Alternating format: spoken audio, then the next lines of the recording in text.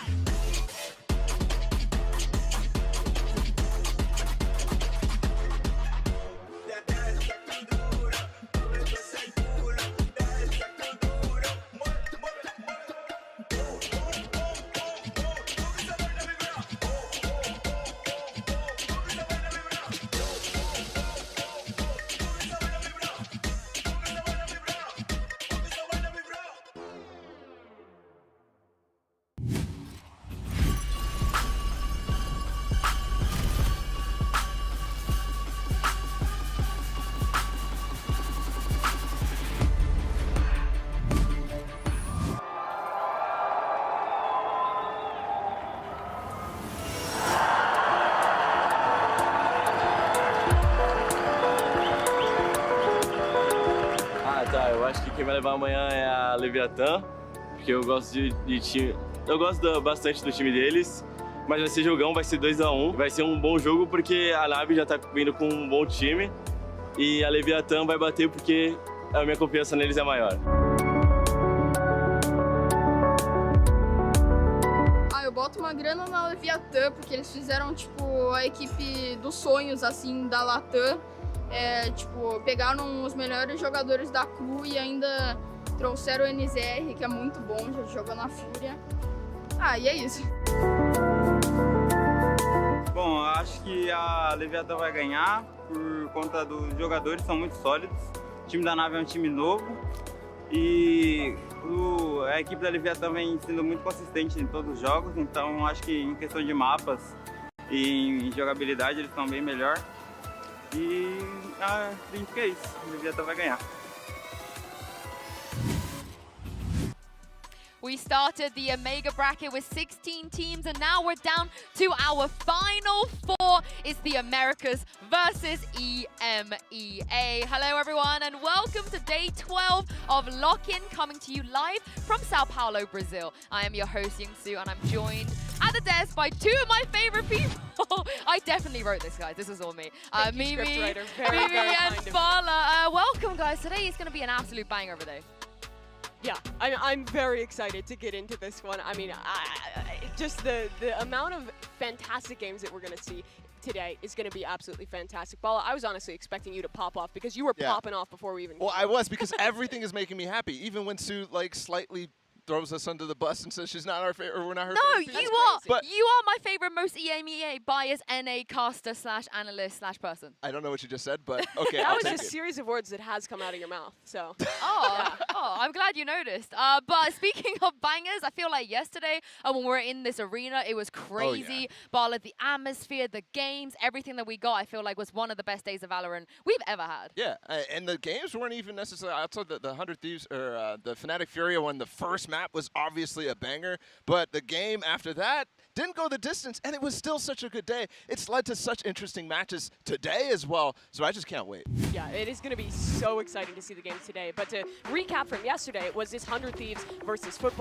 This game that you were talking about, and I think Foot came out and again really impressed. It's another one of these games for 100 Thieves where they look like the clear favorite coming in. Everyone thinks, all right, easy and done with, they're going to get this one out of the way. But Foot put up a very good fight. I think their answers to Lotus, the way they play that map, is still excellent. But at the end of the day, it came down to Icebox. 100 Thieves still great on that map, and they took it home. Yeah, Kiwi looked like an absolute threat on the server, but this game happened, and I think both the teams that made it out of yesterday really put up a strong threat from these uprising teams. Fury was insane, that clutch from QCK, and so many moments as well. But Fnatic was able to put them away, and I think proved to be the super team that we thought they were. Yeah, and I think for both Fnatic and 100 Thieves, yesterday was about playing games that were way closer than they probably looked like they were going to be on paper, but still having the ability to kind of resist the pressure, come back, and win out.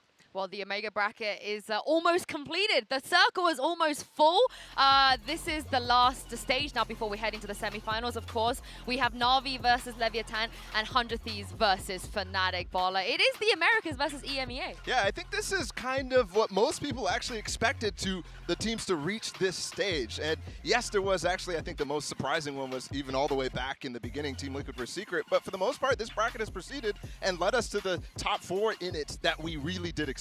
Yeah, it has been a pretty clear one, but that has led us to, I think, the best games we could possibly have today. We have teams already looked incredible throughout this in both of these matchups, and it's going to be so exciting who continues. Yeah, I think we're getting to the stage, like you said, Bala. People maybe expected this to be the top 4 of this bracket, but I don't know if the top 2 is going to be the ones that people expect. I don't know. I feel like there's a lot of swing both ways you could go today. Yeah, I think for like prediction-wise, it's really difficult to go either way, right? Yeah. I think this is the most 50-50 we can get in this bracket. For the most part, before, I think you'd having mostly unanimous predictions because there was a clear favorite. I feel like we're going to have a bit of a stressful day just with how close the games are going to be. So let's do something fun.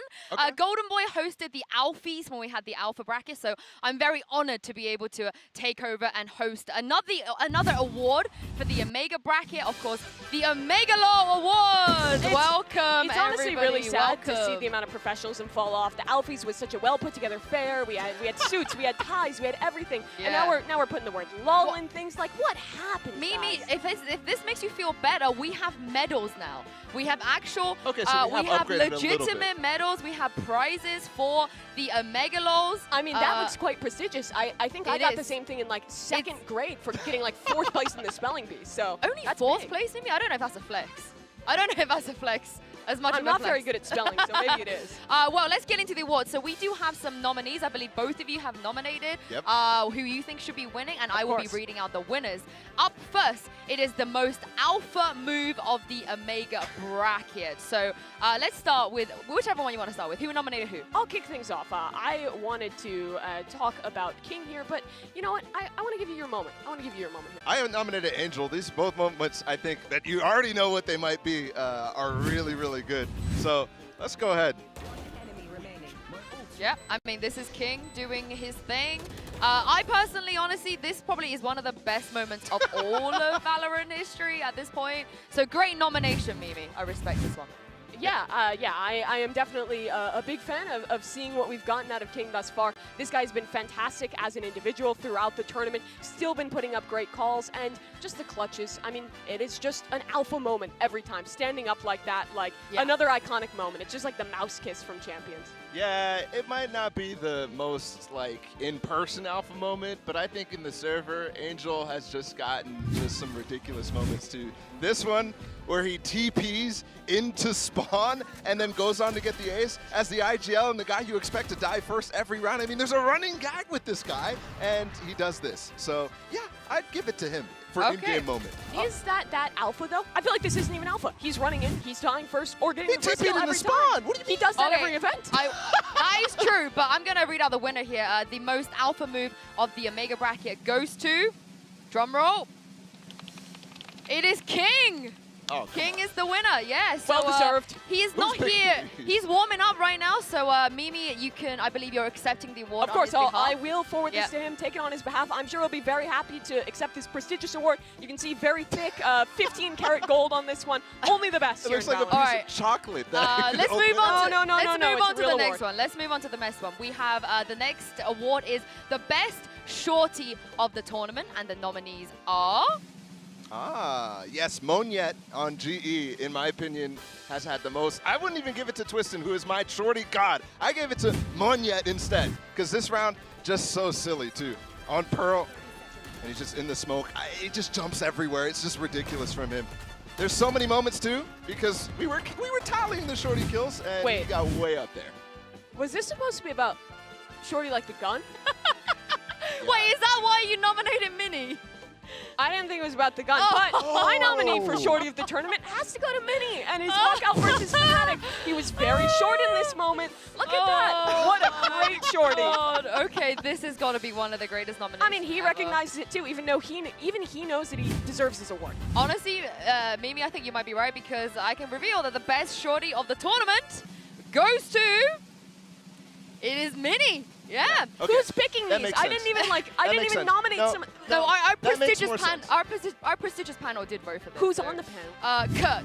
God. He's not here to accept his award either. Enjoying the mini fizzums. Love that. So here's another medal. I'm sure you're going to be able to pass that on to Mini. Since Of course. nominated, I guess. Hotel bar tonight. I'm going to give it to him. You know, the players we invited. I'm going to get this on. Don't worry, Okay, guys. while This you is do very that, we're going to move on to the next one. I This could is accept an award or two, just like. Well, I believe in you. I believe No, in you. it's You fine, might Bella, have a I got chance for the next one, because this is the best team with pistols, but not on the pistol rounds.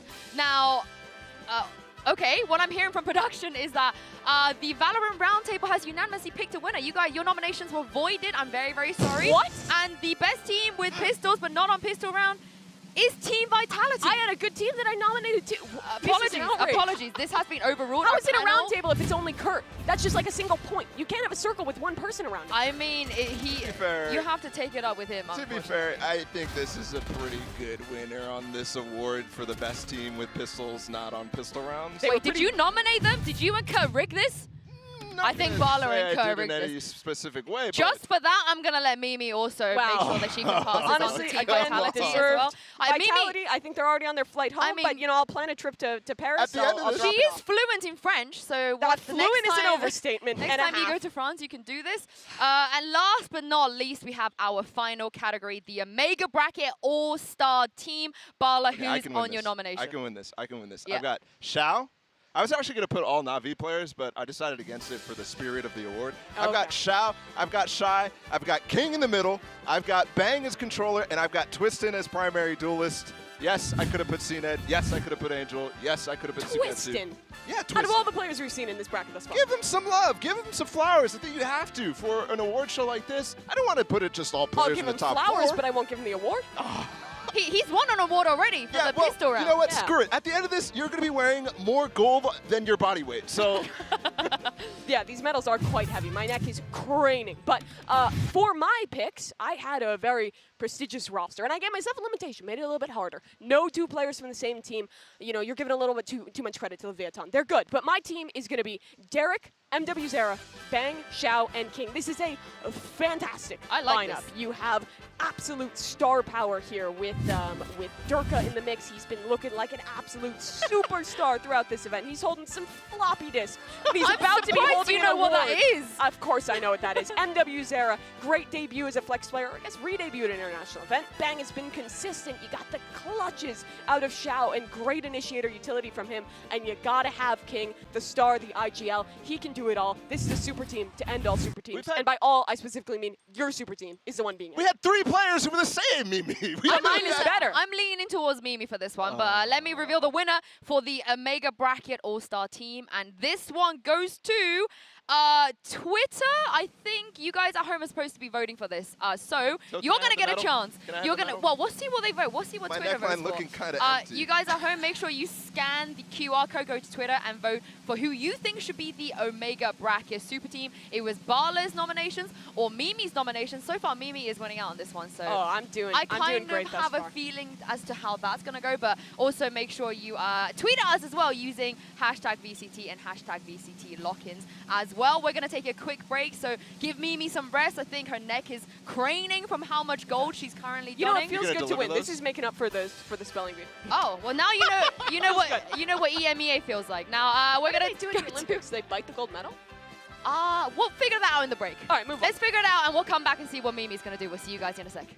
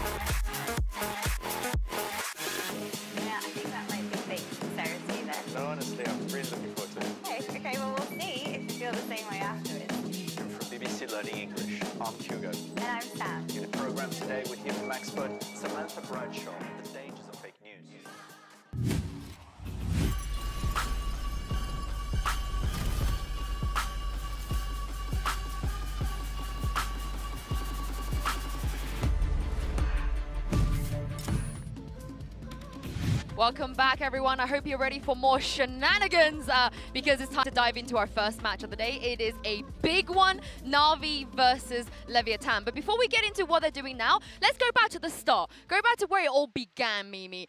Masters Copenhagen, when we first saw what these teams can do. Yeah, and for both these teams, that was their debut international event. And for the side of Leviathan, it was an event of chaos, of looking like they were going to go out early, but by just some ridiculous plays, managing to pull off a win over Xset with some of these absolutely wild, iconic rounds. Back then, Leviathan was not the same team they are now. They were so much more defined by the individual skill, by the chaos, by their ability to make crazy calls under the pressure of this new stage for them. Yeah, I think it was chaos for them. They didn't have their coach at that point. It's been a steady rise for them too, but remember who won that tournament? I think the really interesting thing is both these teams, that was their first international tournament. FPX back then, Na'Vi now, did win, and I think they started to look like the best. Remember, they had that lower bracket run. Sugetsu wasn't even there, and they went crazy throughout. Yeah, I mean, it was a great debut for both of them, but things obviously have changed a little bit as time gone on with Lev. Mimi, they could potentially make their first ever top 4 if they can win today. Yeah, and like you mentioned, Bala, this has been a continual upswing since then for Leviathan. They looked rough at Copenhagen. They pick up a fantastic coach and are able to make a run at Champions, and they still fall flat. They still get eliminated in that one, but now here, they've come in and are looking absolutely strong and are on the verge of finding what would be this team's strongest placement ever. Yeah, I think what was cool about their Champions run, too, is during that group stage, I think a lot of people, once they had their coach back, might have said they looked like the best team coming out of groups. Yeah. It was just a rough playoff stage for them where they end up losing to the eventual winners in Loud. Yeah, Owner, I think, has a big part to play in how this team has gone on a steady rise. And this would feel like the logical next step in that steady rise, going from falling in the playoffs early to, in this one, if they can take this series home, finding that top 4 finish and continuing that upward trajectory. I mean, this is the thing, right?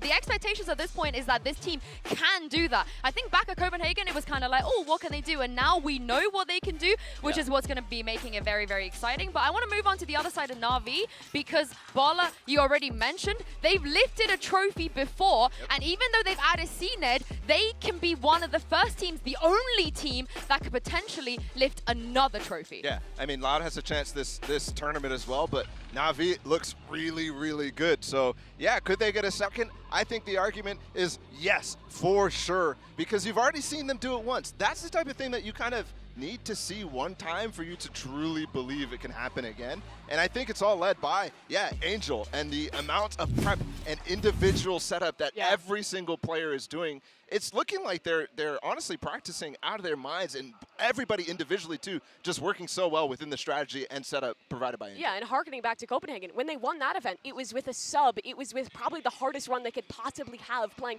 game after game, day after day. Here, it's single elimination. They've had their full roster. They've had plenty of time to practice. It feels like the stars might be aligned for them to be the first team to win another tournament. This is the thing, though. Both teams have a lot for them, a lot of positives why they can win. But is there anything against them? Is there anything that you feel like could potentially mean that they're going to fall short? Yeah, I mean, just the fact that it's never happened before for Na'Vi, I think, is very clear. I mean, you can see basically the different winners of international tournaments and how it's kind of not happened again. Optic was the closest. Actually, Gambit for sure, all the way back in 2021, but Optic last year was the closest. But FPX, they still have made it to top 4 both times. This would basically be a repeat of that if they can just win this game. So that's not enough. They have to even go further. Yeah, the expectation is definitely victory for this team, and I think anything less, and I think they will be a little bit disappointed in themselves for not being able to do so. For Leviathan, though, I think they do feel that similar pressure because they have been so incredibly hyped up heading into this event. I think out of all the teams here, people have been the most excited about Leviathan. The Scrimbucks have been the highest. So making that top 4, maybe even winning the tournament, I think hitting those heights is now the expectation. It has changed infinitely since when we first saw them. I mean, both of you are kind of touting up that both of these teams have what it takes to win. But Mimi, are these two teams, in your opinion, the best teams we have right now in this tournament? In my opinion, I think that these are the two best teams that we have seen thus far in the lock-in. I think that for Na'Vi, they have looked incredible. Every player looks like a star. Their ideas have been fantastic. And the same for Leviathan. Everyone is popping off. They seem so much more structured. They seem like such a more complete team than even the already good heights they were hitting in the past. Yeah, I think the answer for Na'Vi is 100% yes. Number one, they've proven that they could do it before, and they look as clean as you could ever imagine with the addition of CNET too. But for Leviathan, I could see the argument. I could see the argument, but what I would say in negative to them is that they kind of have looked like they've struggled a little bit against weaker teams so far. They've had to have insane moments from King. They've had to have ridiculous clutch and potential to continue even in this tournament. Yes, the Scrimbucks are in their favor, but they still need to prove a little bit more for me. Well, let's break it down a little bit more. When it comes to the styles of both of these teams, Mimi, talk me through why Leviathan are up there. I think part of the reason why I think that Leviathan is actually a competitor for being one of these top-tier teams is exactly what you're mentioning, Ball. The fact that they've had hard games and that they still are able to come out in these close series and make absolutely wild calls to win out. This team is excellent under pressure. They were even all the way back at previous events, and you're seeing similar plays here. This call was wild. Mazzino teleporting behind as his team pinches onto site, and Vitality gets overwhelmed. But the way this team plays is just full confidence. Yeah, but this is exactly the type of chaos that you were talking about when they were at Copenhagen, right? Sure. It's almost exactly the same play. It's just a different controller on their team instead, but they still end up clutching it out. That is going in their favor for sure, but it's not necessarily the type of consistency and comfortable spot that you need to be. Yeah, I think that there is that question of consistency, but for me, they've also shown that in more normal rounds, they can also be fantastic in the mid-round. Yeah, I did want to bring up some stats here because that kind of lead in both directions, right? Both Na'Vi and Leviathan look so good in comparison to the field. You can see on the stats right now. But what I'm talking about when you're talking about weaker competition, Na'Vi have faced also not the best competition, but they've done it in a much cleaner fashion. I'm feeling a bit of a divide here. I feel like you're really confident in Na'Vi. They've proven themselves. And Mimi, I think you're singing the praises of Lev, but I think we need to dive deeper when it comes to the players. And I think two of the players, King on one side and Xiao on the other. Mimi, these two players are just so instrumental right now. I think we've already mentioned King quite a bit, and I want to continue to hype him up because he has been having an absolutely like all-time great tournament here. You talked about the clutches, Bala, and you say in a way that that's a weakness. I think that Na'Vi has also had to rely on these moments, but for me, I've seen so much consistency from Leviathan in being able to win out these late rounds, in King being able to clutch up these wild situations. I mean, again, there's that same round flashing back. They still channel that chaos, but they've added in structure. They've added in the ability to have consistent calls when they aren't leaning into that style. Yeah. I think this team can do both at this point. Yeah, well, I think the point, though, being that Na'Vi have had to rely on clutches a little bit, yes, but, and I'm not going to doubt you on that at all. I agree with that, but it hasn't needed to be close. They haven't needed to rely on Xiao to clutch the 24th round type of thing, and I think that's really important, right? I think in all their games so far, they have had some slight uprisings from teams like Crew, like Secret, but every single time, it ends up being just a stomp towards the end. Like, even that comeback, the 9-3 on Lotus against Crew, was really, really easy for them in the long run. Sure, but they still had to rely on that comeback. I feel like every time we've seen a half played out of this Leviathan roster, they're always able to come back in, take that tack pause, come up with an idea to be able to fix things. They've had close games, but they haven't had a half where they've been completely locked out yet. Yeah. One thing as well, and I'll give you a point here for King as well, because he's matching Xiao. You know, the Xiao show, he's matching the Xiao show in terms of clutch rate. He's at 46% or something like that. Xiao's at like 43%. They both are in the double digits of attempts, which is ridiculous for a single elim tournament where they're only playing 2 best-of-3s so far. That is absurd. But I also think those moments that Xiao haven't been involved with, if they needed him to, we know that he will step up. He has what it takes to do those things. But it wasn't just you guys that weighed in this debate. I think a lot of people, a lot of other pro players as well on Twitter, they were expressing how much they loved King's performance. Chet here just saying that the best player in the world is King, straight up. I think Artist also weighed in on this as well and tweeted that King is the best Valorant player in the world right now, and it ain't even close. I think a little bit of hyperbole there, but still, I think that what he's saying is valid because this guy is winning out in the clutches. He's having consistency as an individual. He's changed roles heading into this tournament and has still looked just as good individually as when he was playing that dive duelist. And the calls have been excellent. Yeah. But it is Chet, it is Artist. Those guys like to tout the scrim bugs like crazy. Every single time they lose a scrim, they're on Twitter. So don't read too much. I mean, read into it because he's already proven it here at this event. But I mean, there's still so many things on these teams. I think the argument for both of these teams being the top 2 teams at the event is very true. So this could be a final, basically, is what we're saying. This could be a final. I mean, I hope they're going to give us the quality of what we're going to get in a grand final. I'm with both of you. I think both of you are swaying me a little bit, but I have something to share for you because before this, specifically for the 2 of you, we have something new and exciting to share with you guys at home as well. It is the debut of a long-awaited new skin line coming to Valorant. You're going to be able to get your hands on these skins very, very soon. That's right. It is the return of the Oni! Woohoo! Yu, Jim, Rei, Makoto, Mei, Shu. 鬼にかような徳などいらぬ。なんだ。獰猛なる野生。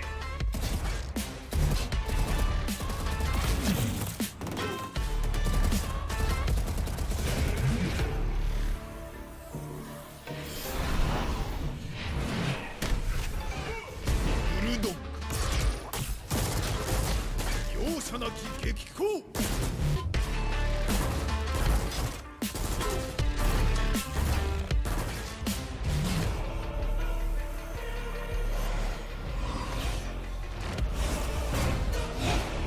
アレス非常なまでの高慢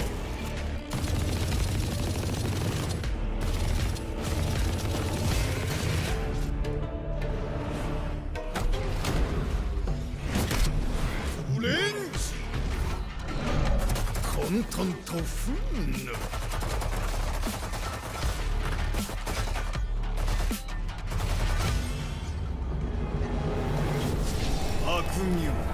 国好きに呼べばいい。我らが真の道は鋼が開く。鬼丸国津苛烈に猛然と。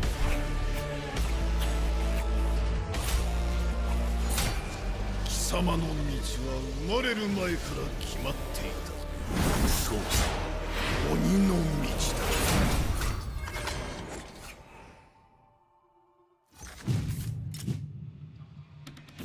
Take my money. Take my money. Just Cop. take all of it now. Cop Who do I insert. give it to? Of course, you guys at home, make sure you use the hashtag VCT LOCK and VCT and tell us what you think about the new Oni skins and why the katana is objectively the best knife weapon now. No debate. I don't want any Did you debate. see the reflection? Oh, unreal. it's so pretty. It's incredible. So The cool. pod animation. Oh. You were telling me earlier how much you spent on skins already in the shuttle, and I No. know Wait, that how number much? is going up. How much? after How this much, one. Bala? No, I'm not. I can't say it on air. It's just too embarrassing. Do it. Do it. Tell us. You have to, Bala. Come on. $3,000. Wait, tweet at us and let us know if any of you have spent more than $3,000 on the skins, more than Bala. I want to know. I want to know if someone's out there that spent more than Bala. There's surely someone. It's Ye. Ye's gonna comment. I think he's bought every skin. Oh, no. Actually, you might be right. I think, yeah. Yay, if you're watching, let us know. Yeah. in pain. But earlier we took a poll and asked you guys at home who had the best Omega bracket or star lineup, Mimi or Bala. What are you doing with I'll the medal take your already? word. I'll The take your results word. are in and it's take your word. overwhelmingly Oh, come on. No, no, Mimi. no, no, no. So I think Bala, you should be giving this back to me. No, no. I also think it was. I also think she's Come on. right though. I think you leaving out Durka was a bit of a troll, personally. I would have picked CNET if I This is didn't my pick medal. Durka. This is my medal. I won this. So like Fair it and does square. not even it's not even relevant to Durka. But It's just congratulations, Mimi. You've got 3 awards to pass to the winners, and you've got one yourself as This well. is my greatest moment. Our first analyst who's won an award in the Alfies and Omega Laws. Congratulations. Thank you. Anything you want to say acceptance speech? I want to thank my parents, the academy, and Durka for winning me this poll. Okay, fair enough. Well, before we This is jump not into fun. the games, I want to do a bit of predictions as well, because you guys at home know how much I'm loving being able to use the whiteboard, and this is my prediction today. What is I've got the Wait, the That's pretty king good. wait, were we supposed to do ruling I over forgot his to do this. kingdom. Let me, But yeah, what have you got, Bala? What have you got? That's really good. I tried to match the drawing, so here you go. wait, so 1 second, guys. I'm making mine. I'm Yeah. making mine. This is That's just, this is Angel, just by the art, way. right, today? Yeah. Okay, What okay. did you No, do it's with a Mimi? prediction. I'm a bit Wait, worried. What did you wait, do? I What just- did you do? I just made art. I made the scream. Wait, were we supposed to do predictions? You're supposed to draw your prediction. Oh, She was too busy Leviathan. winning. Wait. Leviathan. I mean, you were too busy collecting I medals. still Okay, think this is potentially the best drawing of all time. Oh. So doesn't matter how It much looks money like I spend on Minecraft skins. Steve. What? It's Angel. Like it's Angel. Okay. It's not too bad. Alright. It's not too bad. But Mimi, you need to get your homework. You need to do your homework for next time. But today, Got scolded by busy winning. mom. well, today decides which 2 teams from the Omega bracket will make the semi-finals. The best of the best are here. You've heard it from Bala. You've heard it from Mimi. We have some of the best teams left in this entire tournament, and we're about to find out who's going to be going through to the semis between Na'Vi, Leviathan, Fnatic, and 100 Thieves. Lock in day 12 starts right here and right now.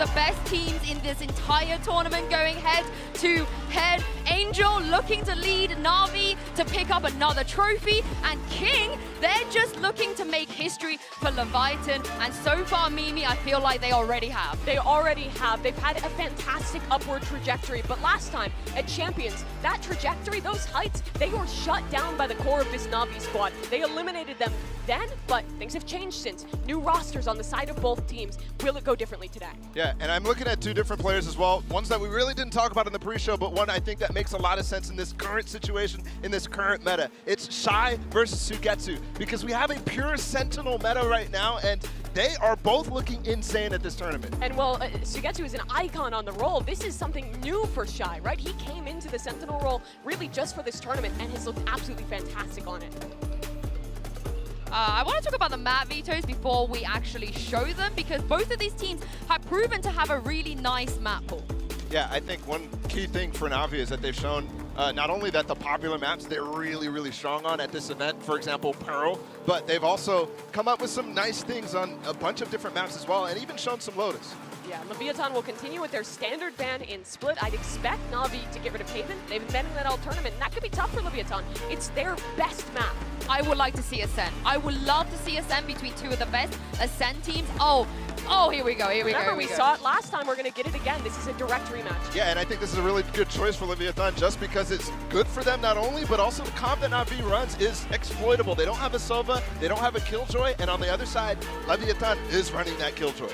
Yeah, that they are. Fracture is where we head next. This is the choice of Na'Vi. I think this is one that makes sense for them. Leviathan have not had to show this map just yet, and I think Na'Vi's biggest strength is that Angel, his philosophy is that we are going to play every map. We are going to have something prepped anywhere. They very much are fixated on winning these map vetoes. And I think this is exploitation from Na'Vi as well. Not having shown this map and also not seeing it from Leviathan, Na'Vi knows it's strong, and they're potentially going to be able to force a Pearl in this map pool as well. Leviathan also forced to get rid of that Lotus, because again, it's one of those maps where Na'Vi has shown it. Na'Vi is comfortable. They've been in control of this veto. They get Pearl as the decider. It feels like those last two maps very much favor Na'Vi, but Leviathan, I have a lot of faith in them on Ascent. It has all been one of their strongest maps, but same is true for Na'Vi. Yeah, the interesting thing here is that Na'Vi, out of all of the times, the 9 times they've played Ascent at international tournaments, have never started on defense. They picked to start on attack the last time we saw them, but this time, Bala, they decided to go with defense as we head into the Prime Gaming Agent Select. What do you think about that? Yeah, that one's interesting. I think this map definitely favors the defense, and I think in their game yesterday, or in the prior game that they had, they definitely showed a little bit on defense that was really strong for them. So I'm definitely happy with that, and looking at the agent select, it's really looking standard across the board. The same disadvantage that I was talking about for Na'Vi and the advantage for Leviathan. Let's see if it actually shows up in the server. Yeah, we're going to get to see pound for pound some of these direct matchups we were talking about. Taco versus CNET on this jet roll. You get the battle of the IGLs between Angel and between King. This is a map where mid-rounds on the attack are critical. Both of these teams looked excellent at that on this map of Ascent. Yeah, and I also want to give a shout out to your casters for today. Saisho and Brand, they cancelled their fishing trips just to be here with us. Thank you very much, guys. Yep, the rivers of Sao Paulo were looking awfully tasty, but instead I gave it up to cast this match here, because that's just how much it means to me. Leviathan versus Na'Vi, this is a battle that you do not want to miss in the slightest, because these are two teams, Josh, with a ton of history between them. Yeah, what a game. Two heavyweights meeting at this point in the bracket. The desk was talking about the fact that had they met somewhere else, maybe this could have been a grand finals matchup. And they have a lot of history against each other too. It feels like Na'Vi are the final barrier for Leviathan to break through and become a title contender. It was this squad, captained by Angel, that knocked Leviathan out of Champions. And if Leviathan can get through here, this would be their best placement at any event they've been to. And certainly the hype is behind them. The question, can they live up to it? Let's find out here. Very fine staging ground. Ascent is our first map that we see both of these teams playing in a boatload of util. Going to be used to clear out the pizza area fight as well. This is a quick reaction, I believe, from Na'Vi, looking to try and fight them inside mid from Cat. Kill still being found, though, as Market is locked down. And CNET, the man of the hour. 2 kills with a frenzy in his hand and plenty more bullets to go. Looks like his next target hunting for Shy, but shot just going straight. And what incredible pressure for Na'Vi to put on to Leviathan early there, challenging them as they're taking the space for their B split, not allowing them to get comfortable whatsoever. But we've seen Leviathan get scrappy and clutch. However, this crossfire just looks a bit too good. Noswa left. Noswa left, and already players going to be swarming his position, so unable to really pull off the miracle that was needed. So first pistol round going to Na'Vi. And whilst we're on the topic and speaking about Ascent as well as his first map pick for them as well, Josh. Now, I was speaking to the Na'Vi guys as well recently, you know, may have been having a beverage or two. Okay. And I said to Doom Bros, you know, this upcoming matchup, Ascent, very strong map for both of these teams, right? You know, Na'Vi, they love to play this in the past with that FPX core. It's a fantastic map for them, but the same could be said for Leviathan. So I was saying, like, listen, they've been talking all this smack about how strong their map pool is. Why not ban and take away Ascent? But no, he welcomed the challenge. He welcomed it. And that's the scariest thing, actually, about Na'Vi, is that they just look good on every map that they've played so far. Yeah. And I think this map pool looks phenomenal. You're getting both teams at their absolute best map one. And then Leviathan have been second round banning Fracture every time. We haven't even seen it from Na'Vi. So completely untested territory, but an opportunity, I think, for the Na'Vi prep to show. Leviathan, though, on the attack side are no slouches on this map. They like to group and burst through A main, B main, and I think you're going to see from both of these teams the Jet Omen entry. And teams have really refined that. Shock Dart misses the trip. That's some counter play. Great trap. Yeah, beautiful. Just out of range of the common Shock Dart that would normally remove all of that util. With the classics hoping for a bit of a blessing there with the classic right clicks jumping up to try and take these fights, but surrounded in every single position, so an easy cleanup across the board. 5 players surviving, that means that Prime Gaming flawless, so Na'Vi looking strong. And Na'Vi have got great weaponry to, you know, lean into their bonus rounds, and it's something that the squad has been doing for a long time. The desk was talking about it, though, this battle between Sugetsu and Shy, we've got to keep track of it as this match goes on. A big difference in terms of their approach to this map, obviously, in the agent selection. But that's going to put a lot of pressure on the Jet battle, too, because you've got to dodge those trips. And Sugetsu's a very crafty player. Bala's been talking about it. All of these guys are putting in crazy amounts of prep. An early fight taken. A little bit of a cook strategy, it seems, because it's a pincer. They're just trying to basically collapse onto the top side of mid. But guess what? King ready to contain, and contain he does. 2 kills found for that one. Every single part of that plan, the bonus round cooked up by Na'Vi, just falling. It was almost over so quickly, it's difficult to tell what the game plan was. Clearly intended to put a lot of pressure on these players in Gelato. But Takolia's entrying stopped that strat in its tracks. Right, instantly getting rid of Zipan in A main, and the threat was essentially neutralized. I love the patience and the discipline from Leviathan in these kind of moments, though. They are not going to allow the 2 players from Na'Vi to get into any unexpected positions, catch them unaware. They stabilize and spend a long time doing it before they finally group up and go for the hit. And it's that balance of thriving in the chaos, but also being very disciplined, that makes Leviathan such a difficult team to deal with. When you watch their most iconic moments, yeah, it can feel like chaos. It can feel like they're not in control of their own destinies. But the amount that they thrive in the midst of that, and then also when you watch them in rounds like this and how clean they are, they've got both ends of the spectrum masterfully covered. Na'Vi are going to make a go at this one, obviously, with the rifles. They got enough money to buy for the next round. This was their bonus.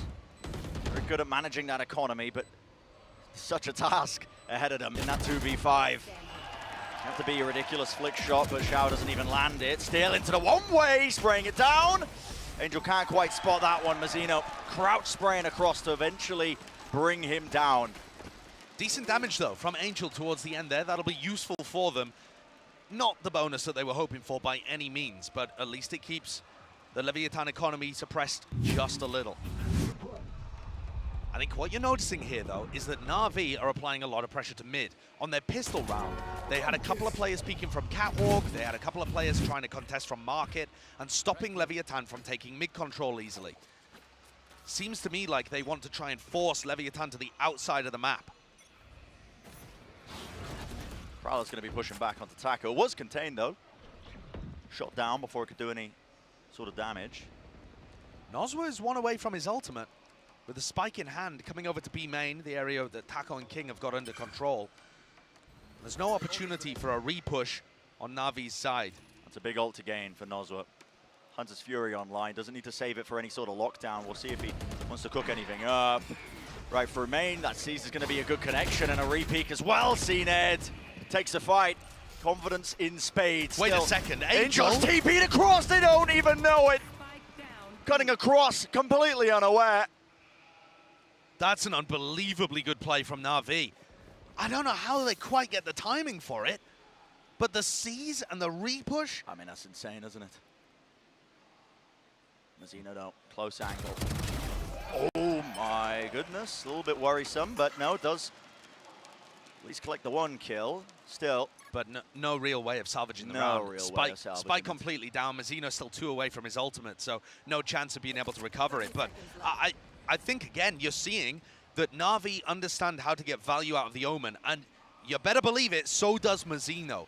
But Angel is going to be doing these crazy plays where he's syncing up with CNED, and you get this duo of pressure coming not from CNED and Zipan as you might expect, but from CNED and Angel, and it's going to be the same on the other side, Taco and Mazino.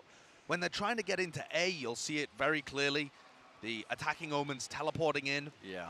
But even in that instance of the Well, re-push on B, my God, I haven't seen that one done before. It's the crazy thing about Angel. He's perfectly willing to put himself in the line of fire. He's 5-1 right now. It's working for him. He's actually having a hell of a tournament. But we have seen Angel in the past. When he starts losing the duels, he still keeps taking them.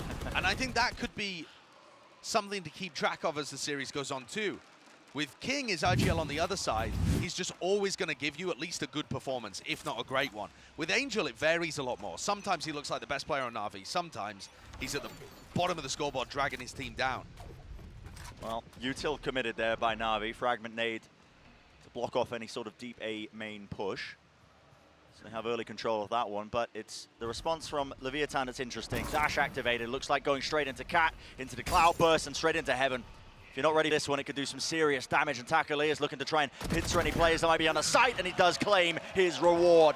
With Angel falling, it's down to Zipan to still make the most of it. Locked down, still the players onto the site, and that squeeze and whine. Eventually, Zipan will fall. Amazing pathing.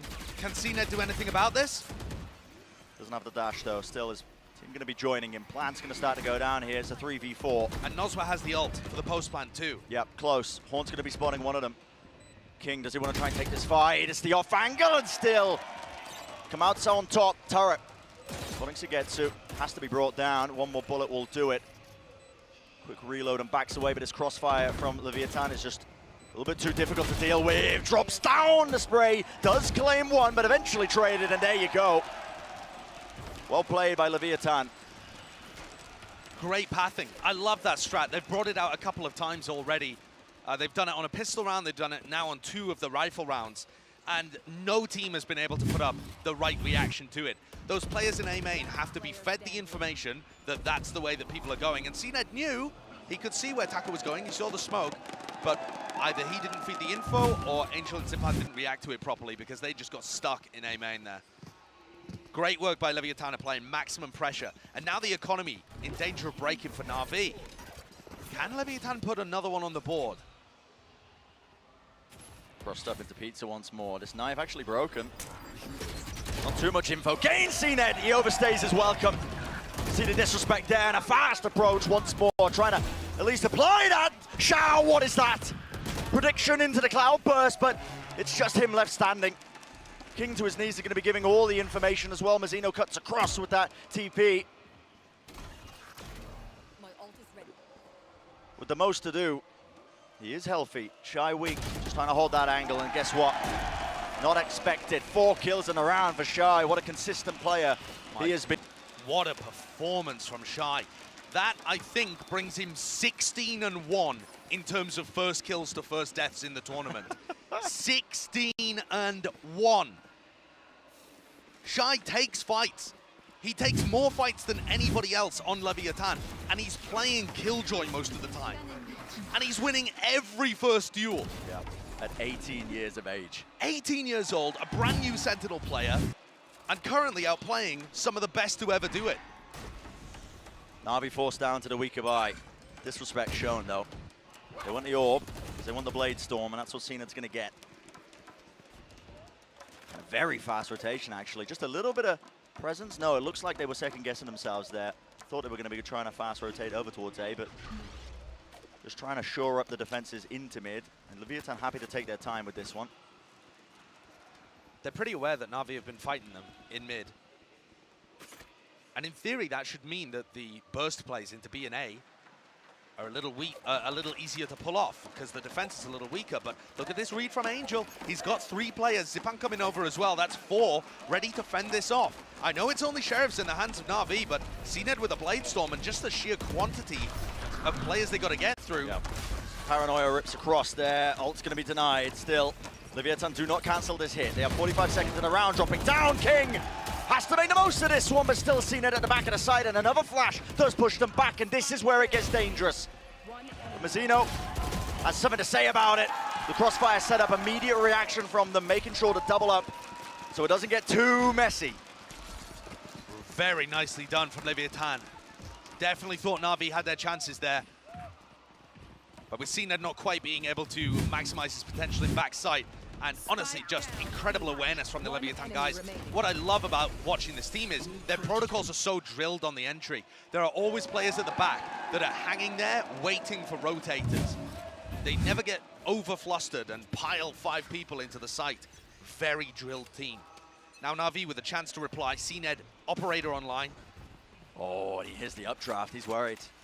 Backs away from that angle. Knife broken, but, well, commits the dash anyway.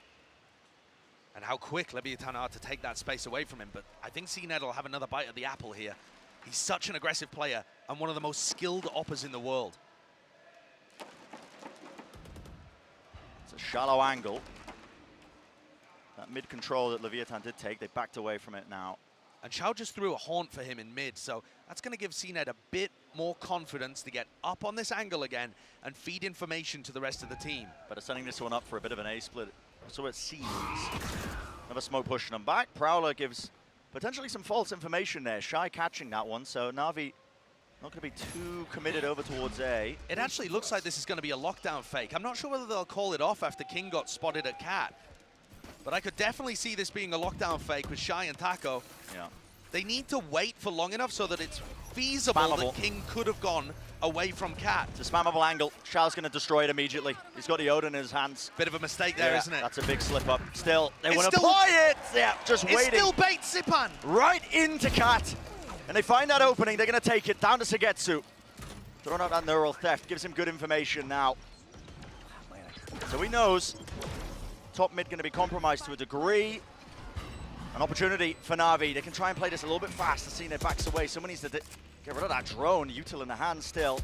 Through the cage now. Shock dart up close. And that angle. Not watched for yet. It matters not. Sugetsu tried to cool down the weapon and take the fight anyway. Down. Clearing out the players. All up to Shy. Still one more player to help him out in main. And each player does the job that was set up for them. So clean from Leviathan. It really is. Even when the fake didn't work, even when Shy makes that misstep, Zipan still bites on it and just faces onto Catwalk, thinking that surely everybody is in B main right now, surely it's safe. And that is the pivotal error that allows Leviathan into the site to set up in those post plants. And a timeout for Na'Vi. I don't know how many rounds you really need on the attack side here for Leviathan, but I don't think they need more than 5 to have a great shot at winning this map. Na'Vi are already under pressure, and they're going into an eco round. Brent, you talked earlier about the map veto being a bit of a gamble, but Na'Vi have been perma-banning Haven. Leviathan have been perma-banning Split. There are kind of, you know, different thought processes about that kind of stuff. Should Na'Vi leave Haven open and just try to punish Leviathan? But they allowed Ascent to go through, and Ascent is extremely good for both of these teams. But even among the best teams in the world, sometimes there can be tier gaps. Absolutely. And unless Na'Vi are able to respond quickly, you know, round 10 and onwards, Leviathan are at a serious risk of running away with this. It's always that risk. With the pick bans, you have two teams like this. The favored home ground between them being that Ascent map, so of course they want to be clashing on it, but we'll see. Early days, still 5 rounds on attack for Leviathan so far means that they are in quite a comfortable spot. It's going to be a similar presence and showcase of that utility at the beginning. This time though, Leviathan trying to fight it. Fast updraft there from Taco Leah. Doesn't claim too much more. One of the other rough things too, actually, for Na'Vi is that so far we haven't even seen that clutch, chaotic nature from Leviathan. It has been all preparation. Yeah. Na'Vi haven't actually been able to push them, apart from the pistol round, into a position where things look scrappy and players have to step up. You know, King in particular being the player that has done it in the past. This time only 2 players waiting for them onto the side still. Kill trip's going to be set up here, depending on how they play this one. One of them getting broken, still the one on lane. Segetsu is going to get suppressed there, I believe, by the knife, so none of his util going to be helping him out. And this player at the back of the side is Xiao and Segetsu bailing each other out. Lovely flash over the top, forces out that cloud burst. Cena's still alive, but he is going to be meeting his match, and still Xiao weak enough. Yeah, the bullet finds the head anyway, a bit overkill if you ask me, just down to Zipan. When he's that low, it's easy pickings. And this is now the second time that Leviathan have finished B on an anti-eco round. And it's been close. That was still a fairly close round. It didn't look crazy dangerous, but you could imagine that if Na'Vi had rifles, they could have won that. They've got good ideas. And I think that's going to naturally push Leviathan into going for more A finishes, A splits, for example, A bursts, rather than finishing B when rifles are active. The first step, though, is to get through CNED's op again. They were very good at being able to get around that before, but he plucks Taco out of the sky. That's just counterplay. CNED's been hearing him updraft that many rounds in a row. Backing away, Kingo, what a play. Predicting the TP, he knew Angel was getting his little wee legs out of there. Brings it into a 4v4, and 2 major players taken off the board. No defensive smokes, but also Taco can't dash in and create space for the rest of his team. How are Leviathan going to navigate that? Grouping up towards A. With all that space that they gained prior. And the setup is relatively weak. Look at that kill trip set up for somebody just to close the door. Drone and a knife to try and clear through most of this one. TP forwards, and guess what? Not shooting with the cam because they haven't even realized it yet, but finally he does. Looking for the spray down to get to, won't get too much done there. And completely avoiding door. There's the trip. Will there be a kill off of it? There's a seize. Not too much else though. Fragment nade pushes that into an unfavorable fight for King, so he's been taken out. Very well done. The prep for Na'Vi working, and now they start with the retake. Yeah, fighting this hard as the plant was going down still. Can the players contain? CNED watching from heaven. This choke point just trying to get managed right now. Turret's going to be shooting him, eventually cleaned up. Still shy, he's going to be dealt with, and it's all down to Nosworth. There's a knife, 1 kill though for him. Jump peek, doesn't give him the easy shot. He's waiting for a tap. Yeah, he's waiting for the tap, needs to hear this one. Finally, CNED baits it out. That's a dart though. It gives good information, has to get broken. Finally now sticking it, CNED. Going for half, Hunter's Fury against the Jet. A brave task indeed. Both shots missing, and half on the defuse. 1-2, tries to sidestep it. What a clutch! That is so well played by CNED. Fantastic stuff by CNED. It is so difficult to hit those shots with an operator. It is incredibly punishing. If you miss it, you've lost the clutch. You have 1 shot. If you shoot too early when they're jiggle peeking, you've lost the round. But CNED opens, and CNED closes. A great round, and showing that Jet prowess. Oh my God. Just absurd. With the map pool that we got, Bren, we are going to be treated to a Jet v Jet battle on Ascent and Pearl. Who knows what's going to happen on Fracture, but I'm hyped for it. 2 heavyweights, CNED and Taco. despite winning the round, the money situation not looking too good. I'm going to buy into this one. Straight over the trip, going to be avoiding it. Cloudburst across, and so much util to set it up. The wider swing, and guess what? Similar play, Mizzino.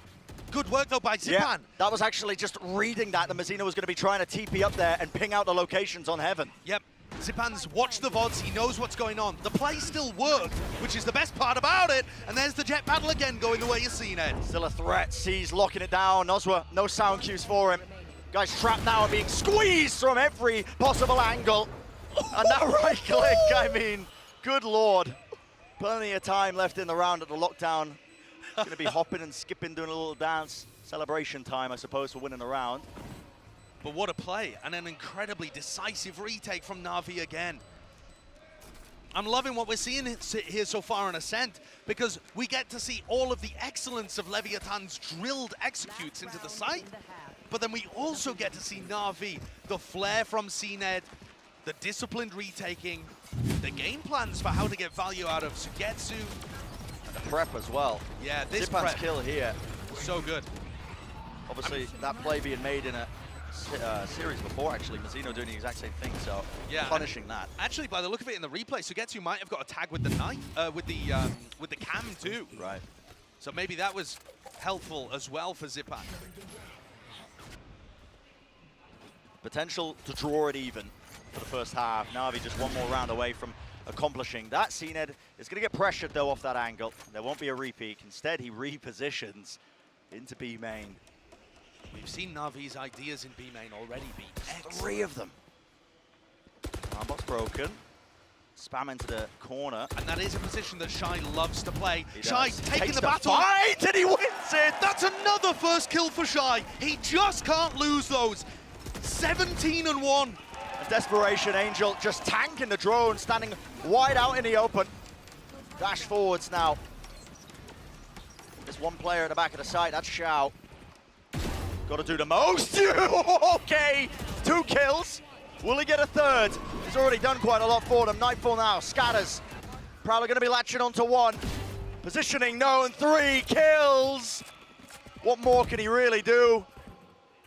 And this has put the pressure on Leviathan. It was looking so favored for them, but King and Takolia, they've been in this position before. But they are so trapped. They can't fake like they're going anywhere. Everybody from Na'Vi has them. And when this plant gets tapped, or when the plant goes down, Na'Vi are going to capitalize.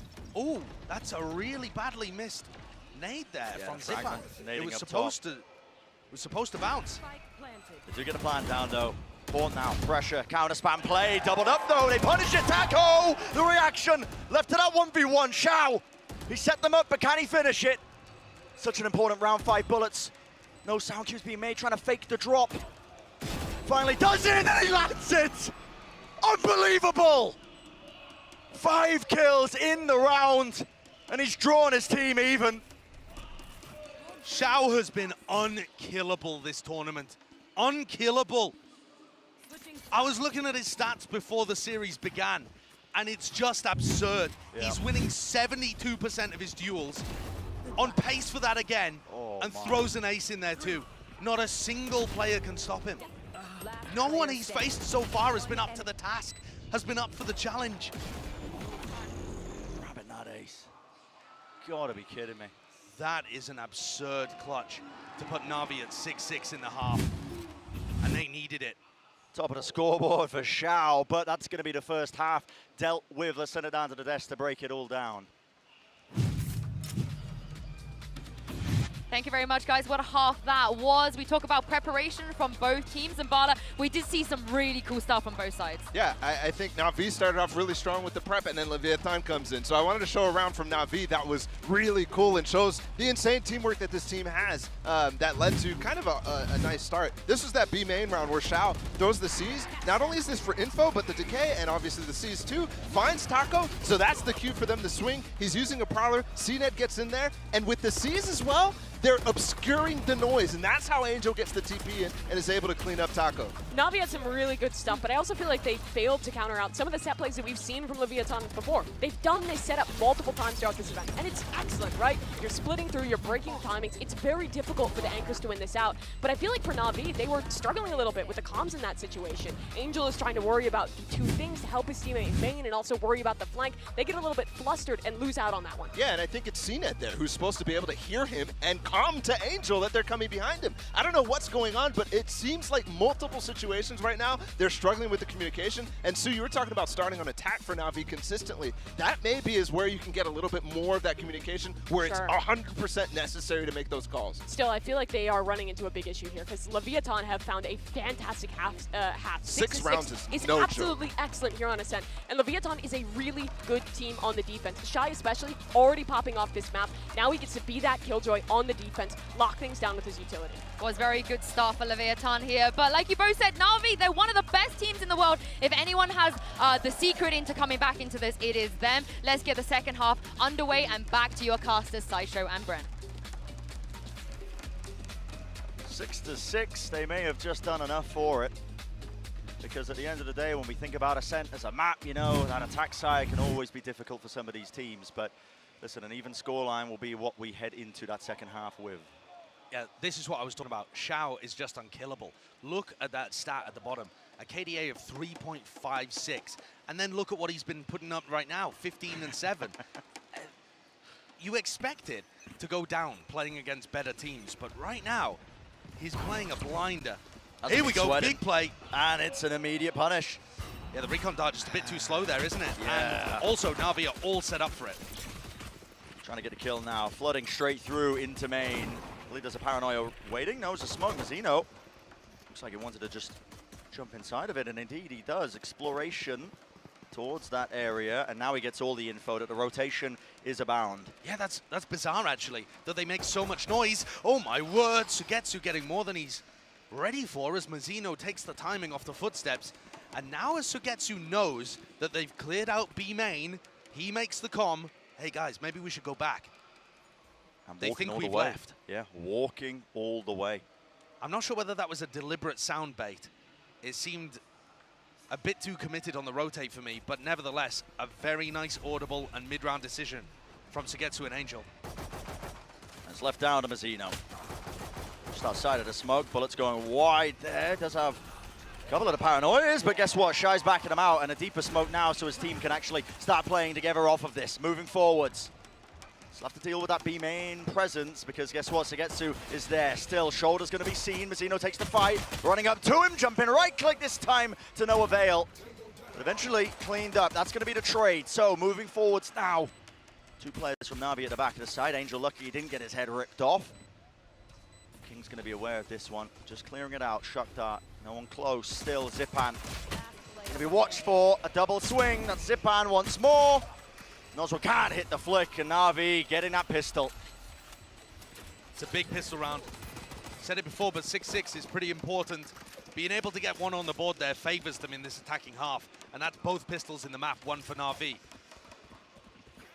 I think the crucial kill there is, honestly, the KO battle. King coming through, very aware of the angles, and really cautious about it too. But when it just came down to the straight-up aim duel, couldn't quite land the shot.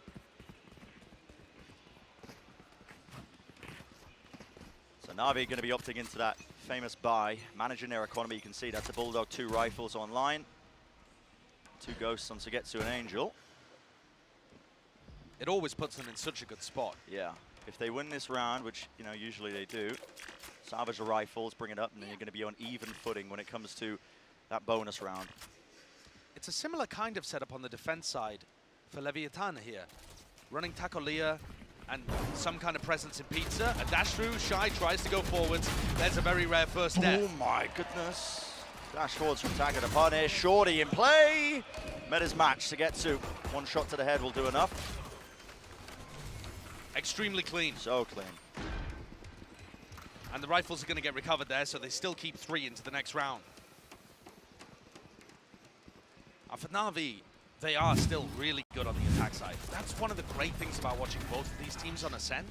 They have a fantastic understanding of how to get into sites and then how to hold sites so that the retakers can't immediately swarm upon you. But on the defense side, I'm not sure I've ever seen someone as good at anchoring A as King is. I think that's part of why you saw Chet and Artis tweeting about him being the best player in the world. We'll see whether Na'Vi want to opt into challenging that A defense at some point, because it looks like this could be an A split. Setting up for it.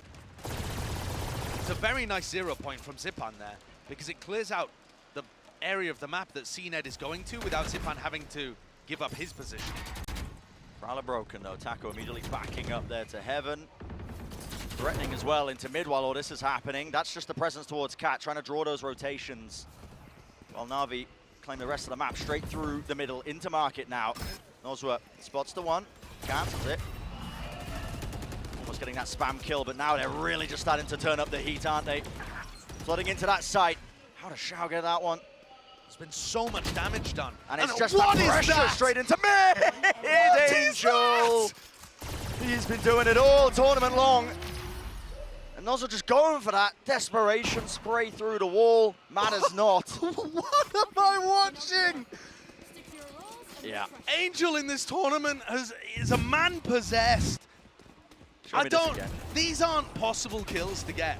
He doesn't care. He does not care. I mean, he is just wide swinging some of the best fraggers in the tournament and deleting them. And I think this, you're seeing it here. The feast or famine playstyle that Angel has, when he feasts, he just leaves the match engorged. He's crazy. Good luck trying to get to the top of the scoreboard if you're CNED or anyone else. And because Angel is just so happy to take duels like that. Yeah. When it goes badly for him, as we've seen in some previous tournaments, it can really hurt his squad. But when he's popping off, he just pulls out ridiculous stuff on the regular. So a timeout is going to be pulled out of Leviathan, looking to try and contain some of this damage that's been done to them. It's not too far of a lead so far just for Na'Vi, but this could very rapidly get out of their hands, especially because this Leviathan, they were knocked down to that half by now. Yeah, and if Na'Vi take this map, it's boding extremely well for the series. If you can beat Leviathan on their best map, and Na'Vi have a deep map pool, they're probably taking this. Yeah. That's why this first map is such a cool litmus test for both teams. You get to see them both up right at the top of their strengths. Clash of the Titans. And right now, off the back of Na'Vi winning both pistols and now the second half bonus, they're looking to be in control, I would argue, for the first time in the series. First time in the map. One-way setup, no noise being made here. CNED just making sure that he takes a high ground position. Jumps down as well for the back of that flash. Horn catching the position, new players. Spammable there. A lot of the players just backing up. That's such beautiful utility though, isn't it? You see how much pressure the Leviathan A defenders are under and how quickly CNED runs in. Yeah. They've got even more as well. As soon as that door's broken, fragment nade, pop flash play as well, and it's just buying even more time. Dash forwards though. Leviathan looking to try and take some space with that one, cut up the crossfires, but don't really have the tools for the job on that half by round. At this point, just hoping to maybe get a rifle or two, take some guns out, but you don't want to be giving any ults or points as well. So dying to the spike is going to be the best play they can make. I mean, look at the Na'Vi economy. They're going to be able to buy for so many rounds into the future. They're almost going to be maxed out. CNED knows. Well, one kill, but it's really not going to make a difference. Yeah. CNED's already sat at 6,000. He was going to be money capped heading into the next round. They can afford an attacking AWP if they want to go for it, although I don't know really why you would. CNED's been so great there. Oh, he goes for it anyway. Fair enough. Adding a different flavor into the half. But I love that utility combo at the beginning, and it showcases how well prepared Na'Vi are. I feel like what we've seen from Na'Vi in the tournament so far is perfection through preparation. By putting in so much prep work, and Bala's talked about it too, it's not just from Angel and Doombros, it's from each player perfecting the small micro adjustments to their utility. Fight to be taken though, CNED. He wants it, he wants it. Cloudburst across. CNED's going to be wondering, okay, is he still pizza? Did he back away? But But CNED also knows that Taco is not opping. The economy did not allow for it. And an important round for Leviathan to try and get ahead now, because he bought into this one fully. Alarm bot going to be triggering, backing away though, so pulling that util out of mid. Really slow round by Na'Vi, understandable when they've got that operator. Can't really take things at a faster pace. And look how safe in spawn Nozra and Taco are. Because this is where Angel decided to wide swing them previously. They're just waiting for it. Dart's covered up. Some hope of maybe just a bit of a warbang angle there to be found if it lit up any players. At any point, this can pivot back through Catwalk too. With Zipan staying in Gelato in A main, they can go back and make this an A split whenever they like. And that is going to put pressure on King. He's already used that nade. The pressure so far has formed diamonds out of King. And this guy, he's willing to stand up to the challenge. Horn spotting him out though, backs away to the safety of Jenny. And he's got the backup of the rest of his team still. Na'Vi will swarm the site. Can the angle be watched for? Mazzino, again, can't quite get it, but it is traded out. Taco, knives out, right click, wow, shells down and out. And no more time to plant the spike.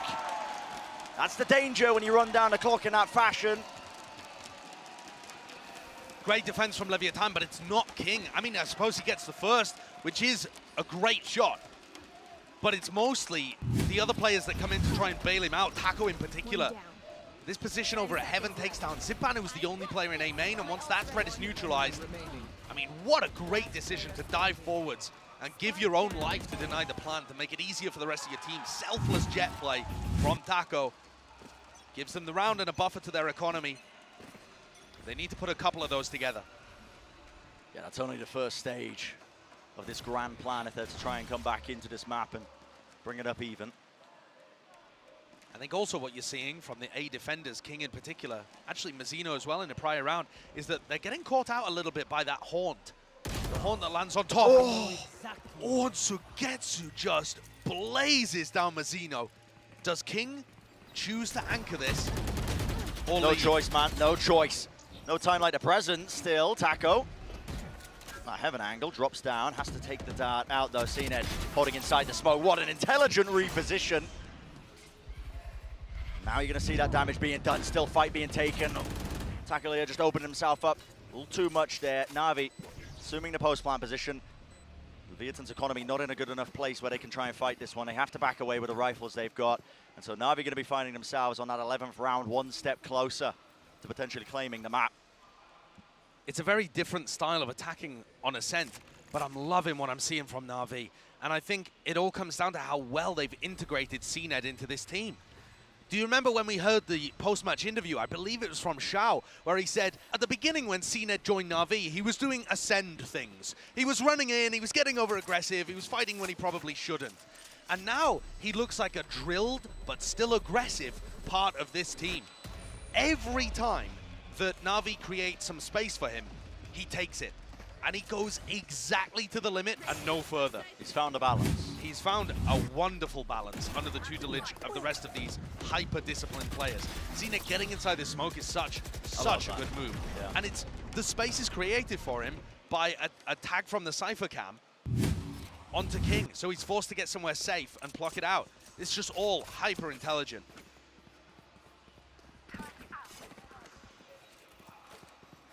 Really drawing out that economy. Mazzino forced down to that full armor frenzy. Not ideal. It's got to start now. This round here. Na'Vi so grouped up. Looking to try and take that fight. Cam does it spot it. I think Taco might be revealed ever so slightly. Knife against the side. No chance of him reactivating that dash. So has to play a bit more passive, a bit more patient, but plenty of time to strike, maybe take that fight. Nanoswarm at his feet. Just pushing him back.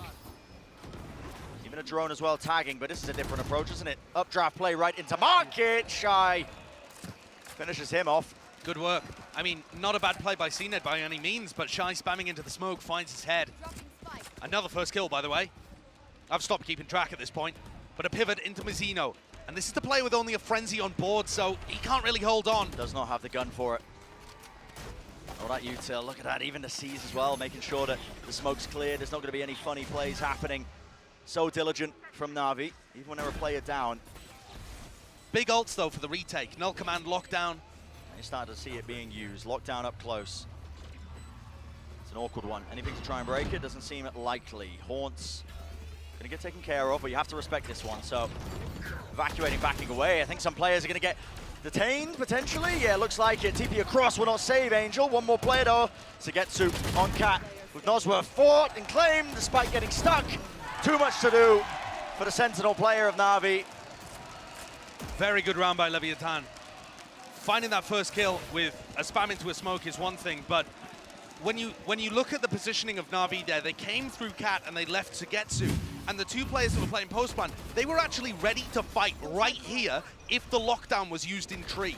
That's what Na'Vi are thinking about. Oh, they have lockdown. They're gonna put it tree, let's fight there. And Shy instead using it over at Heaven means they can't really go for it. Yep. They neutralized Na'Vi's counterattack, and Leviathan take another very important round. They're still 3 behind, and they've yet to actually put too much pressure on Na'Vi's economy. They've still been building up the bank and buying space. Taco, wow, that's such a brave fight, man. Yeah, there's a small line between bravery and foolishness, though, isn't there? That he didn't have any support for and swung into a couple of Na'Vi players. Is King really going to go for this again? I mean, this is just absurd. Spots one, shot found, but Ken, just Na'Vi. They're not going to let that go unpunished. But it's just pushing all over the bloody place. That was, where was that from? What? A wallbang angle from there? What an insane wallbang position. There's no way. Where was that even from? Through the gate? Yeah, it's through that kind of gate area where people use, you know, breach aftershocks, etc. Oh, you are kidding me. I mean, that's nutty. I don't think I've ever seen a kill through there in a match before. Shy was incredibly weak. The weird part is that actually has allowed Nosworth to pick up Shy's weapon. Nosworth only had a pistol in this round, so it hasn't actually made too much damage to Leviathan's defense. But Na'Vi showing the same discipline that we were crediting King's squad with in the first half. They play slow, they allow the defenders to wonder about where the action's going, spread out around the map, and they've guessed incorrectly. Yeah. Night 4. Across the front section of the map. Sugetsu going to be claiming his place there onto the one side of B main. This is, again, just the levels applied to the game plan. Shock Dart, bit of chip damage onto Zipan, but now the play needs to be made. No command. Rips his way across, util combos, and the Horn not dealt with Mazzino. He was lit up and an easy target. Nosworth left into that 1v3. Cam spotting him. And Sugetsu more than ready. 4 in the round. What a playmaker. Wow. I've got to give full credit to Sugetsu and Xiao. Their utility. The amount of times we've seen Leviathan getting blown up by a Haunt and shot through a smoke or something. Oh, here's the wallbang angle too. Look at this. Pull this one out in your games. That's unbelievable. Yeah. Fantastic stuff. It's also a very good angle for an Odin spam too. But yeah, I've got to give full credit to Sugetsu and Xiao, because I'm looking at this Na'Vi Ascent comp, and it differs from the meta in 2 crucial areas. They're not running a Sova, although that's not too crazy, but the Haunts have been getting absurd value, and Xiao's fragging is also unbelievable. So Xiao is absolutely demonstrating the reason for that Fade pick. And then Sugetsu's Cypher, in theory, works very nicely against Taco and the way that they entry into sites, but it's more than that. It's so much more. Sugetsu's getting value out of cages on the retake, and this constant cam pressure keeps tagging people around corners. It's a weird thing to talk about. It is, but it's actually working. Yeah, they're getting a lot of information. They've tagged Mazzino for him to get killed during his ultimate. They've tagged King for Cine to push into the smoke and push him back. They're tagging many players at many times. And I think here you're seeing, you know, the different value that a player like Sugetsu can get just by playing hyper intelligently around his agent.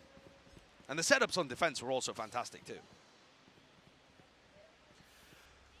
4 map points for Na'Vi on Leviathan's pick. On the map where Leviathan looked like the best in the tournament. Well, we might have to be adjusting those notions. Change your expectations. Taco though wants to extend the playtime a little bit on this map with a kill like that. Lovely shot. Sugetsu removed. It frees up flanking if Taco wants to go for it aggressively in the round. He's got his Blade Storm online, of course. King on a tiny angle. Yeah, that's, I mean, just pixel angle. Nade as well pushing back that presence. What's the call being made? A lot of time still in this round. A one-way smoke means there won't be anybody pushing through that anytime soon, but Na'Vi decide to cut noise. That's big. You know that CNED is still there. I love the fact, though, that they're pressuring King's nade out early. Oh, deep dart, though, through B main. Now they know it's got to be that A-split. So King, again, has to be the man of the hour, holding close that first line of defense as they're already trying to apply that pincer move. And a pop flash play. It is a dodge from Angel, but only bringing King down to his knees as the Hunter's Fury rips its way across. Stops the rest of the Na'Vi players from swinging through main to try and help him out. 25 seconds left. King's not going to be able to get rezzed in the midst of all of this, but it is that 2v4. Big ultimates have had to be used here for Leviathan, but it looks like they're going to be able to take this round. Na'Vi probably just looking to do damage to the economy here. And Mazzino wants to keep this weapon. Yeah, you've got to keep these rifles in the economy. You've got to be honest in this one, guys. Back away. There's no way they can win the round. But at that point, there was just pride on the line, is what it feels like. Maybe get a couple of kills, you know, get the confidence going for that one. Still, 3 rounds is what's going to stand between them. Either losing their map pick or potentially bringing it to that OT. Nice adjustment from Mazzino there on the A defense, breaking the haunt so that King could hold a close position. We talked about Xiao getting tons of value out of his utility. It seems like Leviathan is starting to adjust to that. But if you're starting to adjust in round 21, oh, that's a little late. A little rough. Fragment over the top, and there's that again. Waves of utility that are so damn punishing. That was a seize fragment. If that caught anybody holding that common position, they would have been toasted. And that is a spot that King likes to hold at the beginning of rounds, and then he drops back to Generator most of the time. So a bit of a pump fake from Na'Vi. They do love to do it, mixing in a couple of noise cuts as well, making sure that they can throw off the opponents. Down to that minute mark in the round, so everybody of Na'Vi now grouping up towards B. Shy is in a really safe position right now, just jump peeking mid. Angel's going back sight in the hopes that he might be unhurt. I mean, TP's boathouse there, maybe for a bit of information, I'm not too sure. Still cam up top going to be dealt with, and, well, there was a dart, pawn, removed, still the dash forwards. The play not being cancelled, instead Na'Vi want to take the fight straight to them, but already losing a player, being one down at the back of the site. Going to be matching them, and there's a bit of pressure being relieved. Mazzino TP's into the back, and he's got that paranoia. Sent flying right through Cat, needs an upgrade though, looking to the back of the site. Noz was being destroyed. There's 15 seconds left in this round and it could still get dangerous, but absolutely magnificent. The prediction shot into the cloudburst, knowing exactly where the players were going to be placed. Na'Vi had 4 chances of winning this map and dealing a mighty blow to Leviathan. And they've squandered 2 of them. Leviathan just looking so good there. Shy is constantly spamming into these smokes. I mean, and the amount of times that he gets it perfect. He just times the dash and knows the duration, knows the distance immaculately. Owner is just so animated, that guy. Wouldn't you be if you were coaching in this match? Yeah. No, I'd be stoic. I'd be like Mike. We sat there. I'm not saying that this is a must-win map for Leviathan. We don't know too much about Fracture, and Taco went crazy the last time they played Pearl. So it is feasible that things could still go to 3. Maybe Leviathan could still win, of course, if they lost this first map. But I think most roads to a Leviathan victory start by getting to OT and winning here. So it's forced Na'Vi to take their final timeout, at least of the first and second half. Discussing what to adjust here, because rapidly running out of opportunities to close this out. 2 more available to them. Xiao's picked up an Odin, and that makes me think that that timeout is him discussing with the team. I think we can punish Nozwa early on. Noswa, though, not actually running an Odin in this round. So probably not going to be in the same position, although he has been holding, you know, Recon Dart, Shock Dart, and he is jumping up there. Oh, yeah. He's on the line. And so biding their time, waiting for the dart, I think, actually. Dart, any sort of spam? No, unlikely.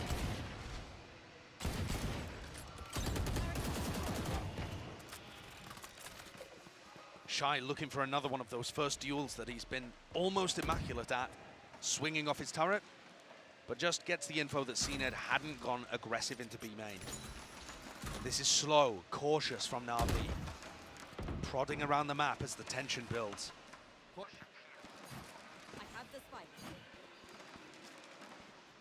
And the hope is that tension eventually will cause Leviathan to crumble a little bit. Maybe misstep, but so far they've been up for the task in most of their series when they've been on this global stage. No strangers. So it's really tense situations in this Pixel Angle King. He's held here before. Prowler in his face though, forces that. So the nade's gonna be used to try and push them back. Now Mazzino, hell of a task. Paranoia cuts his way across, and the smoke as well through main. Just pushing through, there's nothing else to really help it out, but Mazzino once more laying claim to it. CNED though, forcing the issue, isn't he? Pushing all the way past Jenny. Cloudburst up top. Angle created. Taco though, the operator. It's so hard, and CNED, man, he's taking the fight right to them. Bladestorm in his hands, punished with the shorty. This is everything for Taco. He's got to do it. Right here, right now. It's got to be that 1v2, and it's just not possible. Map 1. Completely finalized and finished up there. Na'Vi, what a way to do it. Incredible scenes there from Na'Vi. Everything from their preparation to especially the way that they used their utility and got CNED into positions on the attack side. Very impressive. CNED coming up with the goods towards the end as well, when things looked like it was possibly going to OT. That is a big blow for Leviathan. It's probably the best map that they've demonstrated a lock-in, and Na'Vi have stolen it away. Stolen it away and more. We'll see if they're capable of being able to bounce back. Of course, up next, that is that Fracture map. So, you know, that's going to be interesting to watch here. But some of these highlights as well. I mean, Angel, this guy just, again, towing that line between feeding and really just pulling off miracle plays. But he has been miraculous so far at this event. I mean, no one has been able to punish Angel in the same way that we've seen at prior events. Look at the frustration on Ona's face. I think that says it all. The next map is Fracture. Leviathan have been banning it second round every time. What do these teams have to bring there? Absolutely. Well, map 1 done and dusted, but still even more to come as we head into Fracture coming up right after this.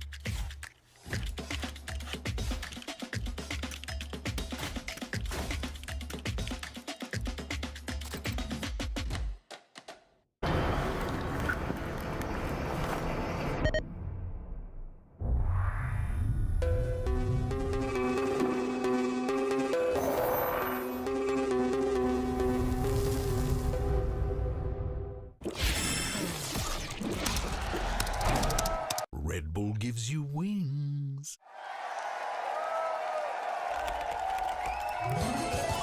Red Bull gives you wings.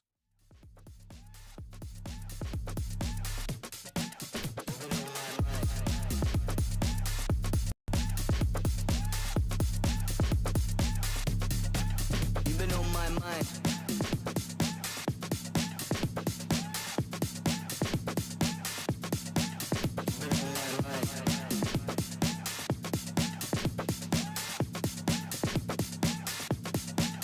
Been on my mind.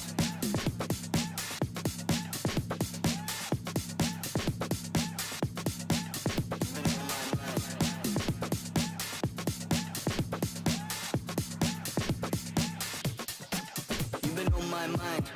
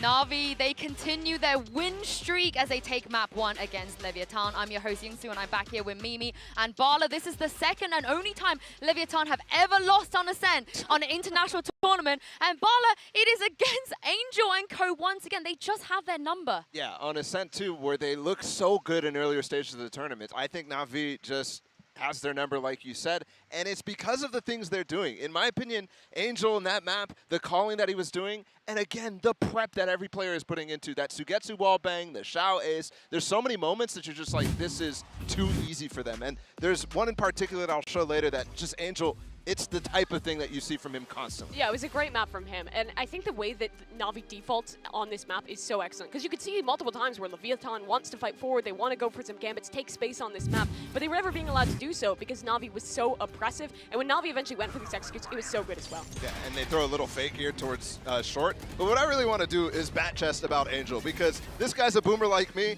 and I know Josh the other day was talking about King and how, you know, he made Vitality bend the knee, but what is a King to an Angel in moments like these? Because he is just ridiculous. He walks up mid. There's this right here is, Josh was shocked about it, Bren was shocked about it. Everybody should be shocked about this because he almost broke his wrist doing that. And it's so nice because he gives you that explosivity that's not a word, by the way, but I just made it up, that you really have against Leviathan when they're the type of team that relies on that sort of thing and not the other way around. Yeah, I mean, the way that he plays on this map in particular is just so good because he's so willing to just like go for a solo play, double TP in. Anytime he sees a gap in a defense, spots a player out of position, he'll TP in, he'll close the gap immediately and pop off. And it just opens up so many options for calling in the mid round. That was just beautifully done by Na'Vi. 6-6 at the half, we thought they were out of that one, but you can never count Leviathan at their attack side. He only does things that he can do, I feel like. No one else does the things that Angel does. But there's another guy that was also popping off as well. It is Xiao here in our Verizon high-speed moment of the match.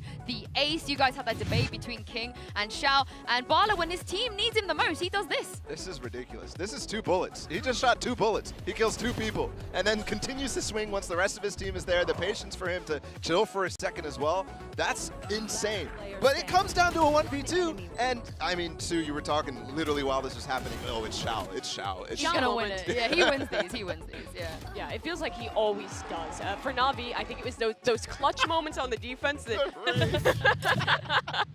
like, it was moments of that got them into the game. But what closed it out was Angel and the calling on that attacking side. And for Leviathan, in the pre-show, I was like, they've never had a half thus far where it seems like they are completely locked out. That's exactly what happened here. Despite taking multiple timeouts, they never were able to find a solution to what Na'Vi was throwing. They're gonna have to dig deep here before map 2. Let's get a take a look even in the warm-up of the Aim Lab shoot around with King this time. Mimi, you spoke a lot about him, what he brings us to this team. How much do you think he needs to get his team together and step up going into Fracture? I mean, I think a lot of it is going to be on him and also on kind of his ideas during the offseason. It's been a long time since we've gotten to see this team play on Fracture. We never really got to see them play it at Champions. So this is something where he's going to have to come in, have a really good idea of as a caller of how he wants to play this map, and actually this time succeed in outcalling Angel, which, as we've talked about a lot, is very difficult to do. Yeah, and I think was really tough as well was Na'Vi put themselves in such a good situation. In that second half,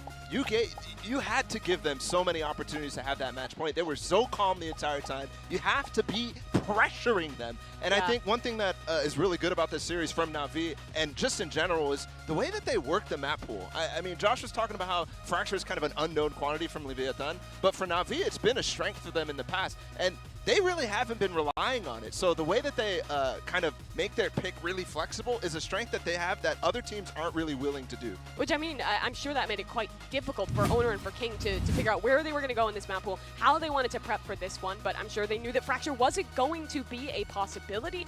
Now the question is, what have these teams answered in the offseason? What is the composition they're going to run? Because previously, both these squads, we've only really seen it in the chamber meta. Well, let's have a look here in the Prime Gaming Agent Select. We don't really see Leviathan play at all this map, Bala. They played a little bit in the offseason, but one thing I want to know for sure right off the bat is what is Na'Vi going to go to? Because in my opinion, the Omen comp is dead with the new meta, with the way that they do it anyway. They do it anyways. And the reason I say that is because the one-way in A main is gone. The one-way in so many positions are gone, and they go for it anyways. Yeah, it's really interesting to see them go back to that one. Leviathan also running a double controller comp. But what I'm interested in is CNED versus Taco on the race. Both these players, known for their jet, have looked fantastic on it thus far. And I think there's going to have to be a bit of proof for both them if they can be adaptable. Yeah. Well, map 1, that was all Na'Vi. Let's see if Leviathan have what it takes to get back into this, Josh and Brent, and take us to a map 3. Wouldn't that be something special? Map number 3 potentially there, but for the Leviathan, a massive task ahead of them here. On their opponent's map pick, got to bring it all the way back for that chance of not only revenge against the team that knocked them out at Champs, Josh, but also a chance of trying to claim the highest finish they've ever had in a tournament. Yeah, it means so much for Leviathan, and yet they always keep running into this gatekeeper squad of Na'Vi. The desk was talking about how Na'Vi have had their number before in the past, and also I feel like, again, Na'Vi are just such a barrier for Leviathan to get through. This map is such an interesting choice too. Leviathan have been second round banning it every time in this tournament so far, and it feels like for Na'Vi, despite the fact that they're on the hunt for that second trophy, the first team that would ever do it, they're just so happy to play whatever, anything. Really treating this tournament lock-in at São Paulo as a bit of a jaunt at times, honestly, as well. These pick bans across the board. Perfectly willing, perfectly willing to give away any information, but it's that contact play and a fight taking place. Space was gained there for Leviathan, using that util to clear up the angles, but traded quite effectively. And down to just Mazzino, already position known, and CNED not even offered the chance to hit any bullets. That is the third pistol in a row that's gone the way of Na'Vi. Think about how different map 1 could have been if they'd traded pistol rounds. If Na'Vi hadn't been allowed to have access to a bonus buy, it could have made all the difference in this series. And when I think of top South American teams like Loud, like Leviathan, I think of excellence in the pistol and in the bonus. Leviathan have not showcased that here today. And it may end up hurting them. No force buy either. So Na'Vi allowed an opportunity to build the bank up early. And there are so many interesting things to talk about with these compositions. I think I want to follow up from the desk immediately, though, and just the CNED Taco story. Yeah. We saw them go head-to-head in the jet battle. I think you could say that CNED came out on top there, was able to be set up by his team a little better and found a ton of value. But it wasn't the defining factor. The Raze battle here might end up being defining. We've seen both of these guys struggle a little bit more on Raze compared to their jet. And it's been a big talking point, especially with CNED. Yeah, that was the underlying question. How deep does his agent pool actually go? I thought we might end up seeing him on Sage here. Exactly. Plan's going to be easily come by, so Leviathan now just grouping up, making sure that they don't give away again. Ult orbs unnecessarily by throwing their lives away into a lot of these Na'Vi players. I think it's difficult when you play against Na'Vi's buy because you really need to kill 3 players even to take a single Spectre out of their hands. Yeah. And it's only when you kill the 4th player that they really start dropping weapons that are really important to them. So it is going to be Leviathan just all dying to the spike here. Doesn't allow their ults to go up either. Keeps everything stasis. And Na'Vi's attack side with these kind of compositions, though they've never run this exact comp before, but then this idea where they're running the Omen, the Viper, the Raze, this kind of stuff, they normally play quite slowly on the attack sides. They're going to look to establish control and stop any aggression early, and then squeeze one portion of the map. That's going to be the goal. I think it's going to be quite difficult for Leviathan to get aggressive. If Taco wants to take early fights, which he usually does, over a quarter of his fights are done at the beginning of the round. I think it's going to be very hard against Na'Vi's comp here. Love that shot, just straight through the tiniest of gaps. That's what Leviathan are looking to do, break through the glass ceiling. See if they can achieve a little bit more compared to what they've done in the past. But again, running into that roadblock. Na'Vi managing their economy well again. Same talking point that we were bringing out in that previous map where they've got those rifles. One nade from CNED here, and Shai's setup. Heaven is dismantled. King, though, finds the first, and that's important, the IGL battle. Great opener. Nade's going to be heard. Shai obviously activating that Nanoswarm, making sure that nobody can take that space towards the back of Arcade. But now, cutting noise for ever so slightly. Shao knows there's a player there. Paranoia and a Satchel pushing forwards now. It's Shai who's really pushed back, and he can't quite get anything else done with it. King's going to start to feel it now. The pressure to squeeze from the players moving forwards, and he needs some relief from the rest of his team. But they're just all smoked off. Mazzino, how does he want to play this now? Just waiting for the smokes to fade. Bit of util left. It's a great position from Shao. He's got to be hard cleared. Has to be hard cleared. That nade, though, gives him an opportunity. It's a pop flash play. Shao wanted to get aggressive right into their faces so that he couldn't set it up. Taco, a bit of an unusual satchel. Maybe not intended, but doesn't clear too much, and they are really running down the clock, waiting for that Viper to go down. Still Zipan, the reposition is up to Sugetsu. 1v3, first shot found. 1, 2, 3! That is absurd!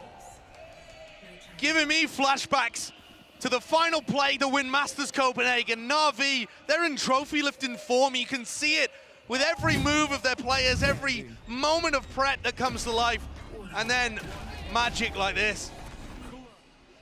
God, they're good. Insanity. And the small eyebrow lift from Ona there, I think that's all the emotion you can possibly afford to give. I mean, what can you do there? You just got to shrug and accept Sugetsu is sometimes better. He's just better.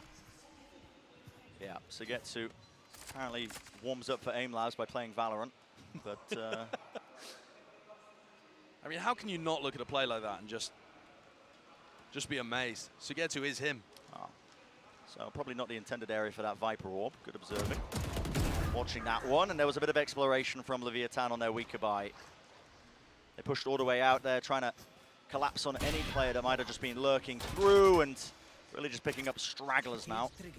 And I think the other thing that bears mentioning about that play too, he doesn't do that if he doesn't have a Vandal. You know, a classic bonus round buy that sees him with a, you know, a Bulldog or a Spectre in his hand. He's not pulling that off. No. Na'Vi's maintained their place at the top of the scene in terms of being great on these round 3, round 15 buy manipulations. And I don't know why other teams haven't started doing it more. Yeah, it's given them a massive edge. It can be difficult to manage in a moment, but Na'Vi seem to have perfected it. And it's already set them up. This is going to be an easy 4-0 lead. And for Leviathan, this is not a great map for them. So starting out 0-4 down is rough. Yeah, the prospects of trying to bring it to the team that, as I've said prior, as we've been hitting over and over again, knocked them out at champs, denied them that chance of breaking through that barrier. 7-8, 5-6, whatever the placement was at these global events. This was supposed to be Leviathan's time to strike. This was supposed to be the tournament where they were going to be really making a name for themselves as a contender for that top spot. And maybe they still are. Maybe they just got unlucky in this circumstance in terms of running into a team like Na'Vi, but it is rough. I mean, rough. Na'Vi are just so disciplined. They never offer Leviathan opportunities to thrive in the chaos. And yeah, on Fracture, Leviathan are 3-2 all time. But against partnership teams, they're 1-2. So they've been getting their wins against tier 2 opponents in South America, honestly. And that doesn't bode particularly well. We're gonna need to see fantastic performances here out of, sure, the game plan, and Owner's gonna be spitting that out to King, but I'm looking more towards individuals. Yeah. I don't think you're going to be able to win this game when Xiao has over a 2 KD and he's winning, you know, 60-70% of his duels. I don't think you're going to be able to win this game when Angel's top fragging for Na'Vi, doing whatever he likes. We've heard from people that have scrimmed against Leviathan that they are very dangerous. We've seen it in the server too. The players like Shai, Mazzino, Taco, King. Nozra's had his moments, but they're falling a little flat here. So a timeout, get their heads back into it. Yeah. What does this look like? Level of calm across the board here for Leviathan to try and get back into this before Na'Vi really start to run away. So close attention going to be paid as well. Leviathan do have at least that one ultimate, the showstopper and Takalea. Could potentially do something with it. Looks like they're setting up for a bit of containment there into A Halls early on, but guess what? Na'Vi are nowhere near. They're just holding pretty far back, ensuring that there's going to be no sort of push or shove. And this is the game plan always from Na'Vi on this map. It's to very, very slowly, cautiously and safely take away map control from you on the attack side. Yeah. And it means for Leviathan, they need to find their moments and pick them very precisely as to when to retake control on the defense side. If you feel like you've lost Halls or you've lost Arcade, you need to group up and fight it and retake that area, but when in the round do you do that? That's going to be a big challenge for King.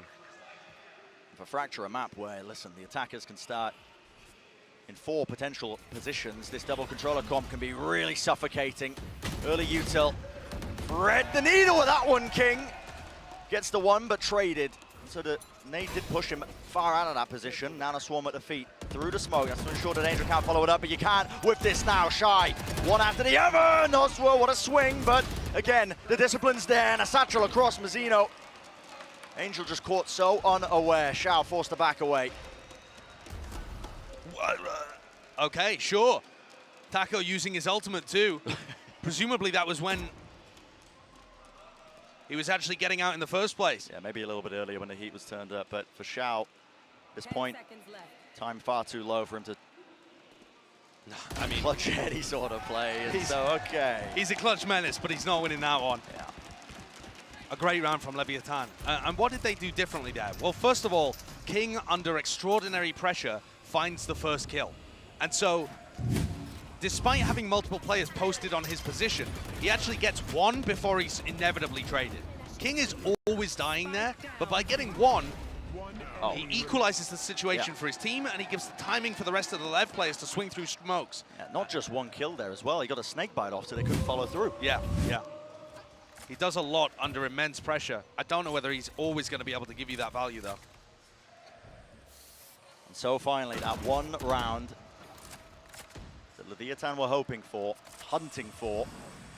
Na'Vi this time starting to threaten from the north side of the map through Arcade. That's going to be 3 players ready and waiting. A couple of them holding in far back positions just in case there was any sort of flash play. TP though, Xiao. That's advanced, and the nade as well pushes off that angle. Nanoswarm is a response to that, so Shy doesn't want to give up that space too easily, but he is now once more going to be feeling that heat. Paranoia cuts across. Shy. Look how Na'Vi just take the map portion by portion, turn by turn. Yep, the Paranoia actually fading away though, so Shy's still available, and that's a satchel across. Wow, almost being able to get 2 there, Vasined. What a way to crack open the site. Linking up with the rest of his team now. Spike in the hands of Zipan. And just waiting for this one, maybe for the Viper Wall to come back online, a bit more fuel for Sugetsu. But time is going to start to run low with this kind of pressure, 34 seconds. Almost. Nozwa should be hunting for a duel here. I agree with this, because if he gets a kill, suddenly Breach Ult is online for retake or for plant denial. And so here we go, nade into the corner. Stun as well, fault line pushes him back. Zipan with that plant, he got his ult online. No command, goes across, survives on 5 health as well. Is going to keep on kicking. And what is the play to be made here by Leviathan? A call is made to save. Wow. Leviathan save more than any other team at this kind of level, but it can be heartbreaking watching them do it. 4-1 down and just giving up the 5th. Their big ults are going to start to come online here, and it is going to be more difficult for Na'Vi, but it just looks so methodical. And I think this is why a lot of people were favoring Na'Vi in this matchup. It's not necessarily because of what they've done in the past. Yes, this team has lifted a trophy, but when you watch them play at Lock-In so far, and admittedly a small sample size, the way they move around the map and take space from people, and the util combos and the peaks, it's, forgive me the hyperbole, but it's verging on perfection. Yeah. And it's really difficult for these opposing teams to find avenues to disrupt it. I mean, let's think about what Leviathan could do in these moments. They could try and refight, they could have some kind of trap play in an area of the map, but those are prone to going disastrously wrong. They could send somebody on big flanks, because getting rid of Sugetsu is going to really stop the attacking side, removing that Viper Wall. But again, trying to play aggressively into Sugetsu and Angel when they hold such safe positions it's hard. Couple of shots fired though from CNED, so that's some presence towards Arcade that might just anchor those Leviathan players. You can see King was holding it, but okay. Nice little glide over to the south side of the map, keeping Sugetsu, I should say Angel, over towards the north side. A fight being taken, Boombot. I don't think it revealed too much there. Zipan has so many of these great flashes. This kill could be everything, but Mazzino doesn't quite get it. He misses it. Just that one sightline sees it. Oh my goodness, Mazzino maybe faking the jump up there. Yeah, okay. Angel though taking that space, no fear. That was a fault line cutting across. Nade down to the ground as the cage was dropped out. Angel is doing so much right now to misinformation. They don't know if he's dropped or what, but now finally revealed, and they're just being squeezed. Counter spam. Yeah, the counter spam. Trace is revealed. Satchel over the top, revealing that one angle of it, and they do strike back. Breach Ult as well is online. But is it going to be enough there? Rolling Thunder pushing forwards. Need to make the most of this one. Did not catch on to Xiao. He could be the difference maker. High ground angle found, and my goodness. He's unkillable! Giving time for the weapon to cool down, and he takes his time with the shots. Shy left alone, 1v2, lockdown popped. Those are the players are. Found one, cannot get the second, Zipan. You said it earlier, Josh. It's really just approaching that perfection in terms of the way they play, weaving in and out, but it's heartbreaking for Leviathan. So many instances where they're just one player away, taking down that extra element to be able to take the round. Mazzino getting stuck on site though and spraying with his Vandal offers that first kill maybe a bit too easily for Na'Vi. And that duel there, Xiao onto King, a game changer. Xiao's had so many of those moments. This tournament, I think he's been the best player for Na'Vi, and he just feels unkillable in some of those spots. Xiao and Zipan both coming into this match had over 90% cast. That means there are barely any rounds where they are useless. Oh my goodness. A 1-for-1 trade as Leviathan tried to apply some pressure. This is like the first time that they've actually been able to find anybody in the early moments. I suppose that takes a Viper wall down, but do they even have the weaponry to convert? Yeah, knocked down to the weaker buy. Look at that, just dropping the guns back. And look, they don't want to give them anything. Drop the rifle off the edge if they really wanted to, but it looks like, is that going to be the thought process? Probably not. And they wait it out. Tension builds in rounds like these. The Vietnam are going to be the ones hoping for a shining light in the dark in moments. Anything to answer back. There was a fault line and a nade play there off the contact. Cena now going to be using his own to try and clear the close angle, and guess what? Taco was caught this time. Flash fully blinded up. Nozwa's there. Frenzy though can only do so much. Gets the reload off though, and there's the second kill. What a huge play by Nozwa. Quick TP pivot though. It's going to be the ultimate online. Instead, Xiao actually just trying to set up the crossfire. Gets into the site, and Shai's left with nothing but a classic. Another moment there where King could have been a game changer. Had he got that kill onto Zipan, that could have been round over. Now it's left down to Shai once again, facing the same two players. Zipan's weak though. One bullet will do it, but the reposition, look at this. That's so smart from Zipan. Knows that Shai's going to be claiming that weapon. Knows that his position is going to be in halls most likely, and so they set up the crossfire. High-low setup, and you just don't expect that. I mean, Zipan. It's such an incredible off angle. And I think the final line of defense for both of these teams, they've both looked immaculate so far up until this point in the tournament. But Xiao and Zipan still look immaculate. They are winning moments so consistently against Leviathan's players who we've seen be clutch, who we've seen hit incredible shots, who've been gobbling up their side of the bracket. Let's get this done. But Xiao and Zipan at lock-in have been the definition of consistency. There is nobody that can make them crack. Where is the answer from Leviathan? Oh my word. Trying to offset some of that maybe. There was spam from Cena early in these rounds, but somehow gets away with it as a kill. Viper's Pit in B main won't do too much for King because there's only one player lurking. That's Angel just on the outskirts of it. And if King tries to make a play, if he feels like he has to, Cam spots him. It's a spam from Angel. But they've given up so much already. Taco is looking to try and get on a flank here. Oh, and Sugetsu just murders him over by the south side.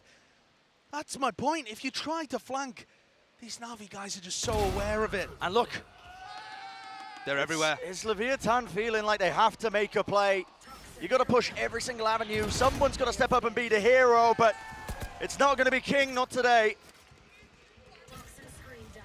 Na'Vi are battering Leviathan.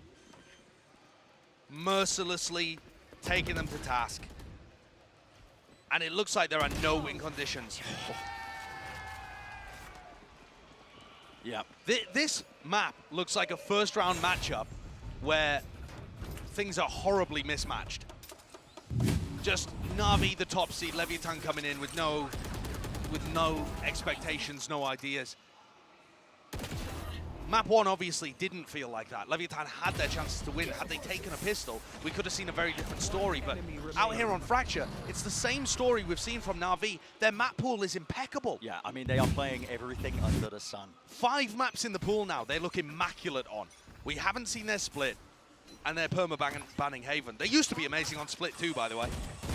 What is this team? And it's just trying to punish now. Anything to get that second round. Desperation, listen. Sometimes makes the most of it in rounds and moments like that. So 2 players fall. And the spike. Yeah, rifles in their hands on top of that. So, but everyone's left Nozwa. Nozwa's just alone there holding that angle?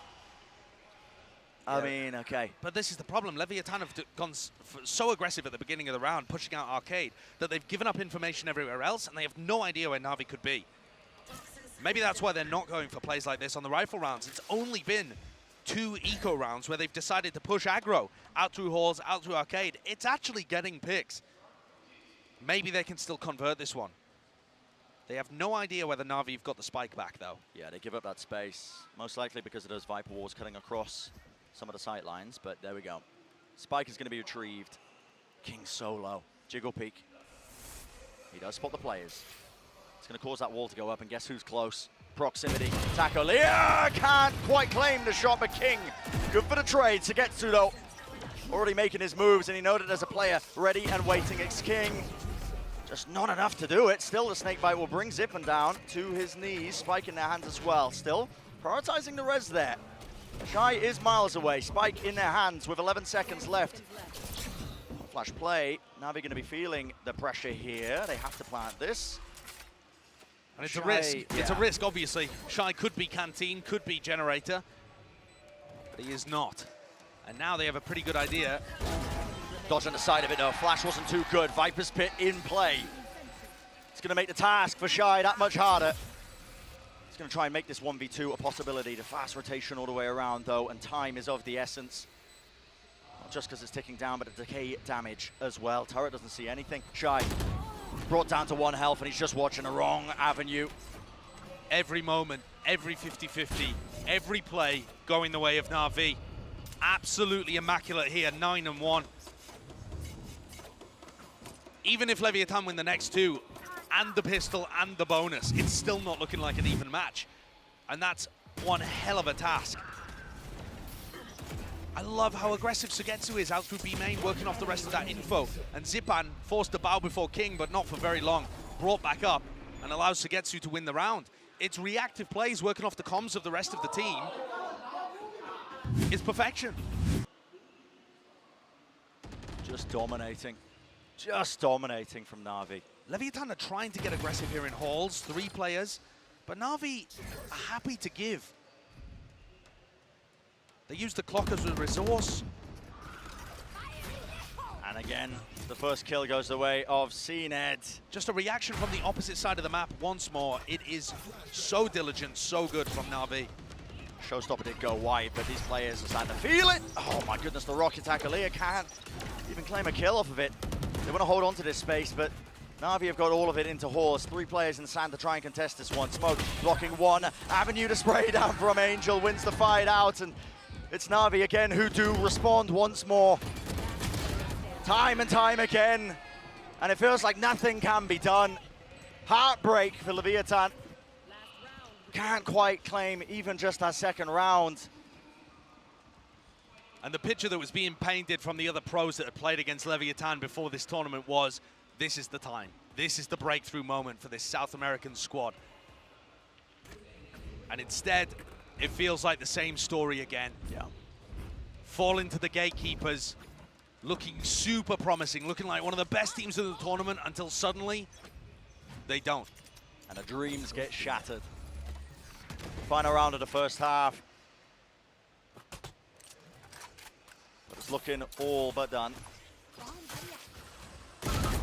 Takolia, it's desperation, isn't it? Once more. But Na'Vi have so many different looks. They've never been that aggressive in halls at that point in the round, and suddenly they are so prepped. Ult ready and waiting for Nozwa. Wants to try and make a play of it, but look at Na'Vi again, man. I mean, the fast play in halls, and they just cut noise. Angel's calls are so dynamic. It doesn't matter what you see from Na'Vi. They could be doing anything.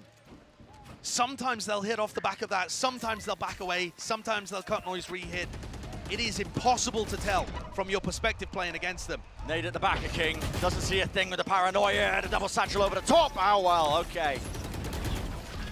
Bit of a Viper difference. Rolling Thunder now, pushing forwards, but that's not the weapon for the job. None of those angles. And they're just being caught unaware. Still Mazzino makes the most of this one. The lockdown, CNED.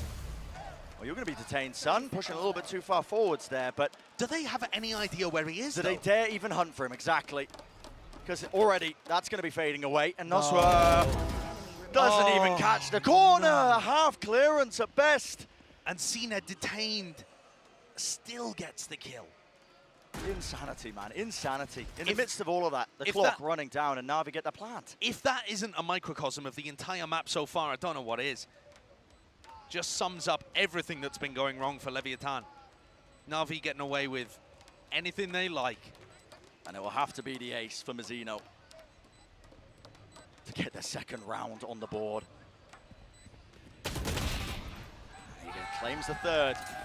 What more can he really do? Util flying in his face, snakebite. A little bit wide there. Desperation, isn't it? Word of the day. When you're watching a map like this, 11-1 is that scoreline from Na'Vi. Sheer dominance.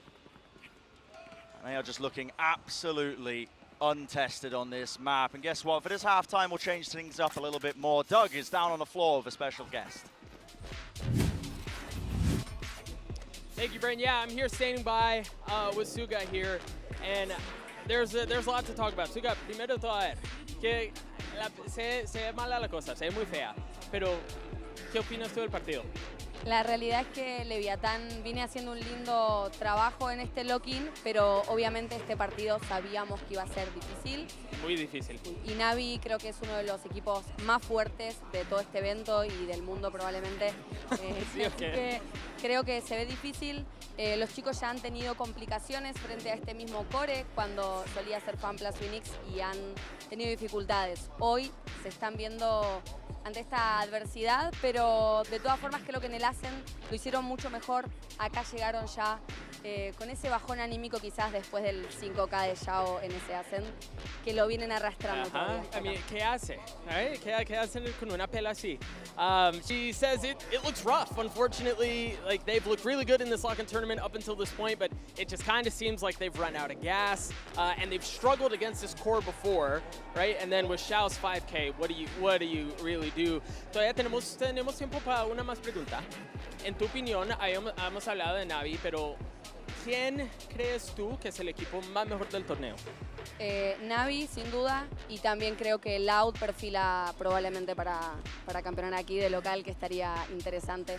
Si es que Leviatán no logra tomar esta oportunidad en el cambio de lados, creo que Loud es claramente un favorito. So I asked her essentially, you know, we've talked about Navi, but who does she think is the best team here at the tournament? And yes, we've talked about Navi, but Loud also looks incredible. Unless Leviatán can do something here at halftime to try to change the tides, it really just seems like it's going to be Navi all the way. Muchas gracias, un placer hablar contigo. We are going to throw it back to the casters to get us back into this highly anticipated second half. Bren, Sideshow, take it away. Highly anticipated, maybe if you're a Na'Vi fan, I think, because they are running away with it, honestly. One of the favorites coming into this event, Leviatán, they were not shying away from the gusto, you know, saying how good they were doing in scrims, you know, this is their time to strike, and all signs were pointing towards it until now. And Na'Vi, the dominance that they have showcased in this tournament so far, I thought this was going to be a blockbuster match, two heavyweights, and Na'Vi have dismissed one of the top contenders from the Omega bracket. If they can do this here, what can't they do? A Na'Vi on for the second trophy? I've never seen a team lift 2 trophies in Valorant. I'm getting that feeling from this squad. Of course, don't forget about the other contenders on the other side of the bracket. Loud still in it, but... Loud, DRX, you know, Fnatic, 100 Thieves, these are all big hitters. But I would have said the same for Leviatán. And look what Na'Vi are doing to them. It's not even fair. They look so ready. So, taking up all that space now. King not messing around, moves forwards, and he's just running straight through the snakebite, hoping for any sort of timing there. Mazzino, 2 shots from the clip. Enough with the classic, but Sugetsu is that final boss, holding it down. The last layer of defense, and the spike drop down into tower. Triple re-push, Shy with everything to do here. Takes his time with it, and he is rewarded with the 2 kills, so maybe winnable though. Still, Taco put in such a hard position. First one's found, but does he anticipate this? Sugetsu, the reposition, moves to one side. No utility to his name. Still, crosshair placement is good for it, and okay. A pistol round claim for Leviatán, and it's a Red Bull clutch. The barest breath of life for Leviatán, but at least they've picked up 1 out of 4 of the pistols in this series. I think it made a massive difference on Ascent. I don't think the same can be said here on Fracture, can it? Unless we're going to see both of these teams be absurdly attacker-sided. But I think those kind of tales, they're only in stories. It would be an absolute fairy tale dream come true if Leviathan were able to mount a comeback of this kind of magnitude. Yeah, Na'Vi are so firmly in control. And you heard the Des talk about it, this one-way in Halls, it's not actually dead, but it's not as good as it used to be before. And that's why we weren't expecting Omen to be run. Oh my goodness. But it's not even going to be challenged. Na'Vi, Angel looking like he's found the fountain of youth once more. And this is just the Sheriff buys to add a bit more danger into a round that otherwise should have been easy taking for Leviathan. It's forced them to slow down for a moment. Got to wait for that util to fade. It would be almost poetic. Seketsu! It would be no. almost poetic if Na'Vi were able to win this one. The players are scrambling. Doubled up here. Flash around the corner. A lot of damage being done, and they have just collapsed onto them. Oh my word. The mechanics from Na'Vi, impeccable. The way they fight together, unbelievable. And their utility pressure, way too much for Leviathan. Na'Vi will spot him a pistol, but that's all they're getting here. Seems like it. No more buffer room. No more room for error at all. It's one round, that's all that stands between Na'Vi taking it in 2 and looking like one of the dominant favorites, heading deeper and deeper into the São Paulo lock-in tournament. They're the South American Slayers, aren't they? They just seem to run into and knock out Crew, Leviathan every time we have a big tournament like this. The read that Doombros and Angel have is just too powerful. Credit to the rest of the coaching staff as well on Na'Vi. Absolutely. Spike's going to be dropped down onto that north side. Of course, no other option other than to force up into this one, but you've already lost a player. King falling. Yeah, King had to be so far out because of that Omen one-way again. CNED has been looking great here on the Rays too. Not really required to put on his best game, but he's been consistently good, and that's another part to the puzzle, right? We were wondering, we had questions about that. Yeah. And CNED has just answered them here. So an exchange there of the IGLs in this round as Angel and King have fallen to Getsu. The smoke deep. Mizzino's playing inside of this one. Nade into the back, that's going to be pushing him forwards. Mizzino trying to take the space and a bit of running gunning. Why not? Does the job at the end of the day. Still, fight's not done yet. Job's not finished. Oh, the lockdown nade has pushed them straight into Zipan. And if there was any hope in hell of trying to claim this round, it might have just been finished. Locking it away, it's got to be Takulia for any hope of continuing in this tournament. And he just opens himself up wide across her placement, not ideal, paranoia. And he can feel it. No chance in hell. It's Na'Vi taking it 13-3. Insane performance from Na'Vi, a statement match. They came out here and slapped Leviathan around on map 2 after beating them on their home turf of Ascent. You couldn't make more of a statement to showcase that Na'Vi are on their hunt for a second trophy.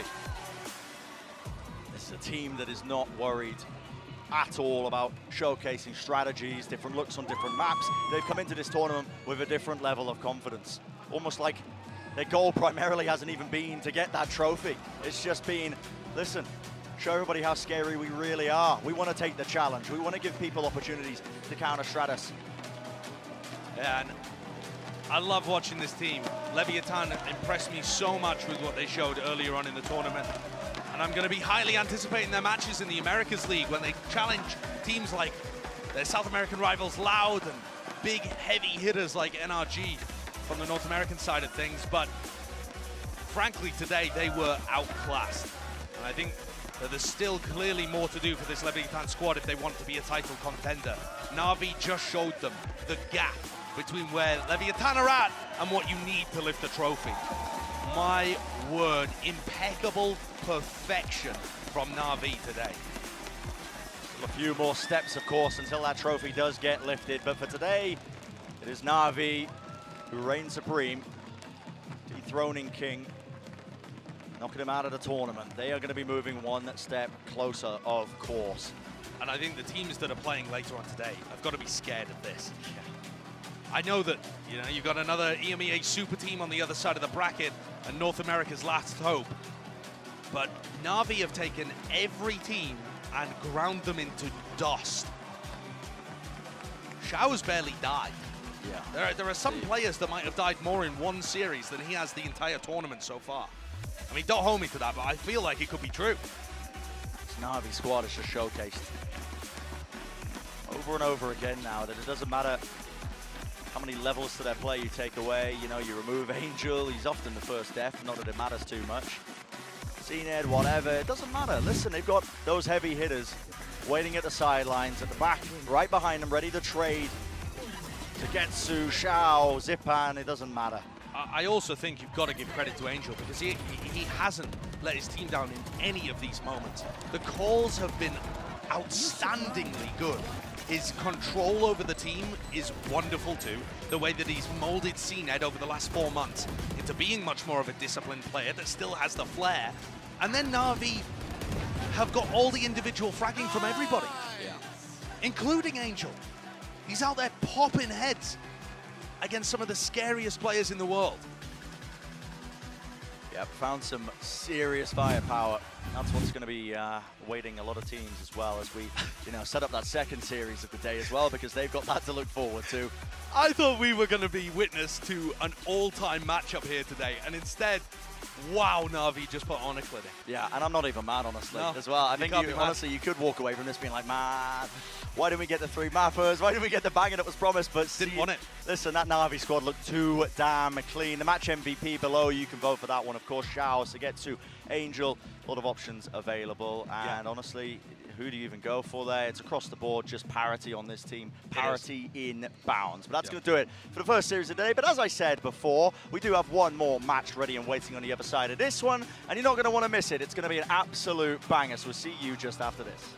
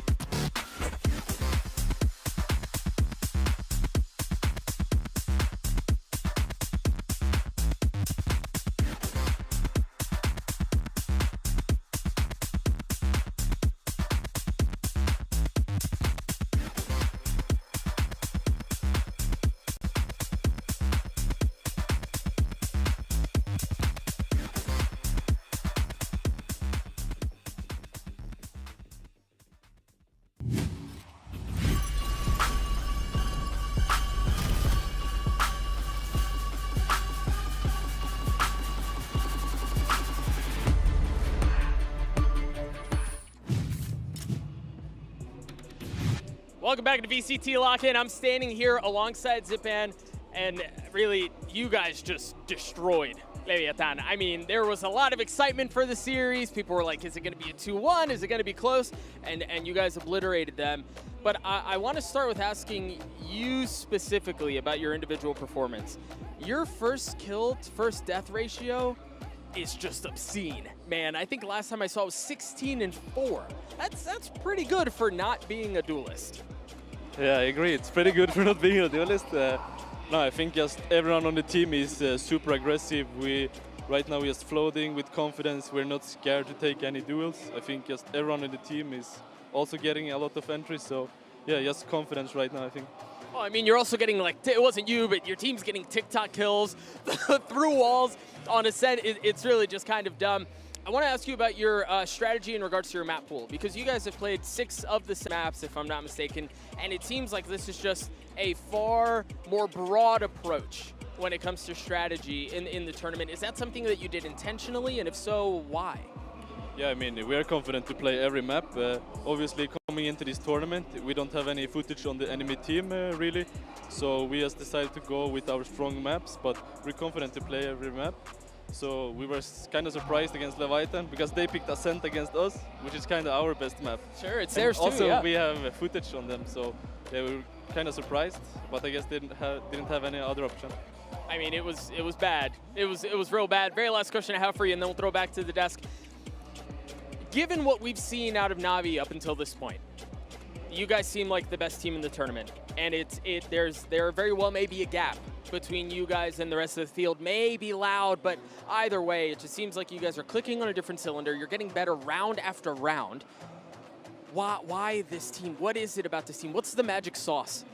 I just think, into this year, we kept 4 of our players right, so we still have that good chemistry, we got that good core, and with the addition to our assistant coach, like Angel can focus more on shooting instead of making strats and stuff. So as everyone on the team has incredible firepower, everyone can pop off, and that's what just makes it so strong. We have good strats and everyone has incredible firepower.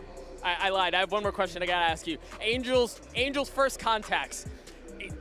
I don't get it, man. Does it ever drive you nuts to see your IGL being the first one to go take a fight, the first one to die? I mean, what are your thoughts on that? 2 weeks before coming to Brazil, we were boot camping, and Angel, he was top rank every practice. So I don't know what he's been doing in the off-season, but it's clearly working. I don't know, it's just incredible to see him, 33 years old, just playing like he's 20 years old. He leaves hope for the rest of us old guys, and if it ain't broke, right, don't change it. Congratulations on the win, bro. Congratulations on what's left for you guys in the tournament. We're gonna throw it back up to the desk to break down the series.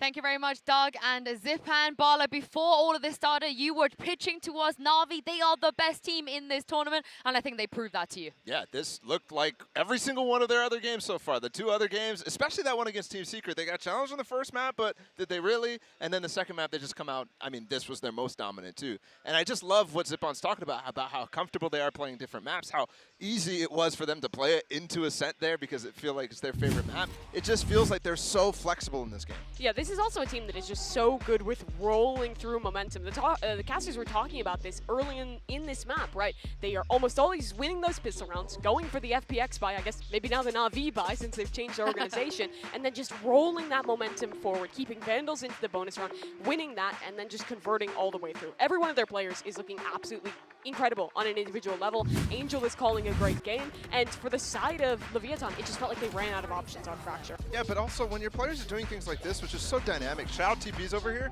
and it's hilarious because it baits the players away, but also sets up this crossfire here between Zipan and Shao to take the final fights really, really easily. Shy actually, when he started this round, when that TP happened, he rotates away. He actually thinks they're going back towards B, but also you're getting that TP and Crossfire in. It's these types of things that Na'Vi consistently do that are so impressive. And it's exactly the synergy that we heard about in that interview. This team have played together for a long time, and the individuals are all very, very comfortable with playing with each other in these clutch situations and consistently winning them. Well, all of the players on Na'Vi were incredible today, but you guys at home had the tough task of voting just one for the MVP poll. We have the results here, and this is who you guys voted for, and it was Xiao, and it was the Xiao show today, let's be honest. I mean, I'll give it to him just for that ace on a sense. Like, that thing was disgusting, but I think Sugetsu on the second map too had some moments, some clutches that definitely deserve some praise as well, but Xiao for sure. He's clutching, he's good in the, I mean, he's playing different roles too, playing the Omen in both Icebox and Fracture now, so he's flexible too. Here's the thing, I am getting echoes of what this team looked like in Copenhagen, where they have a couple individuals that are really good in the clutch, but really it is every single player stepping up at such a high level. We had Xiao winning clutches, we had Sugetsu winning clutches throughout that one, and we also have Angel now, like we heard in that interview, being more and more enabled to absolutely thrive as an individual. The way that he plays and calls in Valorant is so unique, and I think it always does such a great job of setting up his teammates to find rounds like these. Yeah, and I think they're more than echoes. I think they're reverberations of what happened at Copenhagen. I think they're even stronger than what happened at Copenhagen, honestly. I really think what you just mentioned about Angel being able to be freed up, maybe by the assistant coach in Latex, is really good. Yeah, and I think that now kind of sets up the question of, they're in the top 4, can they be the first team to win 2 tournaments, 2 international events? And for me, it feels quite likely. Heading into this series, they were the team that has impressed me the most. But I was also incredibly impressed with Leviathan, and this team absolutely decimated them. On Fracture, Leviathan was never able to get into the game whatsoever. I mean, no one does that to him. This was supposed to be a finals-level match. Yes. Finals-level match. I mean, Leviathan was touted as such a good team, and unfortunately we have to say goodbye to them, but this was supposed to be a finals-quality match, which begs the question, what is going to happen next? Well, because this team is insane. Well, that was actually the worst international map performance Leviathan have ever had. The second worst was a 13-5 map loss against DRX, but I don't feel like that was much on the fault of them. Na'Vi were just that good. Unfortunately, we've had to say goodbye to Lev. They're out of lock-in here, but Mimi, we will catch them in the Americas, and I have faith that they're going to make it to Tokyo. Yeah, absolutely. I think that this team looked absolutely incredible. They came in with sky-high expectations. Everyone was touting this Team Scrimbucks coming into this event, and I think for the most part, they lived up to it. They had great ideas. They still thrived in the chaos, but they had built a lot more structure into the squad. All of the role changes made a ton of sense, and the roster changes were all clear upgrades. I think that for Leviathan, they are going to be one of the absolute top contenders in that Americas League, which is already looking so stacked. I think you were hoping for a top 4 finish from them, but unfortunately this bracket was just too damn hard, and Na'Vi was too damn good. So, like, I don't know if you're walking away from this super happy if you're Leviathan, and also I'm wondering, a top 3 finish in Americas is really tough. I'm wondering if they might be one of those teams that need a win here for the Americas League to make it to Tokyo. Well, we'll see in due course. But we have one more match on the way coming up next. It is 100 Thieves versus Fnatic. First, check out the Prime Gaming post-match highlights here, and we'll catch you on the other side. These are 2 of the best teams in this entire tournament going head-to-head. Angel looking to lead Na'Vi to pick up another trophy, and King, they're just looking to make history for Leviathan, and so far they already have. There's one player at the back of the site, that's Xiao. Got to do the most. Okay, 2 kills. Left to that 1v1, Xiao. He set them up, but can he finish it? Finally does it, and he lands it. Unbelievable. Good lord. Gonna be hopping and skipping, doing a little dance. Winner dance, guys, winner dance. Na'Vi will swarm the site. 10 seconds. Can't quite get it, but it is traded out. Taco, knives out. Right click, and no more time to plant the spike. That was, where was that from? What? A warbang angle from there? So hard, and seen it, man. He's taking the fight right to them. Nice. Map 1 completely finalized and finished up there. Na'Vi, what a way to do it. It's up to Sugetsu. 1v3, first shot found. 1, 2, 3! That is absurd! One tops, one tops, one tops, one tops, one tops. We have time for massage. Okay, so don't waste my time, boys. Focus. Rolling Thunder now, pushing forwards, but that's not the weapon for the job. None of those angles. Nice, nice, boys. Well done. No chance in hell. It's Na'Vi taking it 13-3. You couldn't make more of a statement to showcase that Na'Vi are on their hunt for a second trophy.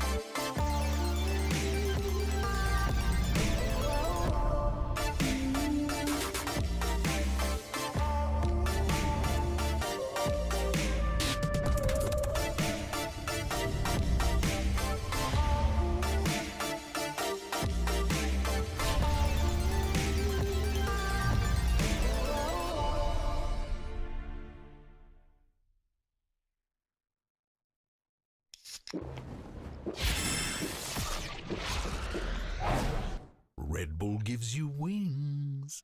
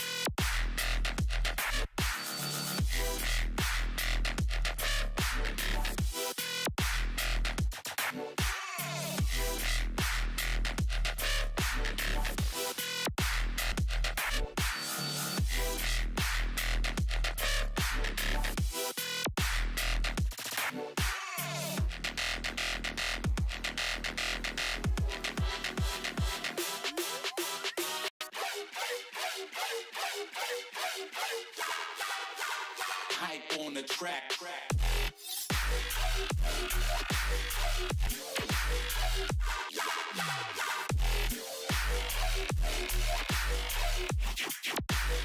Hype on the track.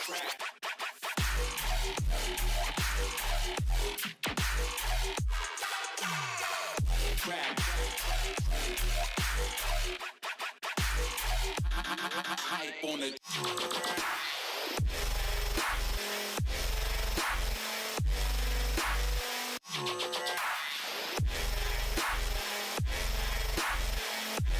hype on the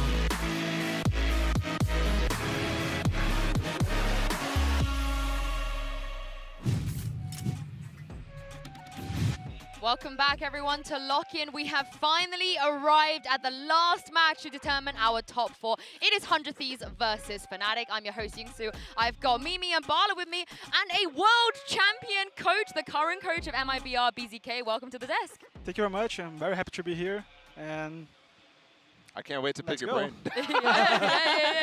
Bala's, I'm going to ask him every single question. Bala's not going to talk throughout this. But let's talk about this matchup, 100 Thieves versus Fnatic, and start with 100 Thieves, Mimi. I think a lot of people expected them to be here, but did you expect their journey to be as tough as it was? I think that's what's been interesting about 100 Thieves. They came in with really, really high expectations from, I think, most people off of winning that Red Bull event in the offseason. But thus far, well, they've made it to the point people expected. I think the games have been a lot more labored than most people expected. Every opponent they have played thus far has put up a fight, has taken a map off of them, and they've struggled to adapt in that. Still, in every one of those games, they've still come out on top. Yeah, it's definitely felt a little underwhelming just in general from the entire roster and the matchups that they've had so far, but they have still made it here, and there are some things that are better and some things that are worse. So I'm still looking forward to see their biggest challenge yet and what they can do against Fnatic here. Well, BZK, you said to me before this started that you guys have scrimmed against them. So, you know, what is a scrim box? And also, did you expect them to face such a tough road to get here?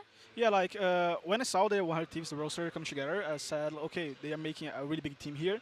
And I see a lot of potential on those players and on this roster, but I think they didn't show it yet. You know, like they have won both matches, but it wasn't a clean match. It wasn't a clean win. Not even close, I would say. They were struggling a little bit, but like the last map that they played on Icebox, it made my eyes like, okay, there's something there. You know, like they maybe nervousism.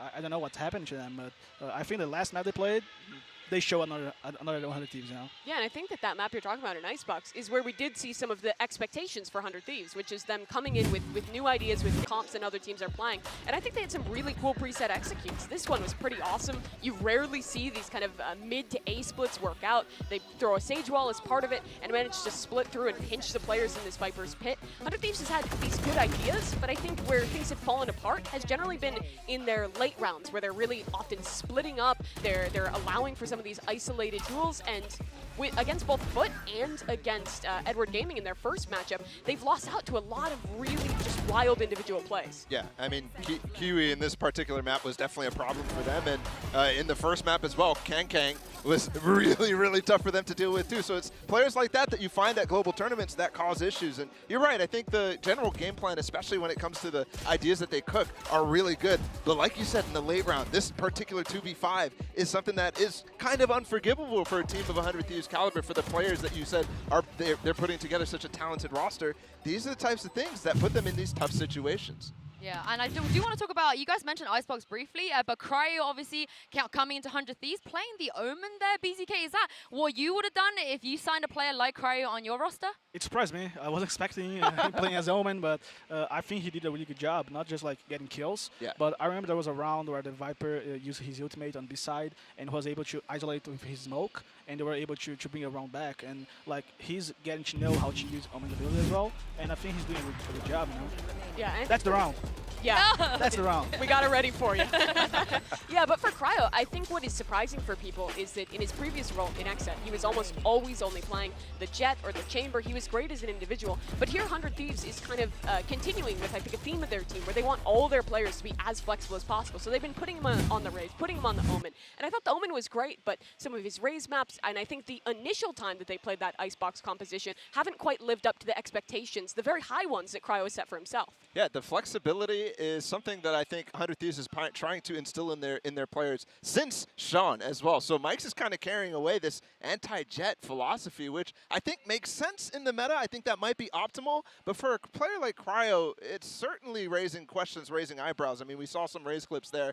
That's a thing that you kind of have to be good at. You have to be good at hitting those ults, for example. He missed quite a few of them. His satchel movement, definitely not up to the top tier. It could get there, don't get me wrong, and maybe that's what they're trying to work towards, but I think it's hurting them at this event. I think one person that's been kind of the shining beacon of 100 Thieves is the IGL Stella. And here's the crazy stat. The Stella could be the first IGL from NA that isn't FNS to get to that top level. And BZK, once again, did you expect this kind of performance from Stella?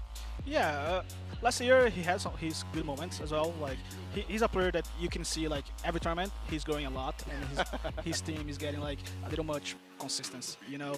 But I still think that 100 Thieves need to prove themselves today, and the match against Fnatic is a really good opportunity for that.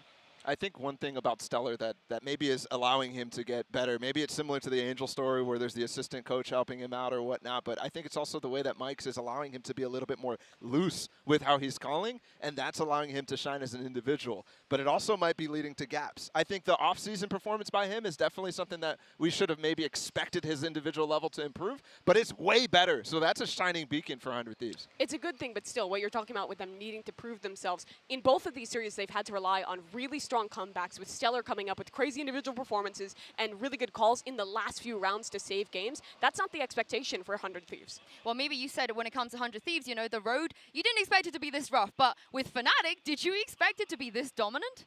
I expected them to look dominant, and they've looked even better than I thought they would. You look at these players on paper, and this is a super team. Pound for pound, every one of these players is absolutely fantastic. But the way they've cooked it all together and been so coordinated in their ideas has impressed me even beyond what I expected initially. Yeah, I think everybody expected them to get up to this point, but they've been challenged slightly as well, maybe a little bit in that Furia game, but they still have had 2-2-0. So one thing was that we always expected them to get all the way up here, but then they would choke. Then the pressure would get to them. And that's the scary part for this matchup.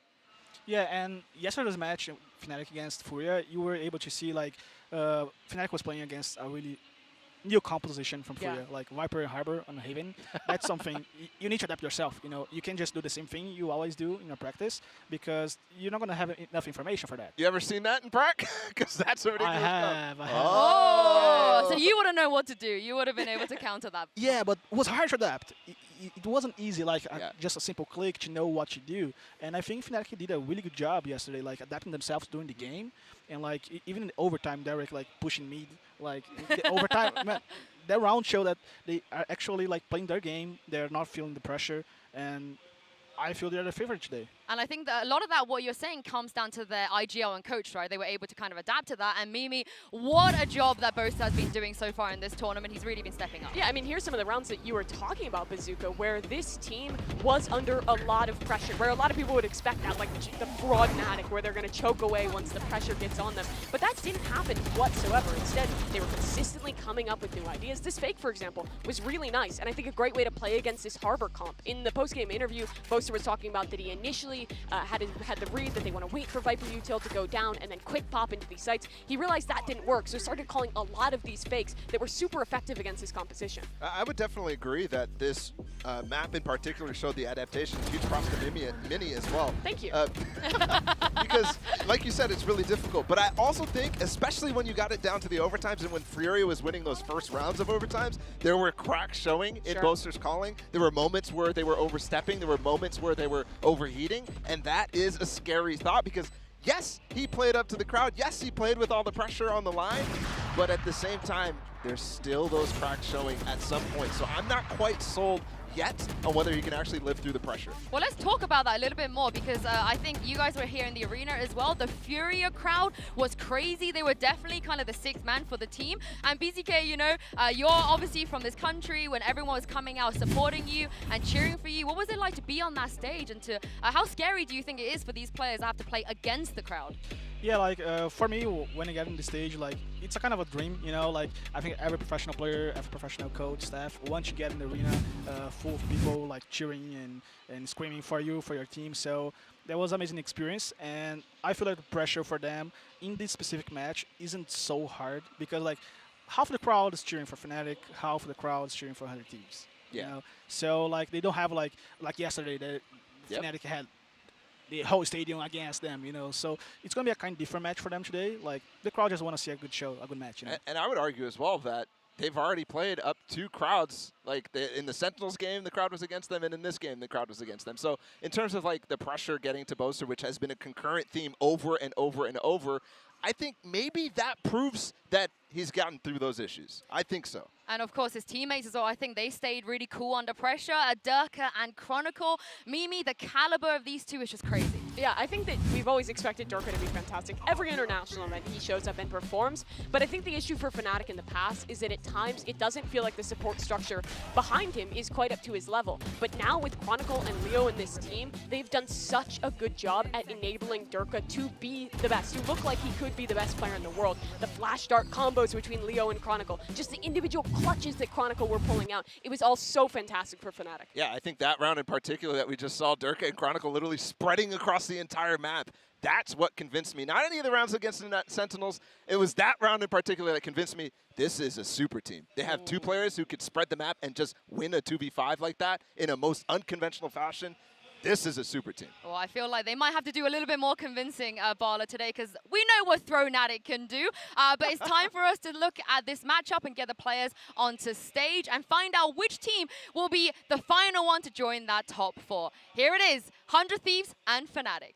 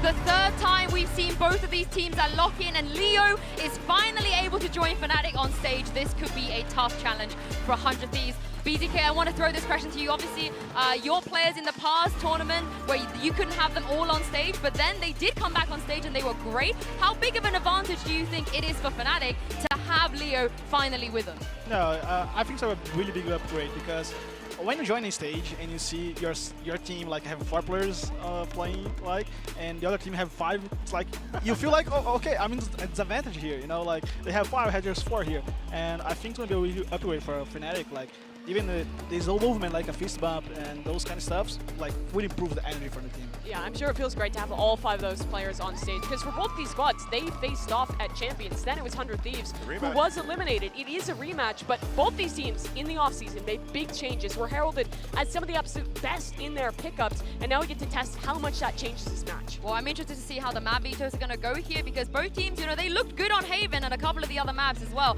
Barda, and it looks like 100 Thieves are taking away Ascent. Yeah, I mean, their previous bouts at Champion, they had 2 of them. I really think they stretched the map pool pretty deep, too. We had Pearl in some of those ones. We had all sorts of different maps, so I'm really excited to see how this one goes. And 100 Thieves are going Fracture first. Wow. Not necessarily something you could expect, I think, but 100 Thieves has had a solid Fracture in the past, too. Yeah, and neither of the teams played Fracture so far in the tournament, so it's going to be a whole new everything for both teams. You know? Yeah, Fnatic will pick the Icebox. As we were talking about before, 100 Thieves have shown that a couple of times. Bazooka, you thought they looked pretty good there, but traditionally, Fnatic is the Icebox team. We've been waiting for Fnatic Icebox versus 100 Thieves because Asuna and Durka are fiends on this map, so we finally are going to get it.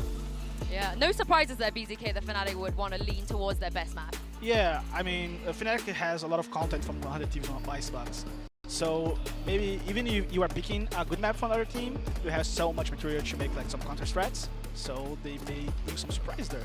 Yeah, and Lotus to finish it off. It's going to be an interesting one. Fnatic is also yet to show that map, and for 100 Thieves, I think they looked really weak on it. Their defensive side especially, they really struggled to find value with that faded raise composition and got rolled over in both the games they played thus far on Lotus. Well, talking about map 1, Fracture, I really like this pick from 100 Thieves. They looked so good in the offseason. The Red Bull home ground tournament, they didn't drop a single map here on Fracture, and Fnatic recently haven't looked the best, so I'm interested as we go into the Prime Gaming Agent Select Bala to see what we're going to see. Yeah, and I actually am really curious because Durka, this is typically a raise map for him, but in the past as well, on Split, for example, he's not been the guy going to that raise. He's been sticking with it.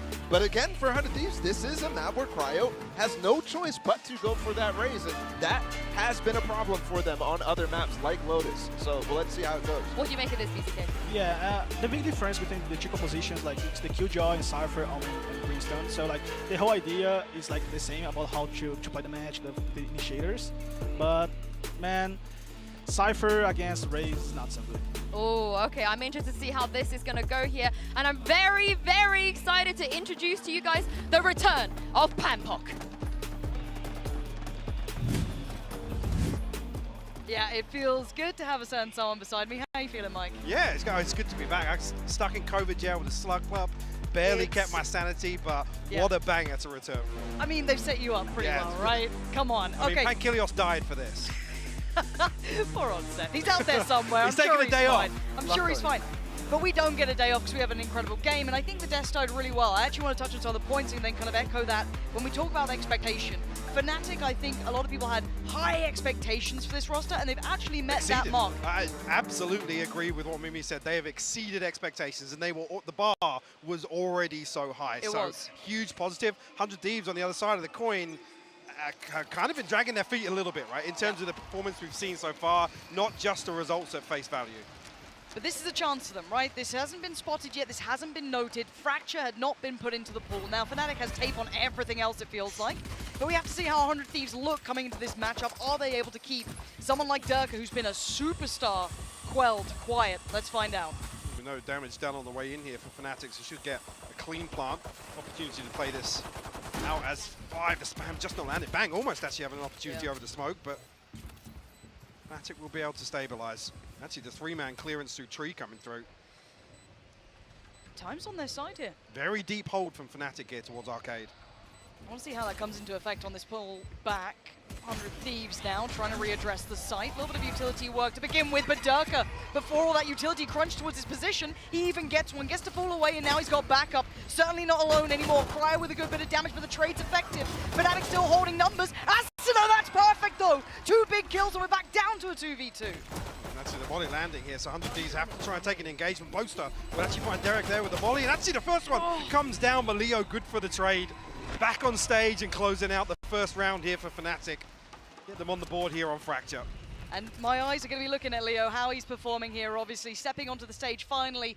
One of the hottest prospects out of EMEA, looking wonderful in those first couple of opening games. But now he's with the boys, now he's on the stage. A little bit of elevation there. And I agree with the point made. He can ride the energy actually of Fnatic performing so well. Now he's on stage, he can actually benefit from his teammates in that regard.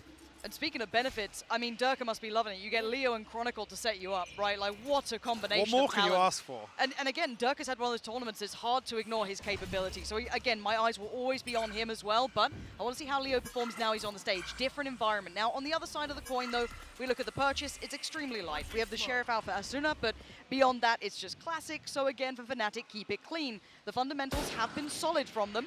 And Boaster connecting towards Stella. Finally opening. Bang. Tucked inside the smoke, we'll have to respect this in Canteen for the time being. And 100 Thieves did just retrieve the orb towards Dish. A little bit of a push out there just to clear. Hoping to maybe find a favourable engagement, but it'll be very difficult now with these weapons to dig Fnatic out of another post plant. Yeah, let's see if they can at least make it look uncomfortable for them. It's pretty rough to make anything happen with this one, so it is just kind of suffer through. Even a late smoke for Boaster as well keeps them funneled in. Let's see if Derek can maybe set something into motion, but Fnatic actually starting to go hunting. Right here. Pretty close to his orbital strike early on. A couple of kills here would be huge for him. Just misses on the adjustment there. Asuna punished, but shouldn't be much of a threat left in this. Yeah, I've got to be careful here to the Widescreen Chronicle to clean things up. A clean start here for Fnatic. 4 survive. Boaster obviously only bringing that Marshall in. And even there, with him falling, he's 1 away from his orbital strike here in round 3. Dreamy beginnings for Fnatic. You couldn't ask for anything more. And if the trend continues, actually, the way they're playing some of these 100 Thieves have to show a little resistance here. Now with the orbital strike on, it's a huge factor to convert a post-plant situation here in the bonus for Fnatic. I'll look towards that in this round. I do want to see the adjustment for 100 Thieves now. Do they commit a little more to the site? Do they try and take some space elsewhere? There's a couple of options. It's Fracture. You can really get creative with this. So looking at it now, that should be good information off the rip. Boaster and Leo should be noted. Maybe not catching the third, but that's more than fine. There's the ult. It's online. Obviously, with that purchase, even getting a Phantom back into this one. Keep your eyes towards Durka. Sat behind that trip up towards Dish right now. Is just Stella anchoring towards A site, actually. Oh, a late walk. I say that, Derek. Make his way back over. But I quite like 100 Thieves trying to take a bit of space here. Not being completely dictated to, but that's an issue now. They have to draw back a little bit, or they have to double down and commit towards this. It looks like they want to commit, but there's a bit of a trap set here. Boaster and Alpha are both waiting around this corner. The patience could pay dividends. Lovely work from Cryo. Boaster now removed. That's the ult off the deck, and the spike now down. Chronicle will respond. Pressure coming back through from underpass here, but Asuna sharp. We'll find another. Sturka left to find Cryo. Luckily escaping. 26 HP though. Yeah, this is beautiful. Really, really good round. That could have been so dangerous, but they made incredible decisions. Leo making it costly though. Walking away with only 2 rifles in this round. 100 Thieves, though, probably just happy to convert and come up with the right conclusions there, Mike. I mean, initially, yeah, looking towards a very good conversion of that round for 100 Thieves, but we'll see just how the purchase will land. Spectre in hand for Asuna.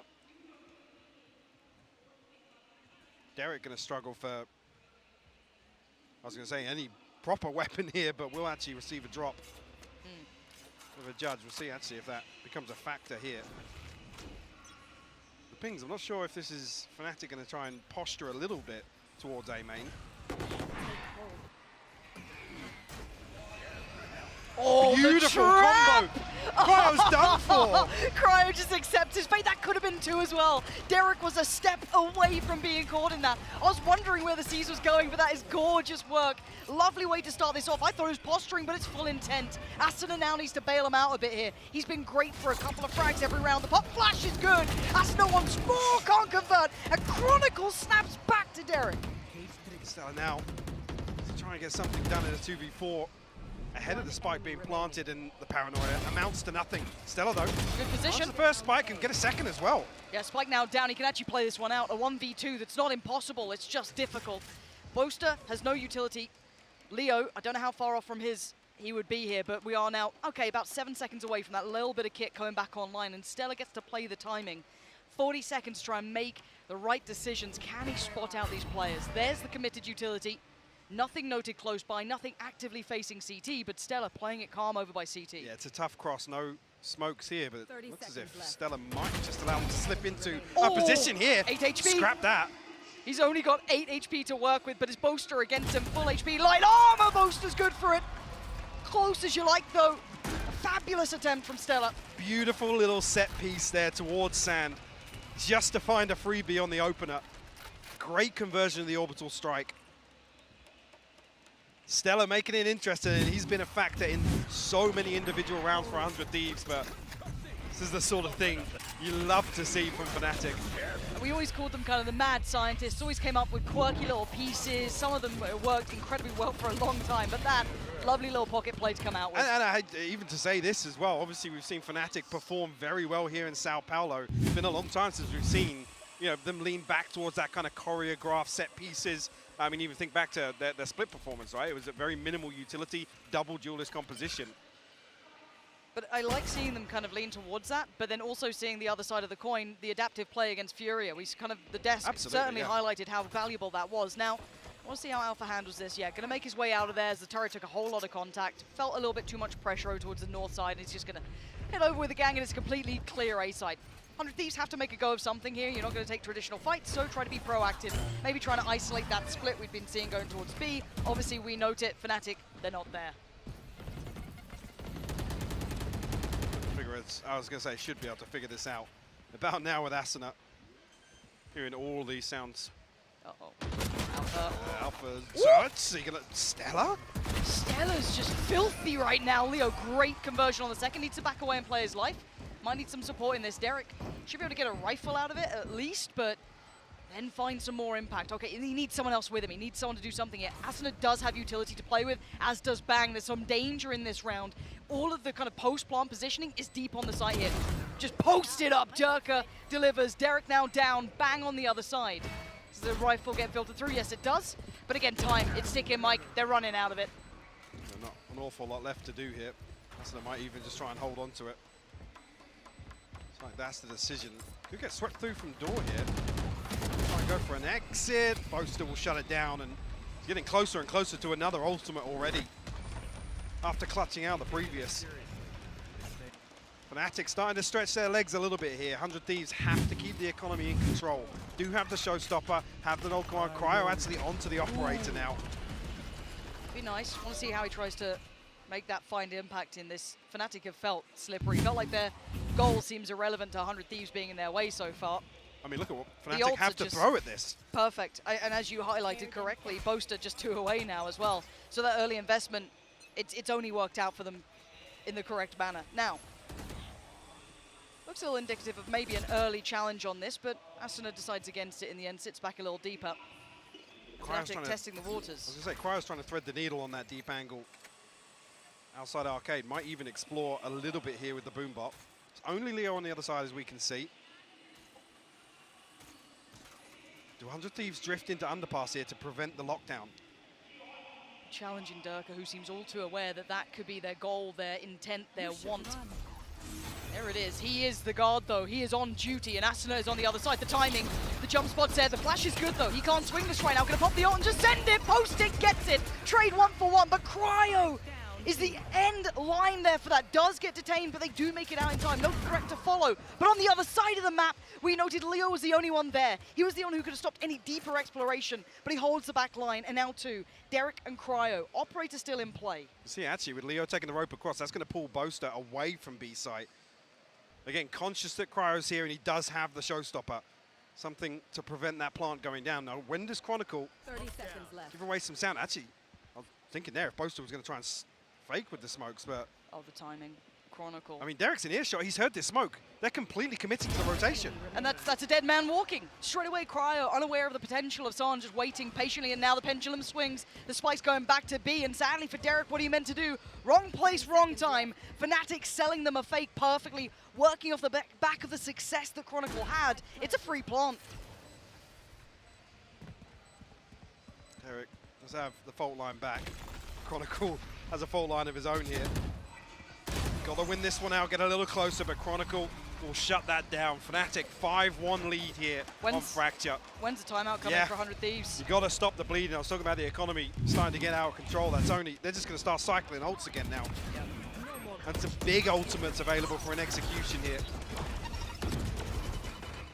Again, the intention there, bang on the money from 100 Thieves. Not wrong at all, yeah.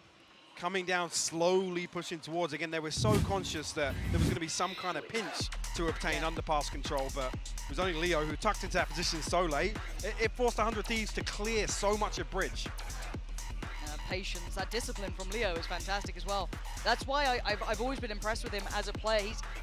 Yes, he's had his flashy moments, but I feel like he's one of those rocks that just gets you that one kill that is so valuable at times. Doesn't get overheated, doesn't overpeak, doesn't overplay anything.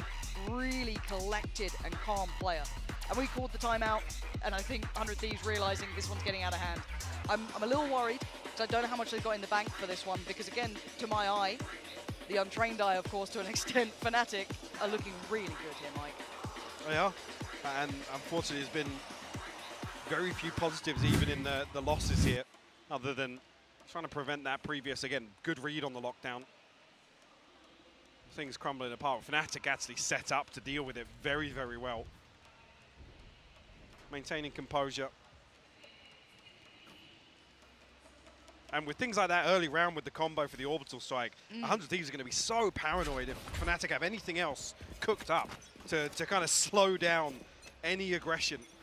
It's been weighing heavy on the back of their minds. And the one thing that 100 Thieves really stood out to me with was their scrappiness, that like true underdog danger that they've had, but I'm not seeing it here. Well, it's tough as well because with this composition, a double initiator for Cryo on the Rage, you're thinking, this is fantastic. Cool, let's see 100 Thieves open around Yeah. up here, but it's at the point now of this half where it's almost like, yeah, guys, we got to drift back a little. You know, let's look for some reads, let's try and get some information as opposed to committing to fights. Because right, we're seeing them kind of tucked in, anticipating these site hits. Again, a solo A-site anchor here.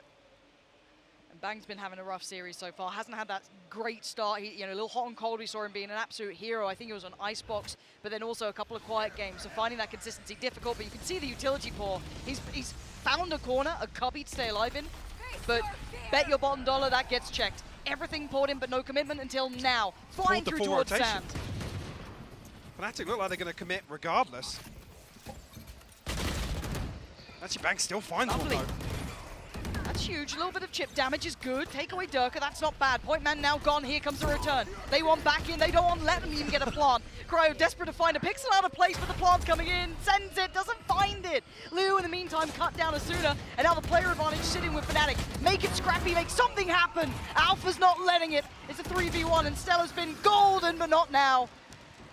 Fnatic put a whole lot into that though. Blind ults almost. It was just pouring everything in, maybe in case of a stack, but again, desperate to secure. Yes, obviously the purchase wasn't there from 100 Thieves, but I think the threat comes through. It's a perfect reaction. Yep. Bang finds the kill. The showstopper's about to come through. Guys, secure this round.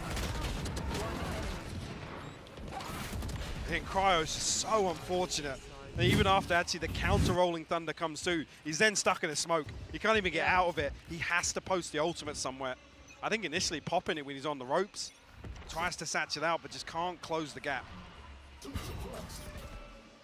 Okay, early information. Do they get the read this time? What do 100 Thieves want to do with this? This is good though.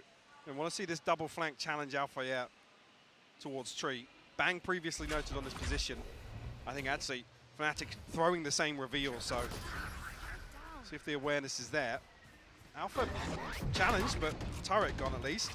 A good indicator as well. No command popped on the back of that contact. Poster? How's he found Bang like that? Like I said, he was noted with that reveal previously. That's such great work, and they're completely negating Asuna's presence. He wants to find one of these players, and Chronicle just threading the needle so perfectly. Now the flank's coming into effect. Leo put on the chopping block. This kill! Comes out of it, Alpha in combination. It's never a fair 1v1 right now. Cryo is winning out as best he can, but he's the last man alive. 27 HP as well. Can't even commit to a follow-up engagement here. This is looking so good from Fnatic. Again, just the awareness to hard clear that angle of Bang. Noted, I think, pistol round actually, was when he didn't deal with that reveal immediately. It pinged him out. The poster's already got the read on this. Knowing he's stacked up, Cryo are going to be looking to save this weapon. He's trying to clear it. Cryo is done for. Poster, gotta say, I'm impressed so far with this look from Fnatic. You know, from an IGL perspective, they are calling fabulously. They've got really good just heads up Valorant right now. It's what, 5 on the trot? There hasn't really been an answer. And yes, some of these rounds are scrappy, but the economy is so just well-rounded already. 7K on Boaster, 5 on Leo, 7 on Chronicle. There's no threats anytime soon to even the money. I'm worried for 100 Thieves. That timeout didn't do much for them here. Even in rounds like that, you want to see them drawing blood at first contact. Ahead of that execute, but just a couple of gunfights not going their way. Unfortunately, 2 massive win conditions for 100 Thieves in my eyes. Derek and Bang not having too much of a good start here. Challenge. This could be the threat we want to be seeing. A little bit more disruptive, but it's handled. Again, this is with Sheriffs. This was on the 4-5, but they're getting in their face and they're trying to make it work. Alpha controls the aim in the end and gets it back in check, and Leo reads it well. It got a little threatening, but it's still 3 standing. It's still around for Fnatic. It's a lost cause at this point. 100 Thieves in this first half. Haven't quite got their ultimates back online for this round, ideally. I mean, yeah, 8-1 scoreline. This is the one that really saves the half. They have to win this. And you talk about saving the half being either an 8-4 or a 9-3 scoreline. Feels very different. Yeah. It really does. Now, look. I'm looking for the same thing again, though, here with the lockdown, whether or not Fnatic actually you know, the benefit Is of there layers conditioning. now, or yeah? If they're going to anticipate once again this paranoia on the side of 100 Thieves about that lockdown. Yeah, 100 Thieves backing away this time. They do not want to engage it. But they fake the steps. So this is going to pull an extra player maybe towards B side to sit outside it. They're playing filthy mind games because they're going to hear these steps, right? So they're going to think, okay, lockdown's on the way, and it may be. But it's all for a fake towards A, but they haven't over-rotated. There's still 3 players somewhat close by. So, again, it's worked somewhat well, but it hasn't had that full effect. Asuna is still here. He's in such a dirty spot as well. This is so ratty. This could be the absolute pièce de resistance for 100 Thieves, and it's not. It's instantly traded. Where's the rest of the boys, though? Where's 100 Thieves to challenge his cross? It ain't happening. Spike's not over just yet. Cryo needs to be warded away, and he has been. The paint shell pushes him out of place. But the Spike now on the site. The time should be in Fnatic's hands. That's it. They're 100 pushing Thieves it. going for the pre-take. Yeah, this is huge. This is dangerous, but look at the util. Set into motion. Durka just capitalized on it. Chronicle, wondrous work, and again, it's shut down. Derek makes such a valiant attempt, but there's just so many bodies. Fnatic, I mean, a couple of scary moments again, but 9-1. Mike, you know what, I get scared whenever I cast Fnatic because as soon as they feel favored, they falter. As soon as we open our mouths. No, it's a classic Fnatic thing. The second you think, right, this is the Fnatic, this is the super team, cool, no threat, you'd have a game out of nowhere where it looks atrocious.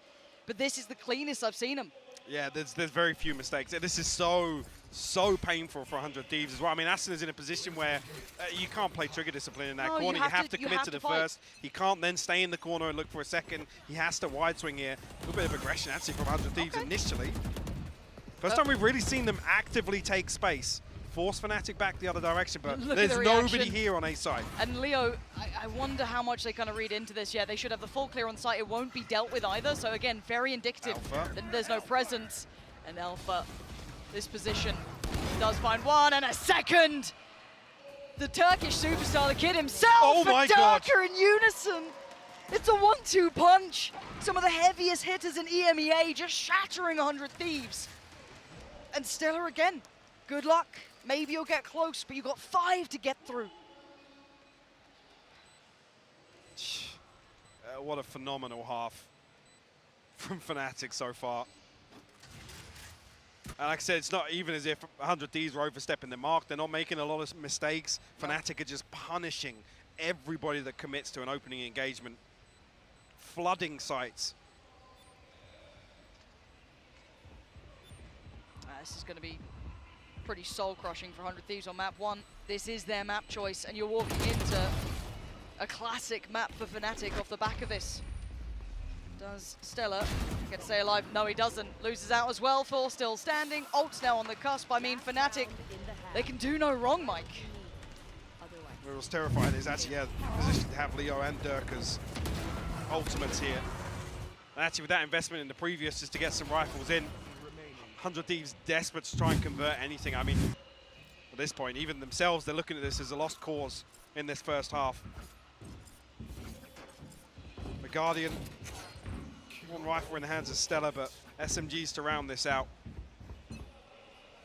Possibility for Cryo and Derek maybe to get their ultimates online. Ooh, didn't ping Alpha. Oh, nice shot from Cryo. Could have gone way worse. Gets to keep his life. 1-1 trade and away we go. Sight now going to be pressured, but halted for a moment. Durka not going to work off the back of that. Durka just catching Chronicle's Rolling Thunder. I think the intention there was to explode on the back of that reaction to the dish engagement. 100 Thieves stabilized for the time being. Bang and Stellar haven't drifted away. No.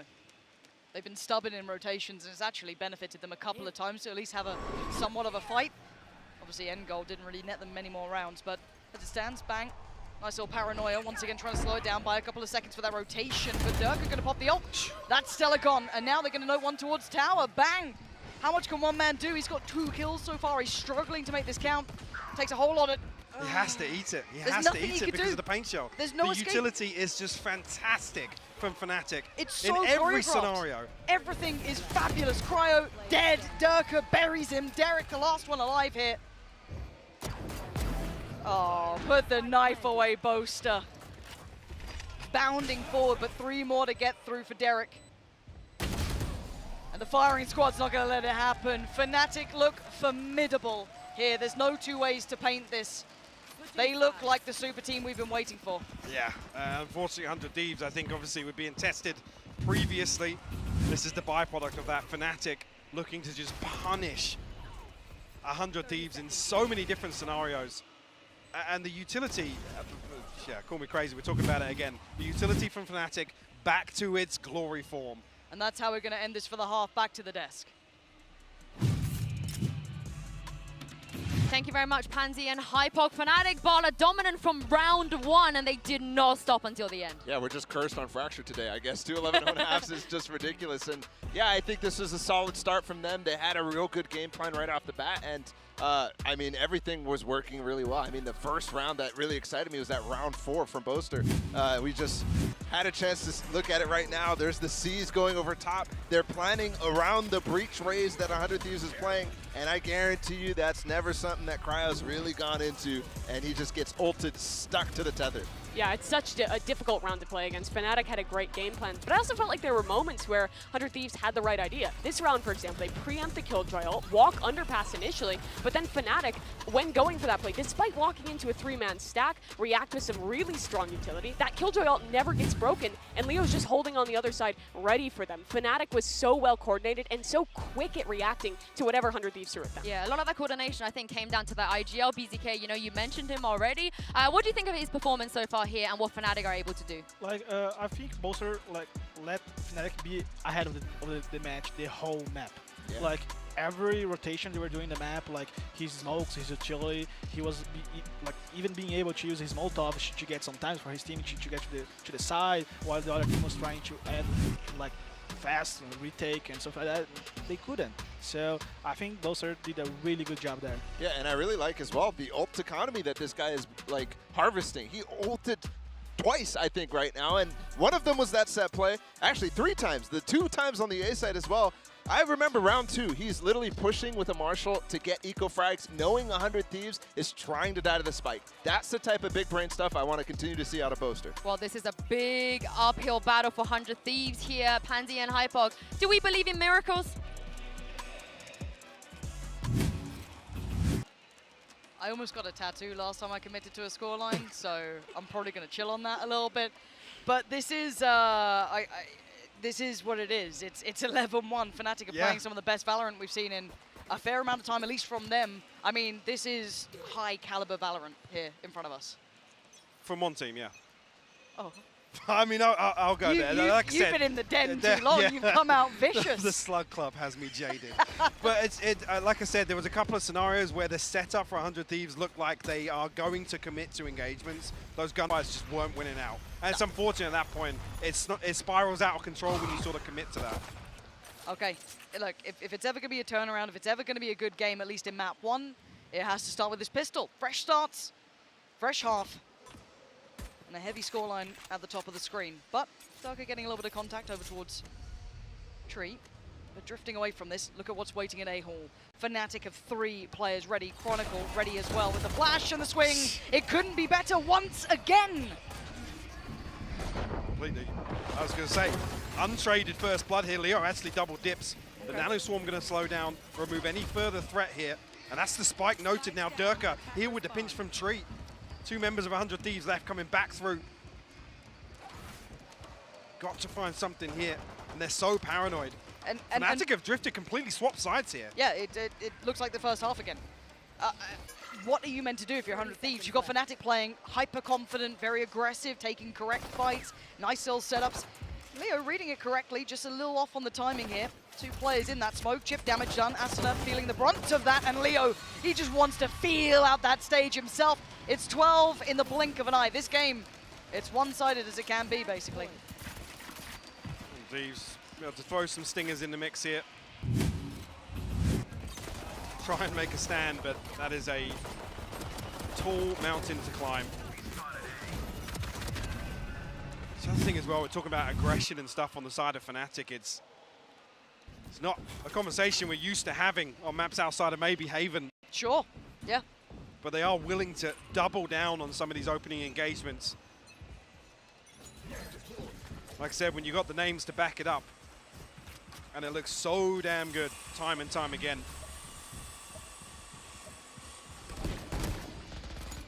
Even just for confidence sake, a little bit more damage would be lovely, and it's just not happening. Bloody hell. Oh, it's all gone wrong. Go next. Just go next. Eric and Bang left to try and find something. Bang with a good pinch here, actually. Chronicle tries to get the turn on it. Okay, good paranoia. Didn't get pressured yet. Where's that spike? Ah, it's around Fnatic. Well, the run remains untarnished. Fnatic looking unbelievably good. 13-1. 100 Thieves looking outclassed here, Mike. I think this is kind of like back to the opposite end of the extreme we were talking about earlier on.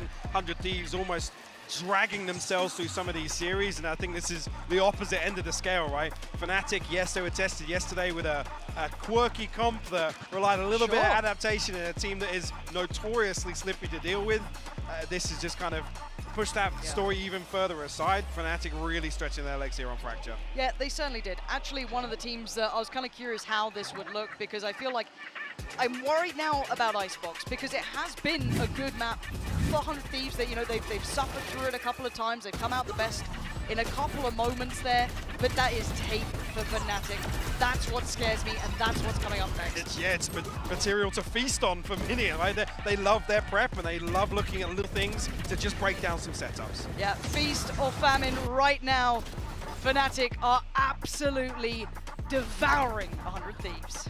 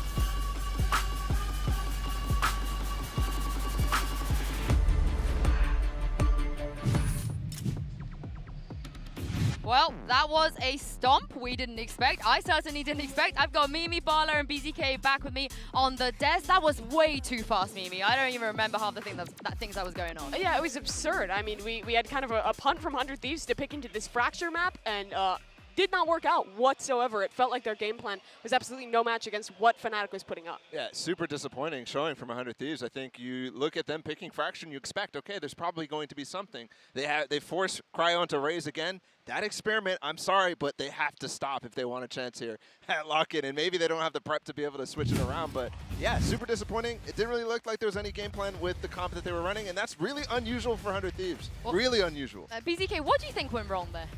Like, 100 Thieves made a pick of Fracture, and they had no information about how Fnatic was playing the map. And that's a really risky pick there, because you can pick several maps that Fnatic played the whole tournament, and they just tried to make a blind pick there, and they got surprised. Like, Fnatic was always one step ahead. Yeah, and it kind of in contrast to what 100 Thieves brought out, I think the game plan for Fnatic was really fantastic. You talked at the halftime ball about how well they were optimizing grabbing orbs to always have ults online, and it feels like with putting the emphasis on that, every other round they were able to have one of these preset executes with a Breach ult or a Brim ult, and 100 Thieves was consistently overwhelmed by them. As well as that, even when they were giving up sites, their retake was really struggling because Fnatic did a great job of having continual utility in their post plant, having Leo have another flash, another stun to keep fighting forward and never giving 100 Thieves a chance. Yeah, and Leo, what a performance for his first map on stage. Just ridiculous. He pounded 100 Thieves into dust. This is a ridiculous performance. It's the same thing that we saw when we first saw Leo on LAN at Copenhagen. He is ridiculously good and talented, and I think everybody who was sleeping on him right now or doubting the people who are saying this guy is the real deal, right now they're questioning themselves, actually probably all aboard the Leo train. And you only died 3 times as well, which I think is kind of crazy. Pretty BZK, good. you know, you said it was going to be a big advantage for him to join the boys on stage. Did you expect it to be that big of an advantage? That was a huge game for him. Like, I didn't expect that performance, but I knew it was going to be a huge thing for Fnatic, and they showed like way more team play, way more like team working there, like with the 5 players on the stage. Yeah, again, it is crazy that this is this team's first event, and both these brand new Initiator players, at least for this squad, have integrated so perfectly. Yeah, and speaking of one of those Initiator players, let's take a look at Chronicle right now, warming up in the AIM Lab shoot-around. Now, BZK, you were telling us quite a funny tidbit about how Brazil viewed a Chronicle. Would you be able to share that with us here?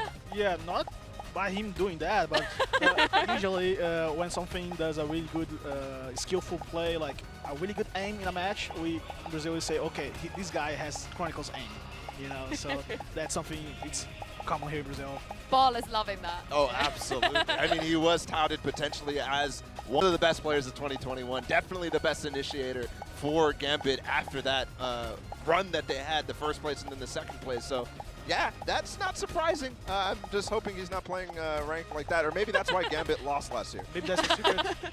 What? Maybe that's the new secret. Yeah, maybe that's why he's doing so good. Hidden tech, don't use your movement keys while in game. Yeah, there we go. That's what I do as well. I don't play nearly as well as Chronicle. But we are going to move on to map 2. And would you know it, it's going to be Icebox. We finally get to see what Fnatic have been doing on Icebox. They haven't played this map at all. And it does feel like this is if you're a Fnatic fan, Bala, you're absolutely loving the fact that we're going to see Icebox. Oh, absolutely. I think the one doubt I have in my mind is that 100 Thieves has won the Icebox both times that they've played it, and they do have a real game plan with that Cryo Omen. But Fnatic, they haven't played it yet, and it's always historically been one of their greatest maps. I'm wondering what the change is going to be for that Chamber, because they're definitely not going to play Chamber on this map, but they are still going probably to play the Killjoy in the Sage. Yeah, and that's something that's funny about Fnatic on Icebox, because they really had a really strong Icebox for always, but they never used the most common composition on the match. Yeah. And on this patch, like, it's so good for them. Well, you can see, guys, Fionn, our very own Fionn on Fire, said that Arsena is the king of Icebox. But Durka, I think, had something to respond to this tweet. I think he was very, very confused. The disrespect that Fionn was putting on him. And Mimi, he has every right to feel that way. Yeah, absolutely, because in 2022, this was Fnatic's absolute best map. They were fantastic at it. On the attacking side, Durka did such a good job of taking space for this team, always getting into post plants where they had really strong ideas. And on the defense, they did a great job of denying plants. They were always double flanking, providing pressure, never letting their opponent find much. Even against the best teams like last year FPX, Fnatic was always winning on Icebox. Yeah, and we have been waiting for this matchup, Asuna versus Durka, from before this 100 Thieves squad has really even been formed. Asuna hasn't necessarily been having the best performances, not only on this map, but others in recent times. But the last match, he just had a really strong performance. So I'm excited to watch these two. The problem here, though, is last map was a Durka diff, a Chronicle diff, a Leo diff, everything diff for Fnatic, and 100 Thieves needs to be much, much, much better. Well, VCK, you were interested in what they were going to pick here in the Prime Gaming Agent Select, and it does feel like a very straightforward comp for Fnatic. Durka moving to the Jet instead of the Chamber. Yeah, definitely. And the main thing is the difference between this patch that we're playing right now, Lock-in, and like the last champions, like the KO, the Chamber. So it does change a lot about how you get control of some areas in Icebox. And I just feel that this composition fits so well for Fnatic. Yeah, and for 100 Thieves, it feels like they just have to shut down Durka. Before he was in Chamber Jail, now he gets to play on his Jet, which is his best role on his best map. This is going to be a really challenging one for NA's last squad. Well, 100 Thieves, they have to bounce back here if they want to stay in this tournament. Pansy and HyperX, I hope you guys get a good game, especially since HyperX has just come back. Well, you know, a good game is subjective, right? But Michael, what I'm going to ask you... I'm enjoying it so far. Yeah, it seems wonderful. Talk to me. Give me some hope here. Give me something to All work right, with here. I'll huff you a got me little something. bit just for you. All right. 100 Thieves are a 3-map team. Okay, I'm done. That's all I got. Shout out Van Silly, Yeah, I was by the about way. to say, you've been on Van's It's a Twitter. fantastic point. The other things, this comp for me, yeah, it feels like they're going to rely once again on something that just didn't go right for them on Fracture.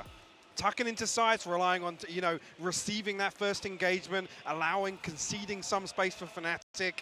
It feels so uncomfortable to do with Fracture going the way it did. 100 Thieves need to show some of that determination that we've seen in previous series. In the 11-11 Thrifty on Haven, sticking the defuse, 12-11 on Pearl versus EDG. 100 Thieves have to ride that. And they have to have a confident start here on the first half. They can set the tone. They start out on the attacking side here. Their map choice gone, crushed. But walking into Icebox, they're certainly no strangers to it. And a 3-2 split to begin. An early glimpse towards A, but no intent behind it and no flank noted. That's the start. Cryo beheading Alpha opens up some chances here. Will force the rotation, but there are still 3 players from Fnatic very close by, and Boaster willing to brawl. What? Boaster, what the hell is that? Well, he wanted to stop the plant going down, and he's done it.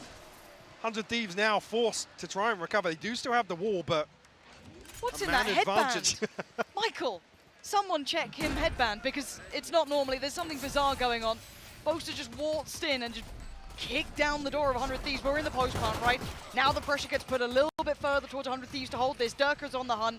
You've got Derek kind of on his own as well. That's dangerous. Stella's gone down. Cryo's still standing. Derek and Cryo, you got to do something. Cryo made a damn good go, but it ain't going to be enough. Barely 30 HP between them, but it's more than enough to get the job done. Diffuses there. Fnatic strike first. Again, just I guess this could be nerves, but there's just no contingency there. Nobody's watching somebody make an audacious play like Boaster did, swinging around, capitalizing on the poison orb decay. I'm pretty sure, was there 2 people towards yellow? There's definitely one. Definitely one. I mean, yeah, you see Banks so late with the swing. Sorry, Derek was inside the poison orb as well. And the problem being, again, preventing that plant. So much of the time on the wall is burnt up. So actually, 100 Thieves don't even have that window in the post plant to actually take one engagement, then reset towards main. Big round from Boaster. Huge. And you talk about tape. I mean, they've had plenty of glimpses at this 100 Thieves side. We hadn't seen Fnatic really rely into this map. Actually, a very limited map pool visible so far, in 2 wins so far for the vast majority of their opening games. So again, very small sample size. But this classically always suited them well. See what 100 Thieves can make out of this. Force purchase coming through for 100 Thieves as well. Desperate to try and stop any early momentum. Maybe prevent a snowball like the first map. Well, the site should be theirs this time. I don't see much to challenge on the plant. So good start here. Can they somehow batten down the hatches? Any punishment on the way out? No. A little bit of chip damage. But Durka getting curious. Flies in. Almost takes it down, but for the second time of asking, he gets it. A 4v3 now. Stella, Derek, and Bang. What do you have for this one? The wall decay is broken down and up and over the top again. Oh, poor old Derek. This is going to be a tall task. First found. 3 more. That's a great shot. But there's still 2 more, and it doesn't matter the individuals. Yes, doing a bit of damage, but that was a buy-in from 100 Thieves too. Was desperate to stop this early progress for Fnatic, but Vandal retrieved a Bulldog, saved across for Boaster. 100 Thieves have to ride this out with potentially Sheriffs, maybe. A little investment behind it, but that's a stat. That's kind of crazy, actually. Yeah, 100 Yeah. Thieves' last series loss was against Fnatic. Absolute kryptonite to this team, it feels like. It's the elimination game, right? Yeah, it was. But to me, again, I think everyone looks at the individuals on 100 Thieves and sees that potential. You've got some of the best players, those kind of up-and-comers that could prove to be absolutely fatal down the line. Just wait and see it all come together, but Fnatic seems like maybe a challenger a little too far ahead. But I come back to the point I made previously. Yeah. In my eyes, Bang, best controller NA. Again, that discussion has gone on long enough now. Obviously, there's the separate with the meta changing around Cryo, but in my eyes, Bang hasn't had a bad event, but he's nowhere near his peak. He's nowhere near that peak that we've seen previously. the day they figure it out, whatever it is, I don't... I mean, the man's insane. Yeah. Yeah, no, watch their games back. If only, let's say you only tune in and watch the international events, fair enough. I don't blame you. They're good games. But watch these guys. Go back and watch that tape because you cannot deny that capability. And when they somehow get it to all come online at the same time and it all works at these sort of events, that's a team that can certainly cause so many problems. But it's not there yet. We're not out of the woods yet in this matchup. It could be soon, but a couple of Sheriffs and Marshall. They did have a little bit of light armor too. They're eyeing up that B site. This time, I wonder if Boaster's going to dare to be so audacious. Ton of damage, though, with that snake fight, and unfortunately, the wall coming down so late that Asuna, I mean, didn't even get the wall down. Sorry, he had the wall in his hands there. That's a huge punish. Stella and Asuna are now down. They're down to just 3, trying to get a plant. Do they get it? Alpha's taken away Bang, but it did get the plant down, but only a little bit of chip damage towards Alpha. And well, 4 standing. This is going to be a big call to action for 100 Thieves. This round has to mean a whole lot. That first buy that comes in, they have to start doing more. It is, because then there's factors we can start discussing about the comp, right? You're playing against a player like Durka, who has just been playing lights out this entire event. Then we talk about, obviously, Cryo facing off against that as the expected, what we would have before we saw this composition. It's kind of a slow attack comp here. It leans towards that, and with no flash, it's so reliant on Derek and potentially in that regard, Bang, to use their utility to force Durka out of these spots. It's just so hard for 100 Thieves to commit. Unless they figure out where Durka's going to be with his operator, which, I mean, I wasn't even looking. He's got it online now, yeah. So it's going to be a factor from this round going forward. How 100 Thieves deal with this. Let's see what he does this round again. Same turret going to come in, but he's happy to take an early challenge. So has been spotted. You can see 100 Thieves seeing quite aware of that potential that he does try and maybe add some additional pressure, sitting super deep in the default and allowing 2 to kind of explore through towards middle. But it's not unchecked. Alpha is on guard duty, holding down this mid push. Swings off the back of the turret contact, but lovely shot from Cryo. Boaster, though, is happy to come up and equalize. We'll find the kill onto Bang. Cryo now in a world of trouble, has to dig himself out of this position. Does have that TP to get away, but Durka, he's found Derek over towards B site. He's going to try and punish the plant, maybe? Maybe a little off on the timing, but clears the close part of the wall. This one could still be tucked there. Asuna got away, made it back. And now there's Durka with the first glimpse. Spots one out by Yellow, but only sees Stella. And now a tap on towards the diffuse walls there. Asuna leans forward, takes down Boaster. Chronicle answers back, and doubles down into it. And now just one life deleted. Chronicle writing chapters of this victory already. That's going to be 4 for Fnatic. This is worrying scenes. Yes, they took down Boaster. Yes, they succeeded in middle, but the answer was quick. from Fnatic.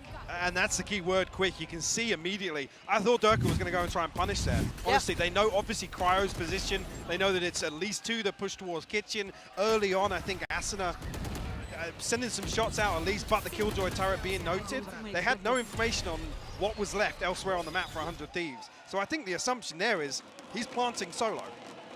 You can see immediately they were ready. Yeah. They were ready to try and punish. Boaster just screaming for everyone to hang fire for a moment. I gotta say, Boaster's been pretty cheeky with how he's been playing on this map, actually. Some really imperative kills for the side. Durka still patrolling over towards A. Let's look at 100 Thieves this time, testing this operator. Drone available for Derek. Obviously, Recon burnt up already. Man, this round here, don't really want to see Durka exploring too deep. That's why he's holding a very deep angle here. Asuna might be first on the chopping block. Timing on this. I spotted him. Yeah, and didn't get challenged from Nest either. Asuna was just Still a little off with the double swing. Yeah. Oh, no, this is getting so deadly. What is going on?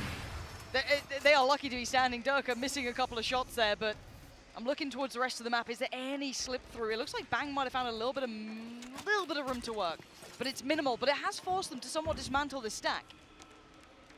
Chronicle throwing up the wall just to prevent that waterfall onto site.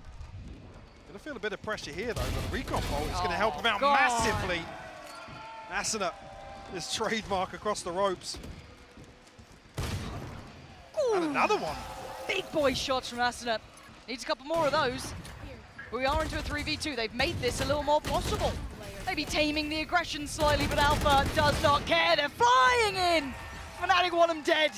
Durka wants his crown. Remove the usurper away. And 5-0. It's not looking dangerous enough for me yet. Gonna repeat the same statement I made on Fracture. This is, in my eyes, what feels like the swing round here for 100 Thieves. They have to start chipping away at this economy that Fnatic have built up already. Chronicle looking so sharp this map as well. It's lovely, that little 1-2 punch. Him and Leo, the utility work, so complementary. Just revealing as they made that little push up. He never felt so he was on an island to an extent. But no, the utility work, just gorgeous to witness the purchases in.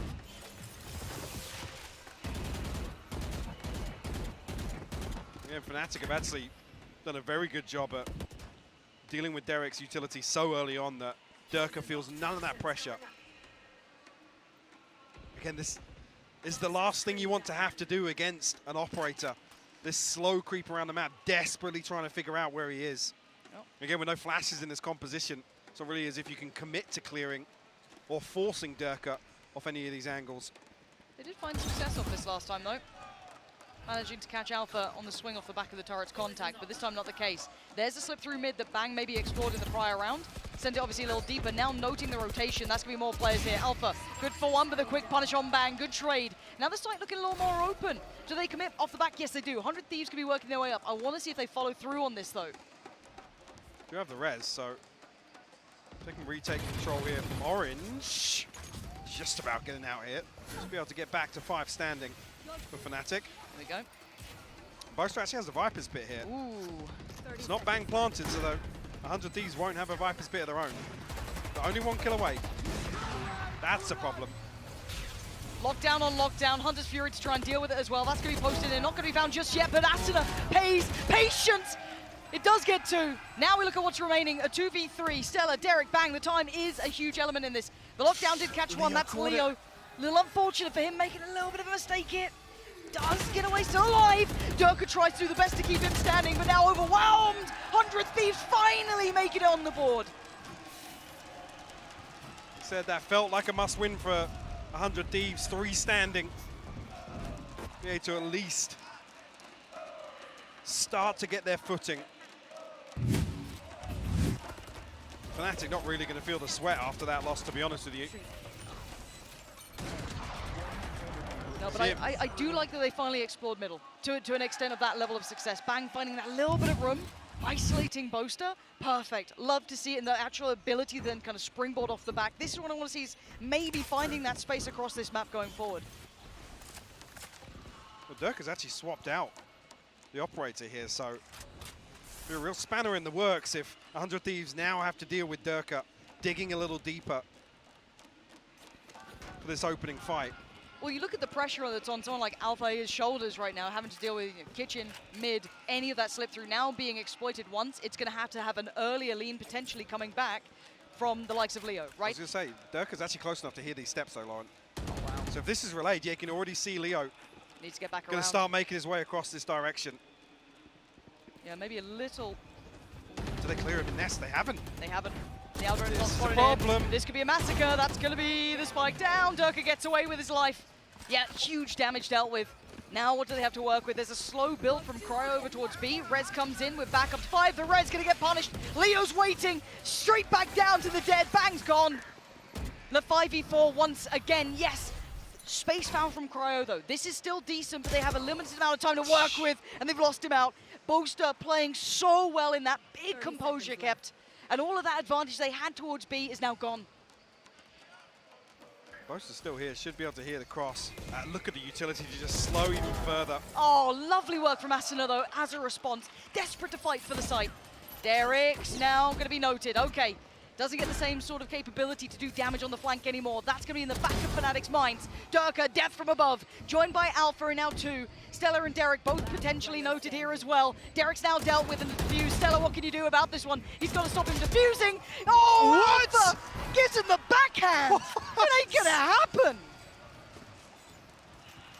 Oh, no. And that one felt like it almost definitely should have gone in 100 Thieves' favor. Asuna just foaming at the mouth. Yeah.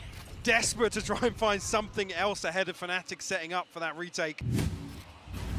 I think after a round like that, you have to kind of get everybody back on the same page because there's just certain things that just feel a little desperate, a little less considered. On the side of 100 Thieves, really starting to feel the pressure now. A 5-round deficit. You're getting flashbacks to map 1. Yeah, much the similar. There's, I'll be honest, the only positive being they doubled down on that initial success. I'm air quoting success they found in Kitchen and got one on the board. But again, massive investment there. Fnatic actually invested in their own lockdown, draws out the Hunter's Fury. It weakens 100 Thieves' overall economy. And then they're right back to square one now. I want to see what their approach is, though. Have they managed to find anything out? Oh, someone in the crowd's really excited. What's going on out there? I don't know. Bloody hell. What game are they watching? Clearly a Fnatic fan. But yeah, I do want to see a response, though, from 100 Thieves. I think they've had a little bit of time now, right? They've mulled over the options. Hopefully the coach has noted a couple of options for them to explore going forward. Because right now, they're not really punishing Durka's exploration towards A, right? He's been able to get Nest a couple of times, push up a little deeper a couple of times. Again, they haven't really threatened Boaster too much, even though he's isolated. I mean, you'll notice as well, Alpha has his, like, literally his hands full in terms of what he has to deal with. All that? But he's not really breaking a sweat. Nope. Again, the reads, the rotations are perfectly on time for Fnatic.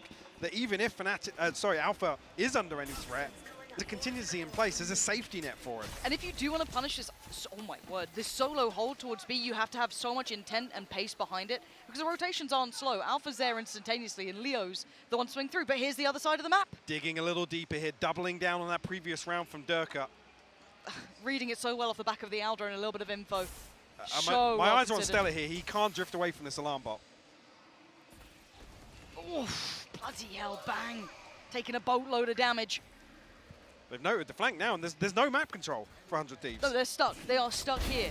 They have nowhere to go. No way, Durka. Durka! We told you this was his map. The ult came in the meantime as well from Boaster. The map's feeling very small. Cryo trying to fight their way forward. Maybe a little bit of an overextend towards CT, try and get the pressure. But you can see Leo somewhat aware, but Asuna, great trade. Chronicle answers right back in kind. And they need someone to dig deep here. They need some big kills. They need Asuna to bail them out, and he simply cannot do it. Durka puts him down. And Fnatic once again, 3 still standing, doing everything correct. Not going to be a buy on the board. On the cards here, sorry, for 100 Thieves. Look at that, bloody hell. Durka just pulling out the rank strats now. Let's take mid, I'll updraft. I'll updraft over B main. So it's the first time that we've not had some threat in middle. Bang and Cryo have been so present previously. But it's a great counter read, right? During the timeouts, Mini's obviously going to realize that, yeah, Boast has been isolated. Yes, they've explored a little towards middle. They'll probably double down on that. But now we see the challenge on this side of the map. That's different. Maybe they stick around a little longer. Yeah, Chronicle's feeling it. He's feeling confident enough. Does Stella. relinquish. Has to fall away. Stella was just tunneled. Oh, Darker snaps to Cryo's head. And the tunnel vision then, desperate to hunt down a player. Leo just strides through the wall. Yeah, they're trading players, but where's the upgrades? Where's the space? They still need more. Asuna slowly regaining some of that HP, but it's only going to be 20. A stinger in hand. Derek has been sharp previously with this weapon, but we'll need to see some magic from him for 100 Thieves recover this round. I think almost just going to wait another 15 seconds for Asuna's second heal. Or maybe not. Apparently not, just drifting forward. Chronicle, happy with that. Oh. Not like this. Shout out to Tommy. Tommy's got you covered. He's holding the angle. Tommy's good for his. All right, ult-wise though, Asuna one away, Cryo one away. Still not too far off, Bang's got his. On the other side, actually, not too much to write home about just yet. Probably another round to go, but yeah, this is starting to look a little bit desperate, a little bit messy. Now, that was a round with a little bit of a lighter purchase, so again, don't take too much stock into that. This is the buy round. This is the one with all the rifles that they need. It's the best attempt they're going to have until this point. I mean, damage control at this point. Show me what damage you've got. limitation at this point. And look at the switch up though. Durka now onto the other side of the map. Again, maybe reading the potential. They want to try and pressure this side when they had the buy. And it looks like they are indeed swinging this way. Durka is potentially the guillotine, the blade, waiting to come down on 100 Thieves' heads. But we wait. We see if his patience pays. How many is It's he good only for? Durka. Boast is already over by A. Oh my god. Oh my god, they're all there, they're all there. They're all there and they're all his. Durka is just devious with it. 3 quick kills and 100 Thieves are just left to nothing, left in ruin. This was the best attempt and it's read like a book. Cryo and Bang, good luck. I mean, how do you break through this now? The first wave being Durka, the second being the onslaught of utility. The rest of Fnatic. Yeah, the rest of Fnatic now. Still got a drone to work with here for Leo as well. It's arduous to watch. Heartbreaking for 100 Thieves who've had such gritty, determined games. And is this how it falls apart? An attempt from Bang, but it's only for one. And we're going to ask big things of Cryo here, and he has not got the answer. This is Fnatic in a different league currently. Yeah, a cut above. Thieves again going to be struggling financially, whether or not we'll see them just throw into the last few. It's just... It's so rough here. Nobody's drifting out the right side. It's even clear double box. You just say my map. Oh dear. You know what, yeah, I think at 9-1 it might be your map. 18-4 by the way. Quite a good performance. Oh, he's off again. Yep. Dirk is feeling like he wants to bully. Oh dear, oh dear. Yep, and he's away. Right. 35 HP, but dips out of there. Does get punished. Okay. Where the hell was that from? A stinger wallbang. You don't see them very often. We've got to commit to the res here. Get 5 standing once again. Chronicle one off his, so you want to see 100 Thieves really lean towards ending on B here, preventing. But actually, Boaster's managed to police the weapon away. So no upgrade on the back of the kill. Really nice work. I don't know where he found the time or the space to do that. I thought they would have There was like 3 members of 100 Thieves there. Yeah. Okay, the ult's going to come in. This should give them safe passage for a plant. First time in a while. They've been really struggling to get this down cleanly. There's been chip damage galore. And they've paused for thought. Derek maybe looking for an opportunity. Boaster keeps his head down. Oh, no, Derek jumps up for a second and loses his head. The plant going to come in. Asuna, not safe either. Fnatic are not letting them plant. There's nothing going 100 Thieves' way now. Absolutely nothing. 4 standing, 100 Thieves. We have to scrape together a purchase here. We'll touch base with the ultimates, but the lockdown's the only positive. Cryo, if you can make a play, now's the time to do it with the TP. There's so many bodies here to remove that safety net of the wall going down. Asuna can't even get the spike down. Oh. It's uncomfortable viewing, honestly. It is. It's hard to watch because 100 Thieves just, they can't break ahead of this. 2 ults to play with. An attempt to be made. Chronicle, Alpha, everyone's here. This is way different. 4 players on the A site. Alpha going to get contact off the back of the turret. Does he stick around now? My concern being 100 Thieves creeping towards B. If Boaster gets the sound cue, he's got the Poison Orb, he's got the Nano Swarm. He can delay long enough. The rotation's already coming through. Fnatic are going to be here to greet this B site hit once again. I quite like the Chronicle is also keeping somewhat of a watch towards middle because that's something that has been unchecked on. But as we noted, it's pretty much all in towards B. This time... Asuna's eating it. Oh, God, Asuna! He's alive. He is alive. He is alive and standing for now. Derek going to try and at least keep some safety here. Boaster needs to be careful. Stays alive himself as well. It's so contested on this side. There is still no plant to be had. 50 seconds. Bang draws blood. That's Chronicle down. That's good work. Plant going to come in. And now the time's on their side. Durka has watched them. He is keeping them pinned here. Alpha by his side. The cross! Cryo hits the shot. He's given them a chance here. So Boaster was trying to get a half there. Cryo going to find one into Alpha, but this lockdown might catch. No. No, he's good, he's good. Leo and Boaster up against 4 post-plant. 100 Thieves need to have this. They are desperate for this Leo. How much can you do? That's only 1 found. He needed more. Boaster, 26 HP, and time is not on his side. This might be enough, finally, for 100 Thieves to draw the second round. But that's all they're going to have. An improvement on the first map, but the same discussion stands. Mountains to climb in the second. Their work is cut out in front of them. We need to see a resurgence from 100 Thieves, or this one is all but done at 10-2. Thank you very much, Pansy and Hypog Bala. What is going on? What is happening? Yikes. Yikes. Just straight up 10-2 on the half. That's 2 just dominant and disgusting halves. It's bullying at this point. And it just looks like 100 Thieves is crumbling under the pressure. The coordination is all off. It doesn't feel like they're using their utility very well to clear anything. And on the other side, Fnatic is just loving it. Durka's just running it down every round and dominating. Yeah, definitely. Like, even when they try to get control of an area, like, they are able to get every information that they need to. Like, he used his drone on the A side, and he wasn't even able to find Dirk there with his jet.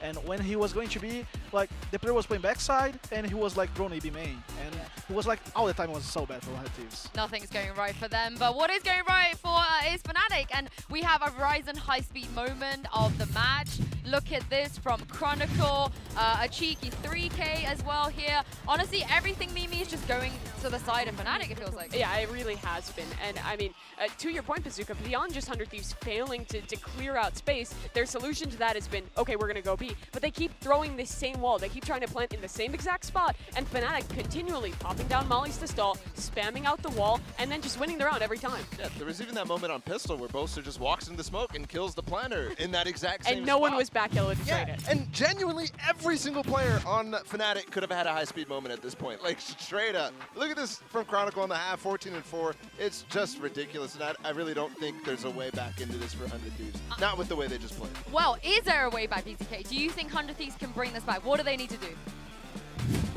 It's already hard to reset, especially after we lost the first match the way it was, and started the second match like losing by 10-2. So you are able to do it, but that's not easy. Yeah, and it's going to be brutal. This is the last North American squad left in the tournament. They are on the verge of going home. They're on the verge of another Fnatic versus Na'Vi game in a semifinal. Well, but BZK said it. You can do it. It's not going to be easy, but there is hope. Pansy and Hypog, let's see if 100 Thieves can pull this back. Never a truer word spoken. Yeah. It ain't going to be easy. 10-2. Dirk has almost dropped 20 in the half. Light work. Light work. Right. 100 Thieves, show me what you got. I mean, this is it, right? In the most simple terms of this game, there is no tomorrow now for 100 Thieves. It's this map, it's this half, it's this first round. It's now or it's never. You fall away. North America sadly loses the vast majority of its teams now, and they crumble under what is argued to be one of the super teams that we're going to see throughout this year at the very least. Absolutely no shame in that. With the way Fnatic have played, there is no shame in this scoreline right now, but 100 Thieves have just been simply outclassed so far in this series. Have to make a stand here in the pistol round. Derek finds Durka. Big opener. Get some confidence beside the side. Get him feeling the game a little, because it feels like they've just been dictated to the whole time. Hard to try and muster confidence with only 2 rounds by your name, but it has to start somewhere. We can see Fnatic leaning back to this mid-walk. Leaving a couple of players behind, though. There is a Nano Swarm just outside Tube here to stop this split from happening, or maybe slow it down a little bit. It's going to offset the timing. But Stella doesn't swing off it. Yeah, and they've still got kitchen control at this point, so the rotations aren't on the way, right? So it's the 2 players on the side who have to hold this. It comes down to Stella and Bang to do serious damage because the support is still a little while off. Blonde! Oh my god, Chronicle! How the hell did he get Stella there? Brilliant work from Bang and Asuna, though. Holding on to this and reading the additional player. Boasted did a bit of damage, but it was traded. And now Alpha, a 1v3. You got to see 100 Thieves lock this down. Do not give him a chance. Do not give him an attempt. 30 seconds to play with. Don't give him these separate 1v1s. Nope. Derek entertaining the idea. Don't. Please don't. Please don't. It's Alpha. This is the wonder kid. This is the young gun, right? They're not looking this way. Cryo luckily turning at just the right moment to find that kill. And 100 Thieves put their first on the board in the second half. Have to build upon this. Look, I hate them. You know, when we speak to coaches or players, they give you the classic, it's round by round, we only think about the round in front of us. That's all they can think about. Genuinely, it sounds like such a non-narrative, but if they think bigger picture, it's all but done. Damn, Asuna, that shot was ridiculous. You need Asuna delivering them pretty much every round. Need Durka off the board at the start. You need Asuna. Back to that icebox form. Oh, but Michael, I've heard things about frenzies. I get nervous when I see frenzies. Any other gun? Honestly, a sheriff I'm pretty chill with. Frenzy, don't know how to feel. Cryo, though, has the big boy rifle. Should be all right. Oh god. Oh, okay, that wasn't even the frenzy. Here we go. Thank you, Cryo. There it is. Chronicle, done. Dealt with. 4 more. Boaster should be dead here if he steps out. I keep saying should, maybe, if, because I'm nervous. I want Cryo and Derek off-site right now, but Fnatic are so close to them. I mean, a classic or a frenzy will do enough damage to absolutely endanger your life. Cryo, careful now. This is getting really precarious. Fnatic just trying to toy with him, bring him closer. No intent fully to plant, but now there you're going to see it. The Bulldogs back in the hand for Boaster. Boaster, how much more can you do here? Leo's fallen. Boaster dealing damage. Alpha standing, and now 2 on the other side. The Vandal is currently down. Oh, God. Oh, God. It's okay. It's okay. It's okay. It's okay. That's 4. Tick in the box. Tick Second in the on box. the board. Here we go. Here we go. Damage done on the side of Fnatic. Or not even the 100 Thieves want to try and round out this purchase. Yeah, Derek considering the Vandal there. Asuna going to commit to the Bulldog. I really don't blame going as all in as you possibly can at this point. 10 rounds against you, as much as, yes, you can only play the round in front of you. There's only two full purchases behind this for Cryo and Derek. Make it count. The light armor's coming out and the rifles for Fnatic. And they start with a look towards A. Derek trying to make sure Asuna does have safe passage, but he's actually going to back away from this. Opts against it, but certainly gets into their heads that there could be a player in towards Nest, and they drift off.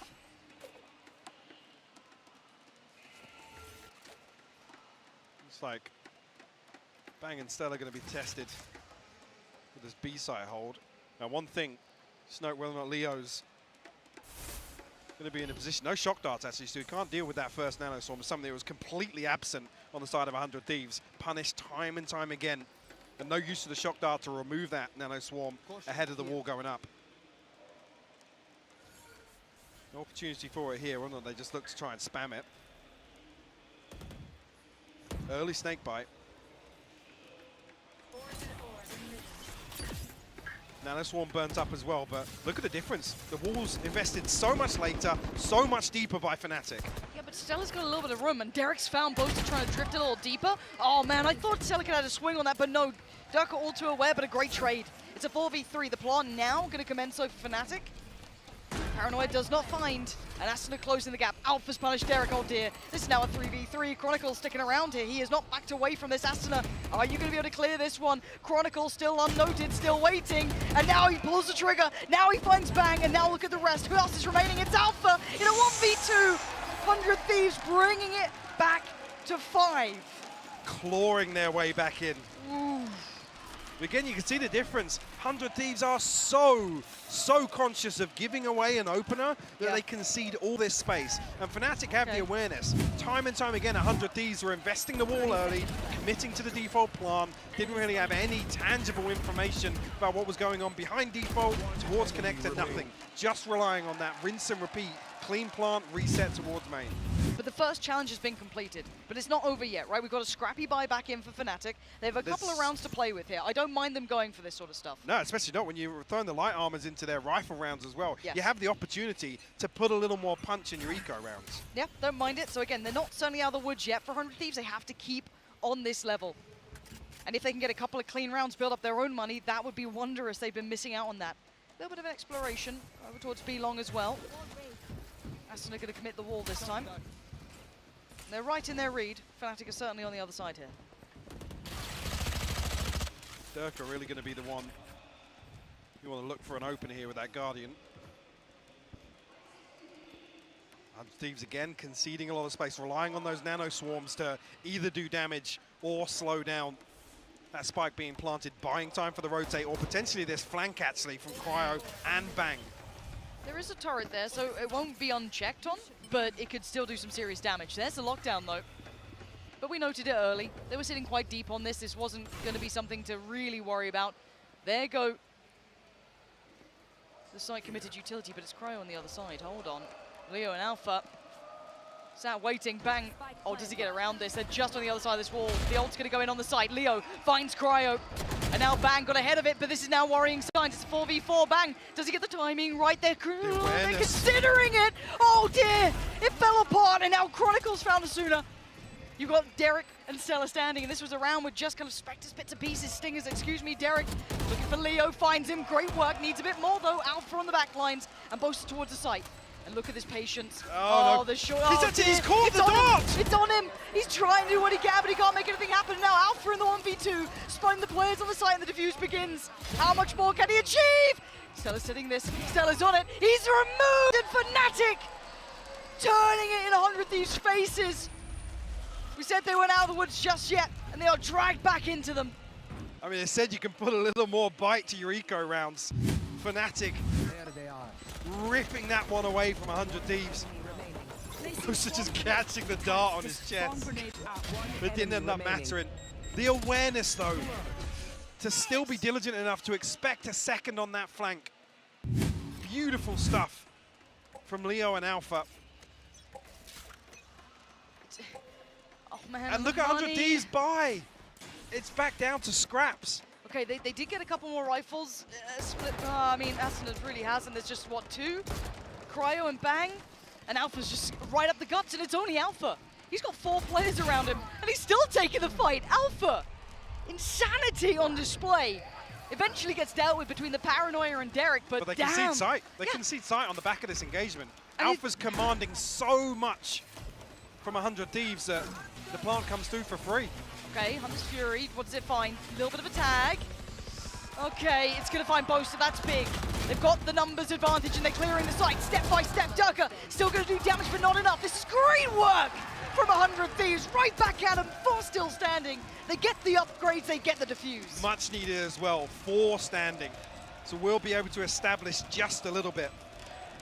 But just coming back to the same thing, it's not going to matter with Fnatic sticking to that light armor purchase and consistently getting the plants. It's an extra 900 credits per round, even in these losses.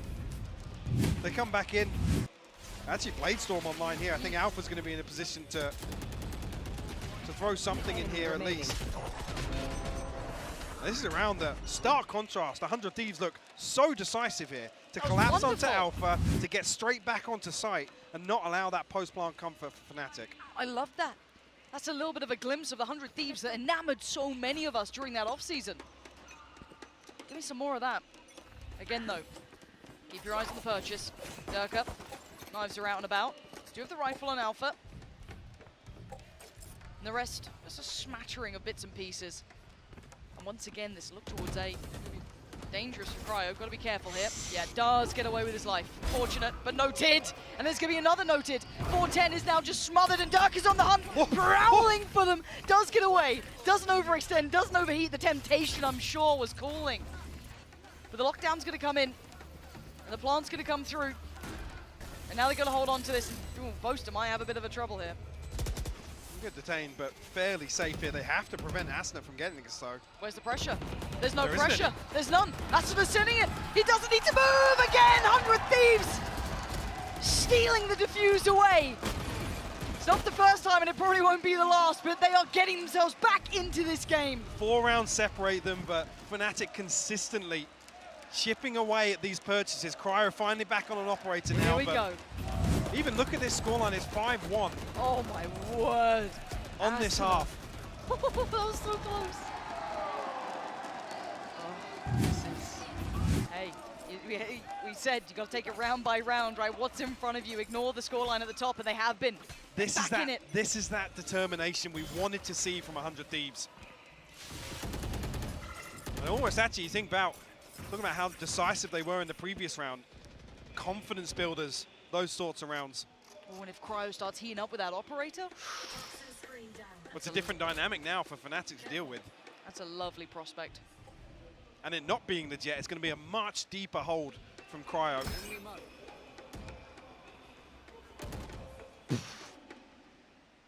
There again, a whole lot of information. That A does seem to be that desired end goal, but no big shift of the players just yet. Maybe still paranoid. Could be a lean back over. All gonna go up. Asuna got a little cubby to play in.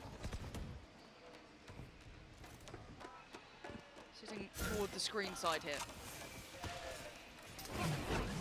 2 snake bites. Still to invest here. Oh my god, oh my god! Durka. Durka goes straight towards Asuna, who's sat tucked on the site. But now there's problems. Derek's starting to heat up as well. Fnatic are not having the same sort of access towards the sites here. Denied on the cross, another one found. Alpha's falling. This is the 100 Thieves we were waiting for. Boaster and Chronicle unable to make it through towards the site. The rotations were in at the right time in the end. And now they're left with nothing. And just a little off timing with Alpha to swing ahead whilst the res was coming through. Nobody in a position to complement that. 10 seconds left, Chronicle and Boaster. You have to let the clock decide this one. 100 Thieves, man. Getting closer and closer. I'm looking at when Mini pumps the brakes here. When is that timeout now for Fnatic? Because, look, when you have 11 rounds by your name, when you have a big lead, you get X amount of rounds to play with, right? You get a little bit of freedom rounds. But now there is going to be a problem. 100 Thieves are right at the door. They've got a good purchase beside them. They've got a couple ults to play with. They're starting to look good. They're starting to believe in their own capability. And that was missing map 1. It's been missing here until this half. There is still a buy here for Fnatic. So there's certainly, again, still a problem, still a threat.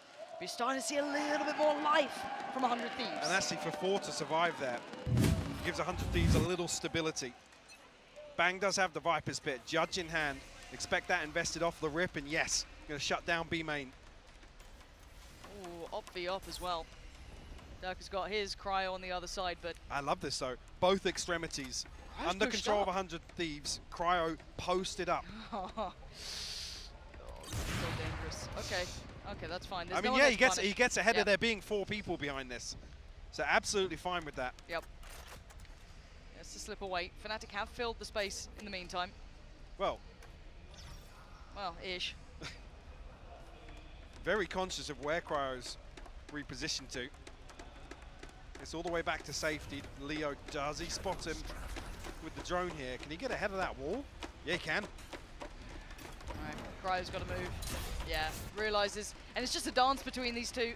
All information games. Do you see the lockdown coming in?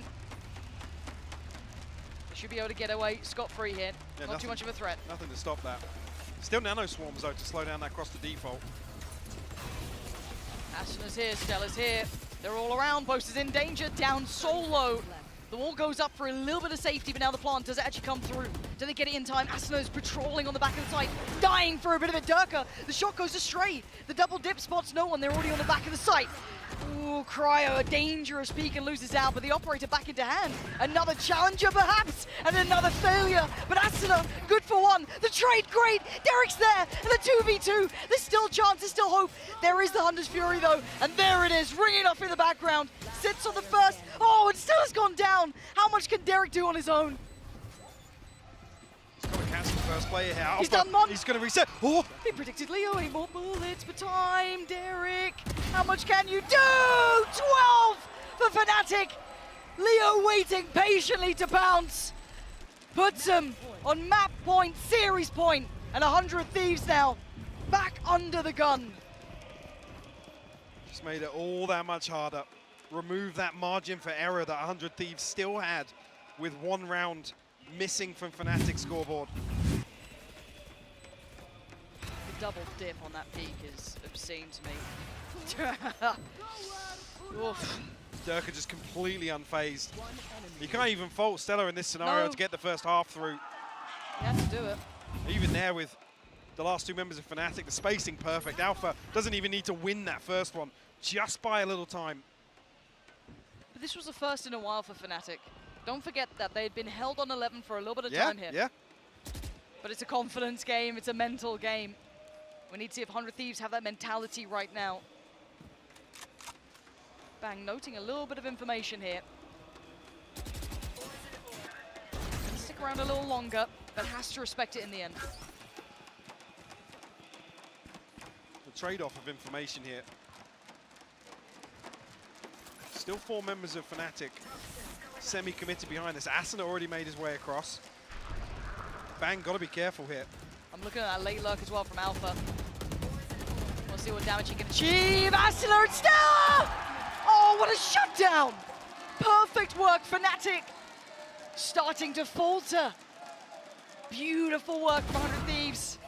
Alpha still nasty, but 1v5 would be a lot even for him. I want to see weapons kept here for 100 Thieves. Talk about the purchase. Alpha might even just commit to holding on to this weapon. Right place, right time for 100 Thieves. Perfect setup to greet this B site hit. This is the sort of thing we saw them rely on Fracture that just didn't go their way. Sticking to their guns, committing to these engagements. You see the game plan come to effect in a round like this.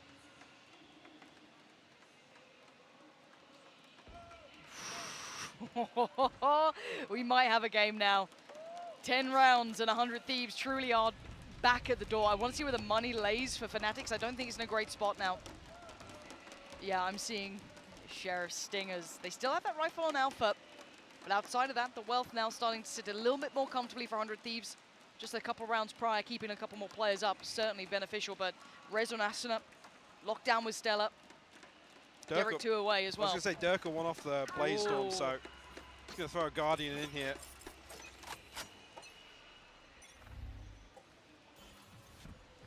Even opportunity to try and swing this round as well if he sees fit.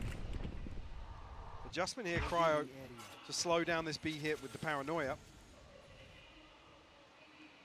Dart doesn't scan, at least there's no confirmation of a second player here. It's the first time we're seeing a bit more of a dedicated split, I guess, to my eye. Well, Asuna's here again very early on.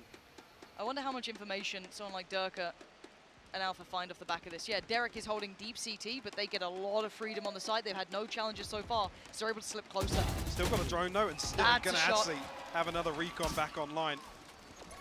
Remove Durka. Very nice. This should be the plant now. Ooh, boast up. Denied that. Delay coming through once again. Shock Dart to try and follow up as well. And actually, Stella throws the lockdown in here. Yeah, not taking any prisoners, it feels like. Do they try and offset the timing on the pressure? It looks like they're considering it towards rafters, towards screens. And yeah, they absolutely are. No plant. They've drawn out the lockdown, I guess, but I mean, that's a big win for Fnatic, honestly, with this purchase. Asuna. Next challenger. Gonna get it. Lovely. Alpha gone. That, I think, is the rifle actually removed, if I'm not mistaken. At least one of them. Maybe both able to slip that back to hand. Yep. Give that over to Chronicle. Both has got the rough end of the deal there. I mean, just trying to draw away ults, trying to draw away weapons. Leo gonna take away from Derek. This will be double digits though for 100 Thieves, and they are doing a fair amount of damage here. This is, obviously the round does go 100 Thieves' way. We talk bigger picture, taking away some of the ults there, taking away some of the weaponry. We'll see what the knock-on effect may be like.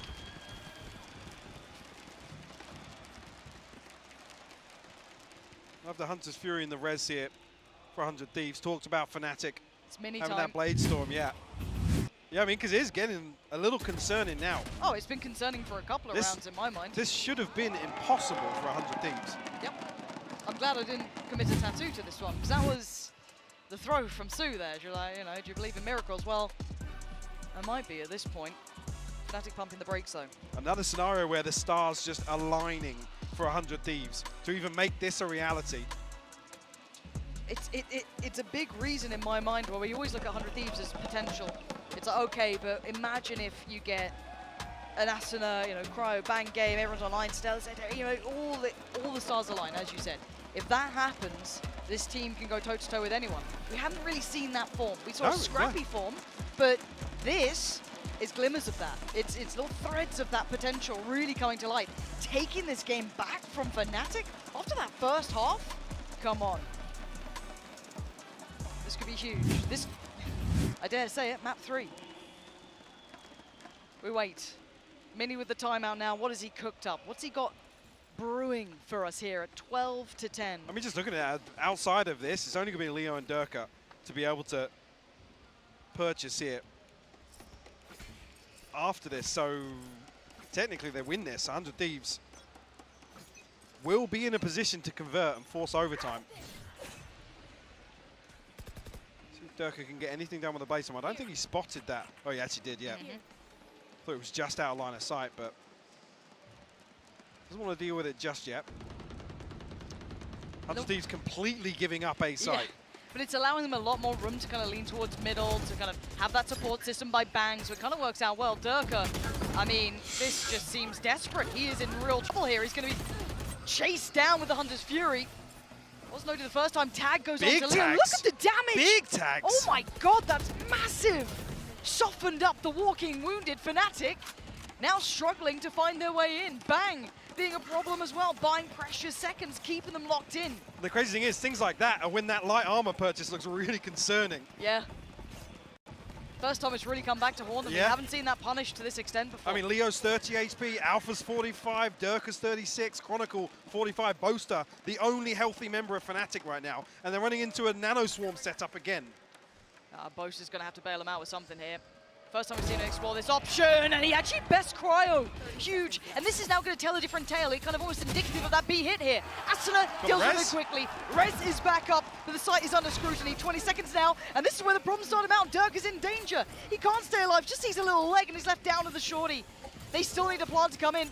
They're going to get it just about now with 13 seconds. Any more chip damage, any more danger. They're done for. Durka delivering, but the spike gets denied. No one's planting right now. They have to hold on to this round. Finally, they get back to the plant, but it's a 2v2. Durka gets it down. He's already got the shot. He's Alpha finds Asuna. Bang! Leads it. Oh!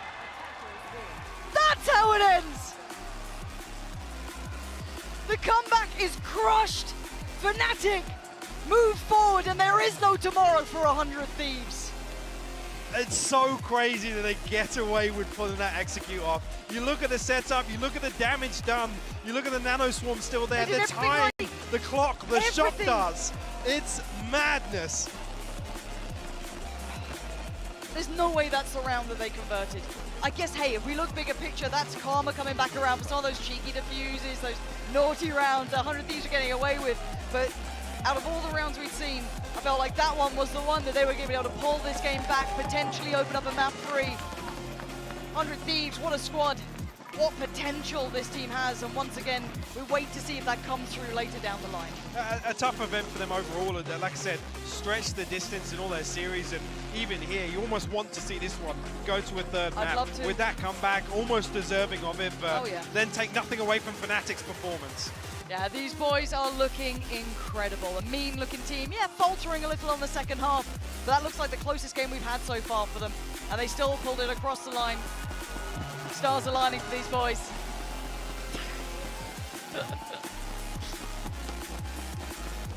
See, Alpha just doesn't get the memo for any of these celebrations. He's never in the conversation. No. He's out his headphone on, you know what I mean? But at 13-10, what a scoreline, like. This was... It never felt like it was meant to be this sort of game. And just to note at the end, Durka, 26 kills, Asuna, 20. This is the thing as well, I'm coming back. I want to come back to the comp. I don't want to harp on it too much, but seeing Asuna on the attack, the one that has to commit to getting the wall down and the spike, when historically we know what he's capable of. Then you talk about Cryo not being on the jet and not being able to support Asuna on that front line, not having a duelist to come up or anybody really to come up and help Asuna there. And that's why it looks so uncomfortable in some of these rounds. Yeah, credit to those players to still make it work considering. But man, that first half, it feels like two very different games, right? A tale of two halves completely. And you think, God, if only we saw that spark in 100 Thieves earlier. If something could have aligned for them. The slow comp looks much better for 100 Thieves on defense. Again, with a little bit more of a buffer. Who knows? We could be looking at a third map. Yeah, we certainly could have been. Again, I loved how this ended. It was a little wild, but it felt almost suitable as a way to kind of punctuate the ending. Absolutely. I mean, EMEA needed some wins this week. So we'll ride that high. Yeah. And I guess it is heartbreaking to see 100 Thieves eliminated in this fashion. Obviously, map 1 aside, map 2 come back. The fact that it comes down to that in the elimination rounds. It is tough to say goodbye to a team like 100 Thieves because I don't think they played particularly poorly, but we definitely didn't see them hit their potential. No, we won't see that peak. That's what we're all here for. And something that you guys at home need to do for us is get involved with the MVP. Let us know who you think was the standout player there for you. Where are you going on this one? You've got a couple of options. My COVID brother, Leo. I'm going for Hypoc. I'm going for you. Look at your name up there. Look at you. Look at you. I was hyper focused on Leo being up there, but yeah, I mean, I'll take one, yeah. Yeah, both of you let out of the jail cell. That's wonderful news. I'm glad. But yeah, have your votes and get through to us. That was a fantastic series that came out of nowhere. It's a pleasure to have you back, Mike. Poor old Seth is now finally can have a break. But thank you for joining us. Do stick around. The desk will be joining with the guests still. All of that good stuff still to come.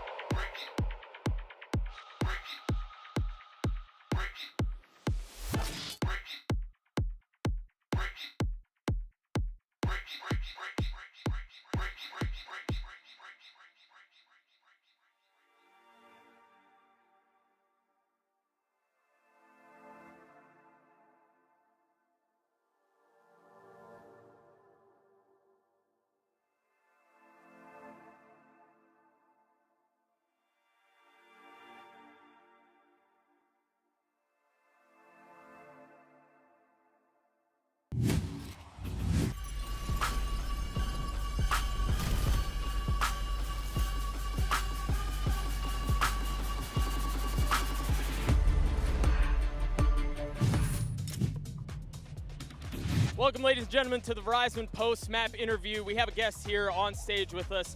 It's Boaster, who, quite frankly, was a very naughty boy during his interview yesterday, so I had to bring in some additional muscle, a little bit of backup. Yeah, but don't worry about that. I mean, you know me, we're cool. Listen, Jake, can I call you Jake? Is that all right? Yeah, you can. Yeah, I wanted to just congratulate you, first of all. Fantastic performance and a very dominant win. You've sent home North America's last hope. I mean, how do you feel? Honestly, well, firstly, you two stood next to me. You ain't got nothing on these guns. All I'm going to say is that. And then also with 100 Thieves, hopefully by now Nadeshot might know me because I went on his Twitch stream once. He didn't know who I was when I was typing in his chat, but maybe he knows me now. That's enough. That's enough of that. Quite frankly, I don't care. Here's the real question that I have for you. How does it feel to know that you're playing Na'Vi next round, and every time, well, I'm not done. Every time you wake up, you look in the mirror, and you realize you will never be as good as Angel. You will never frag as hard as Angel. You'll never call as well as Angel. That's not very nice. I'm not here to be nice, Boaster. Yo. Don't worry about him, mate. Listen. Here's a drink after the big game. Here's a little snack, you know. Are you comfortable? Are you doing all right? Yeah, I'm lovely. All right, good. Well, tell me a bit then about your individual performance. We've seen you performing a lot better, Angel as well. You're going through some kind of routine. Could you walk us through the deathmatch training? I don't do any deathmatch. Maybe that's the secret. I just do. Oh, Jesus. Give me this. I'm so sick of this. There's proof. We have proof. You broke 100 Thieves' arms. Okay? You tweeted about it. We have video. Admit it right now. All right, I did. But it was like they were coming at me in the gym saying like, "You ain't gonna break arms," and I was just like, "Yeah, I am." And then I like slapped Derek, and then I kicked him, and then he fell over, broke his arm. You're hearing this? Stella came at me doing pull-ups because he does like 10 pull-ups, and I was like, I ain't having that. Boom! Right on the arm, broken. We'll have to get your lawyer in touch. That's okay. But listen. As a representative of the Americas, we forgive you. And also, they've got very good healthcare here in Brazil, so you'll be fine. You'll be fine. We've got a few more questions to ask Boaster, though, don't we? So, you know, maybe we'll just take this around somewhere else, and we'll finish this process out properly. But I think that about does it for the Verizon post-match interview. We'll have to send things back over to Yinsu. What is going on?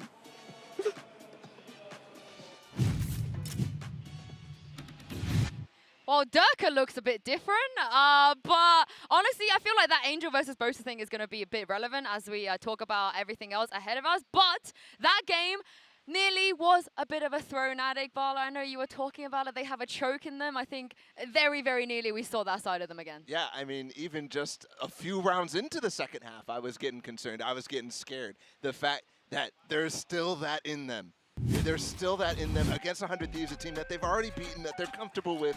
Just because this is a pressure match, that is all that it takes. I'm very worried and concerned for the pressure and how they're going to call. It felt like they were overcooking way too much in that second half. Yeah, it really was a story of two halves because we take a look back and it was flawless in the first half. Every individual is popping off. 100 Thieves looks absolutely boomed. But when things turned around, when we went to the other side, yeah, Fnatic struggled to get a read on this one. I think especially because 100 Thieves, I think, was doing things very similar to what they've done in the past. The strength of their composition, play retake with this Omen, fight in with the Paranoia, get a smoke down, and stick on that spike. And Fnatic really struggled to win out in those post-runs regardless.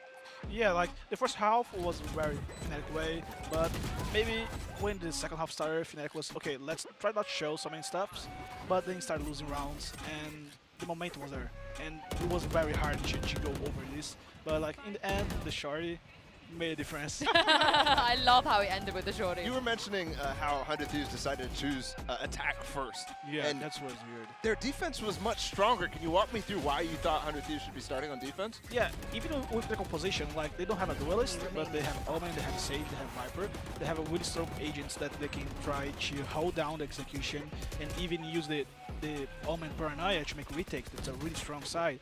But they don't have a dive like a Jet Dash or something like that. So I feel that 100 Thieves' composition is way more defense.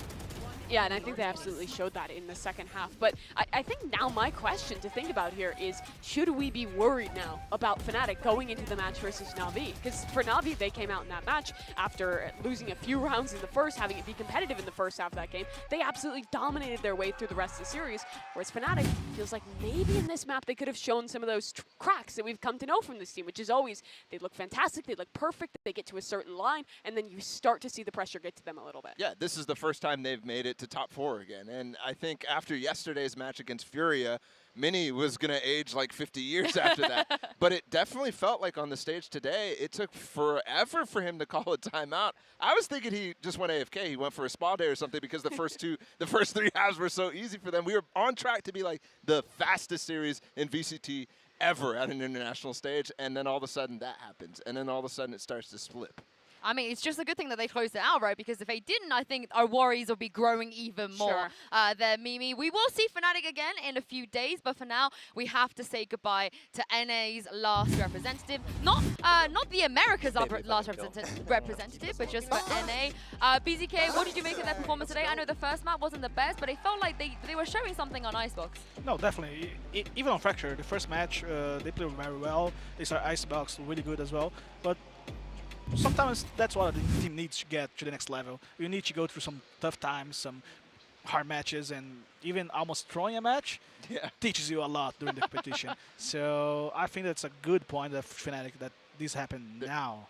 Yeah, and 100 Thieves, they're going to be your rivals in the Americas. They are. How does the expectation change for you there? Are you looking forward to playing them? Is that easy fish for you guys? Yeah, like for me, I don't like too much to see about our opponents. I like to really focus on our team and like do our work.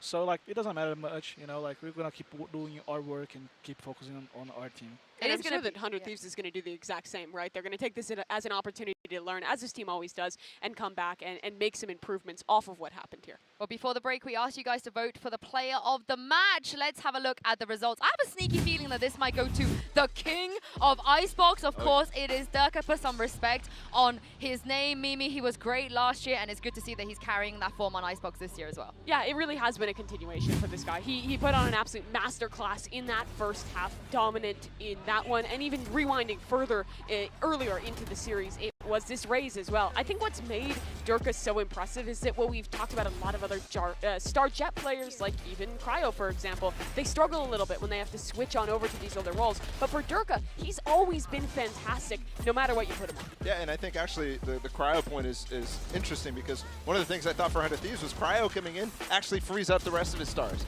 And I think the super team that Fnatic has formed has freed up Durka to go absolutely crazy. He doesn't have as much pressure on his shoulders. He can rely on his superstars in Chronicle and Leo to take some of the legwork out of it as well. And Alphayear, you can throw him into that too. He definitely should have the conversation too, because not only is he committing to another role entirely on that, Icebox is a different story, but I think Durka right now has freedom more so than he's ever had before. I do want to ask you, BZK, do you see this Fnatic team as a super team? Is this a super team for you? Yeah, like in Europe, I see two teams that are really strong. They're going to face each other next game. That's Fnatic and Navi. They're two really big teams. We had Liquid as well, but Liquid had some problems during the tournament. And I feel just EMEA, it's so strong right now. Like, yes. It has so many good teams. He said it. 2 teams in the top 4. I mean, but at the same time, America's still there, okay? So.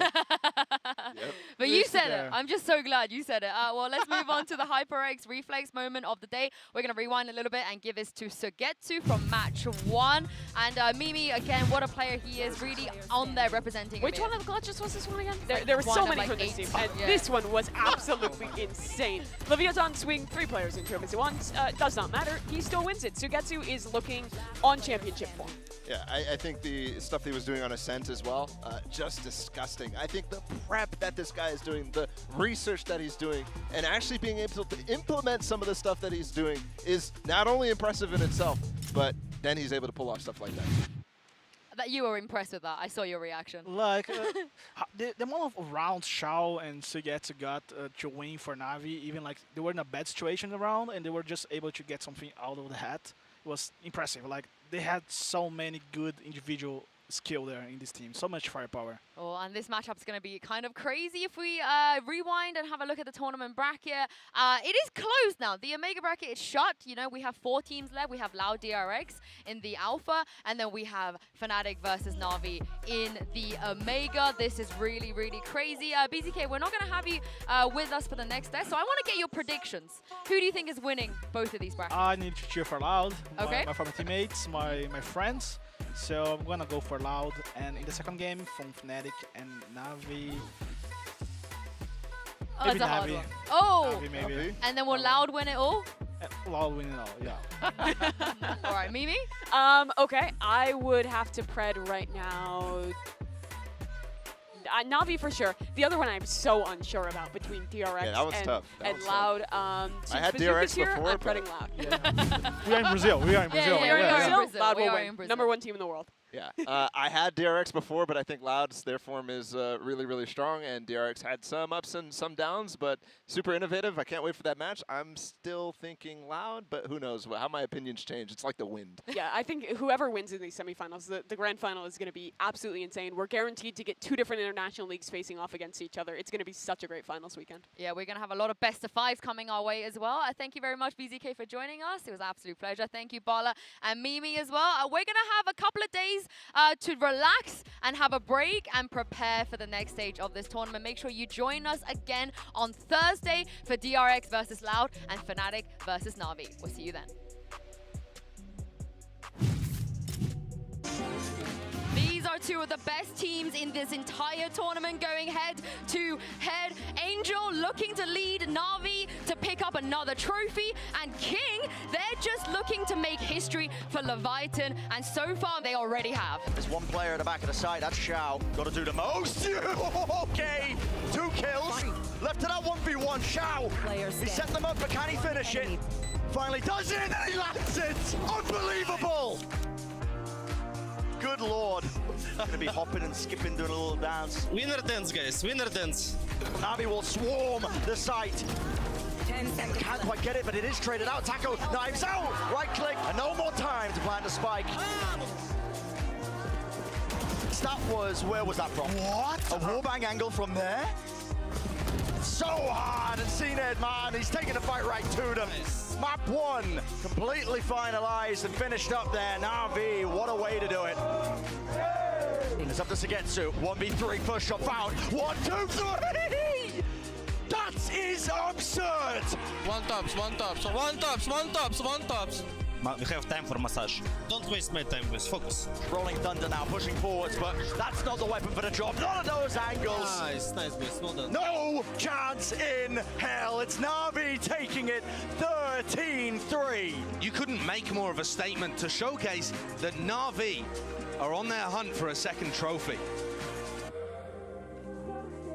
It's the 3rd time we've seen both of these teams at lock-in, and Leo is finally able to join Fnatic on stage. This could be a tough challenge for 100 Thieves. Poster? How's he found Bang like that? Like I said, he was noted with that reveal previously. Cryo. It's done for the Turkish superstar, the kid himself. Oh my God. Darker in unison. Yeah, we got it. No one's escaping us. Let's go, full focus, full comms, keep the trust, keep the confidence. Let's close. But Durka gonna pop the ult. That's Stella gone. Everything is fabulous. Cryo dead. Durka buries him. Fnatic look formidable. The run remains untarnished. Fnatic look unbelievably good. 13-1.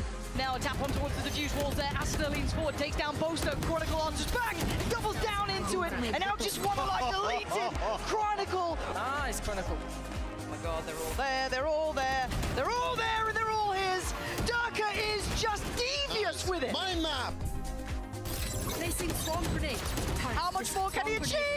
Enemy remaining. Stella's on it. He's removed, and Fnatic turning it in 100 Thieves' faces. That's my boy. Finally, they get back to the plot, but it's a 2v2. Durka gets it down. He's already got the shot. He's Alpha finds Asuna. Bang! Leads in. Oh!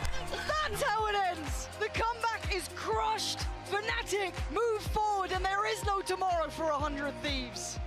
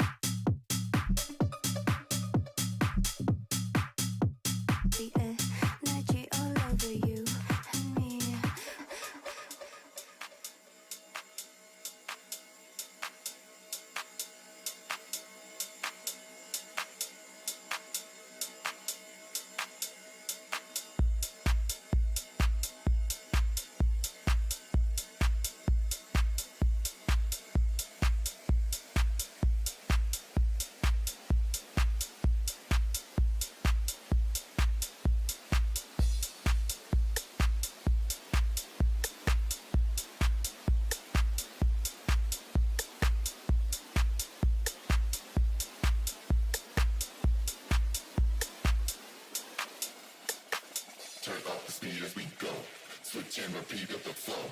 You feel the beat and tempo. We've got the complete control. Turn up the speed as we go. Switch and repeat up the flow. You feel the beat and tempo. We've got the complete control. Turn up the speed as we go.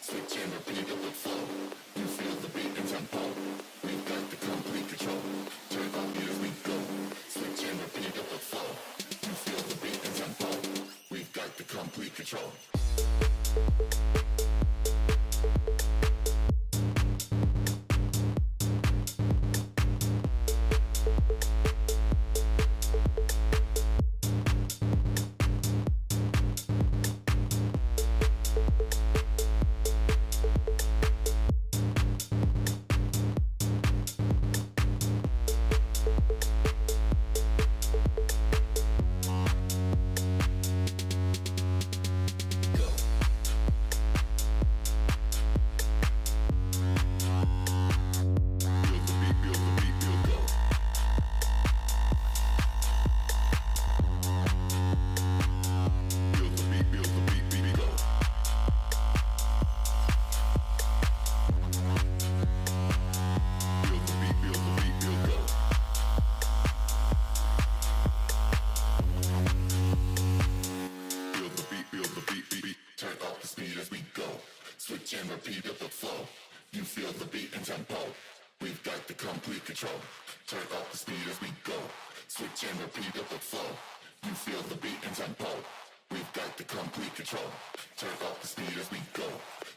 repeat up the flow. You feel the beat and tempo. We've got the complete control. Turn up the speed as we go. Switch and repeat up the flow. You feel the beat and tempo. We've got the complete control. Turn up the speed as we go. Switch and repeat up the flow.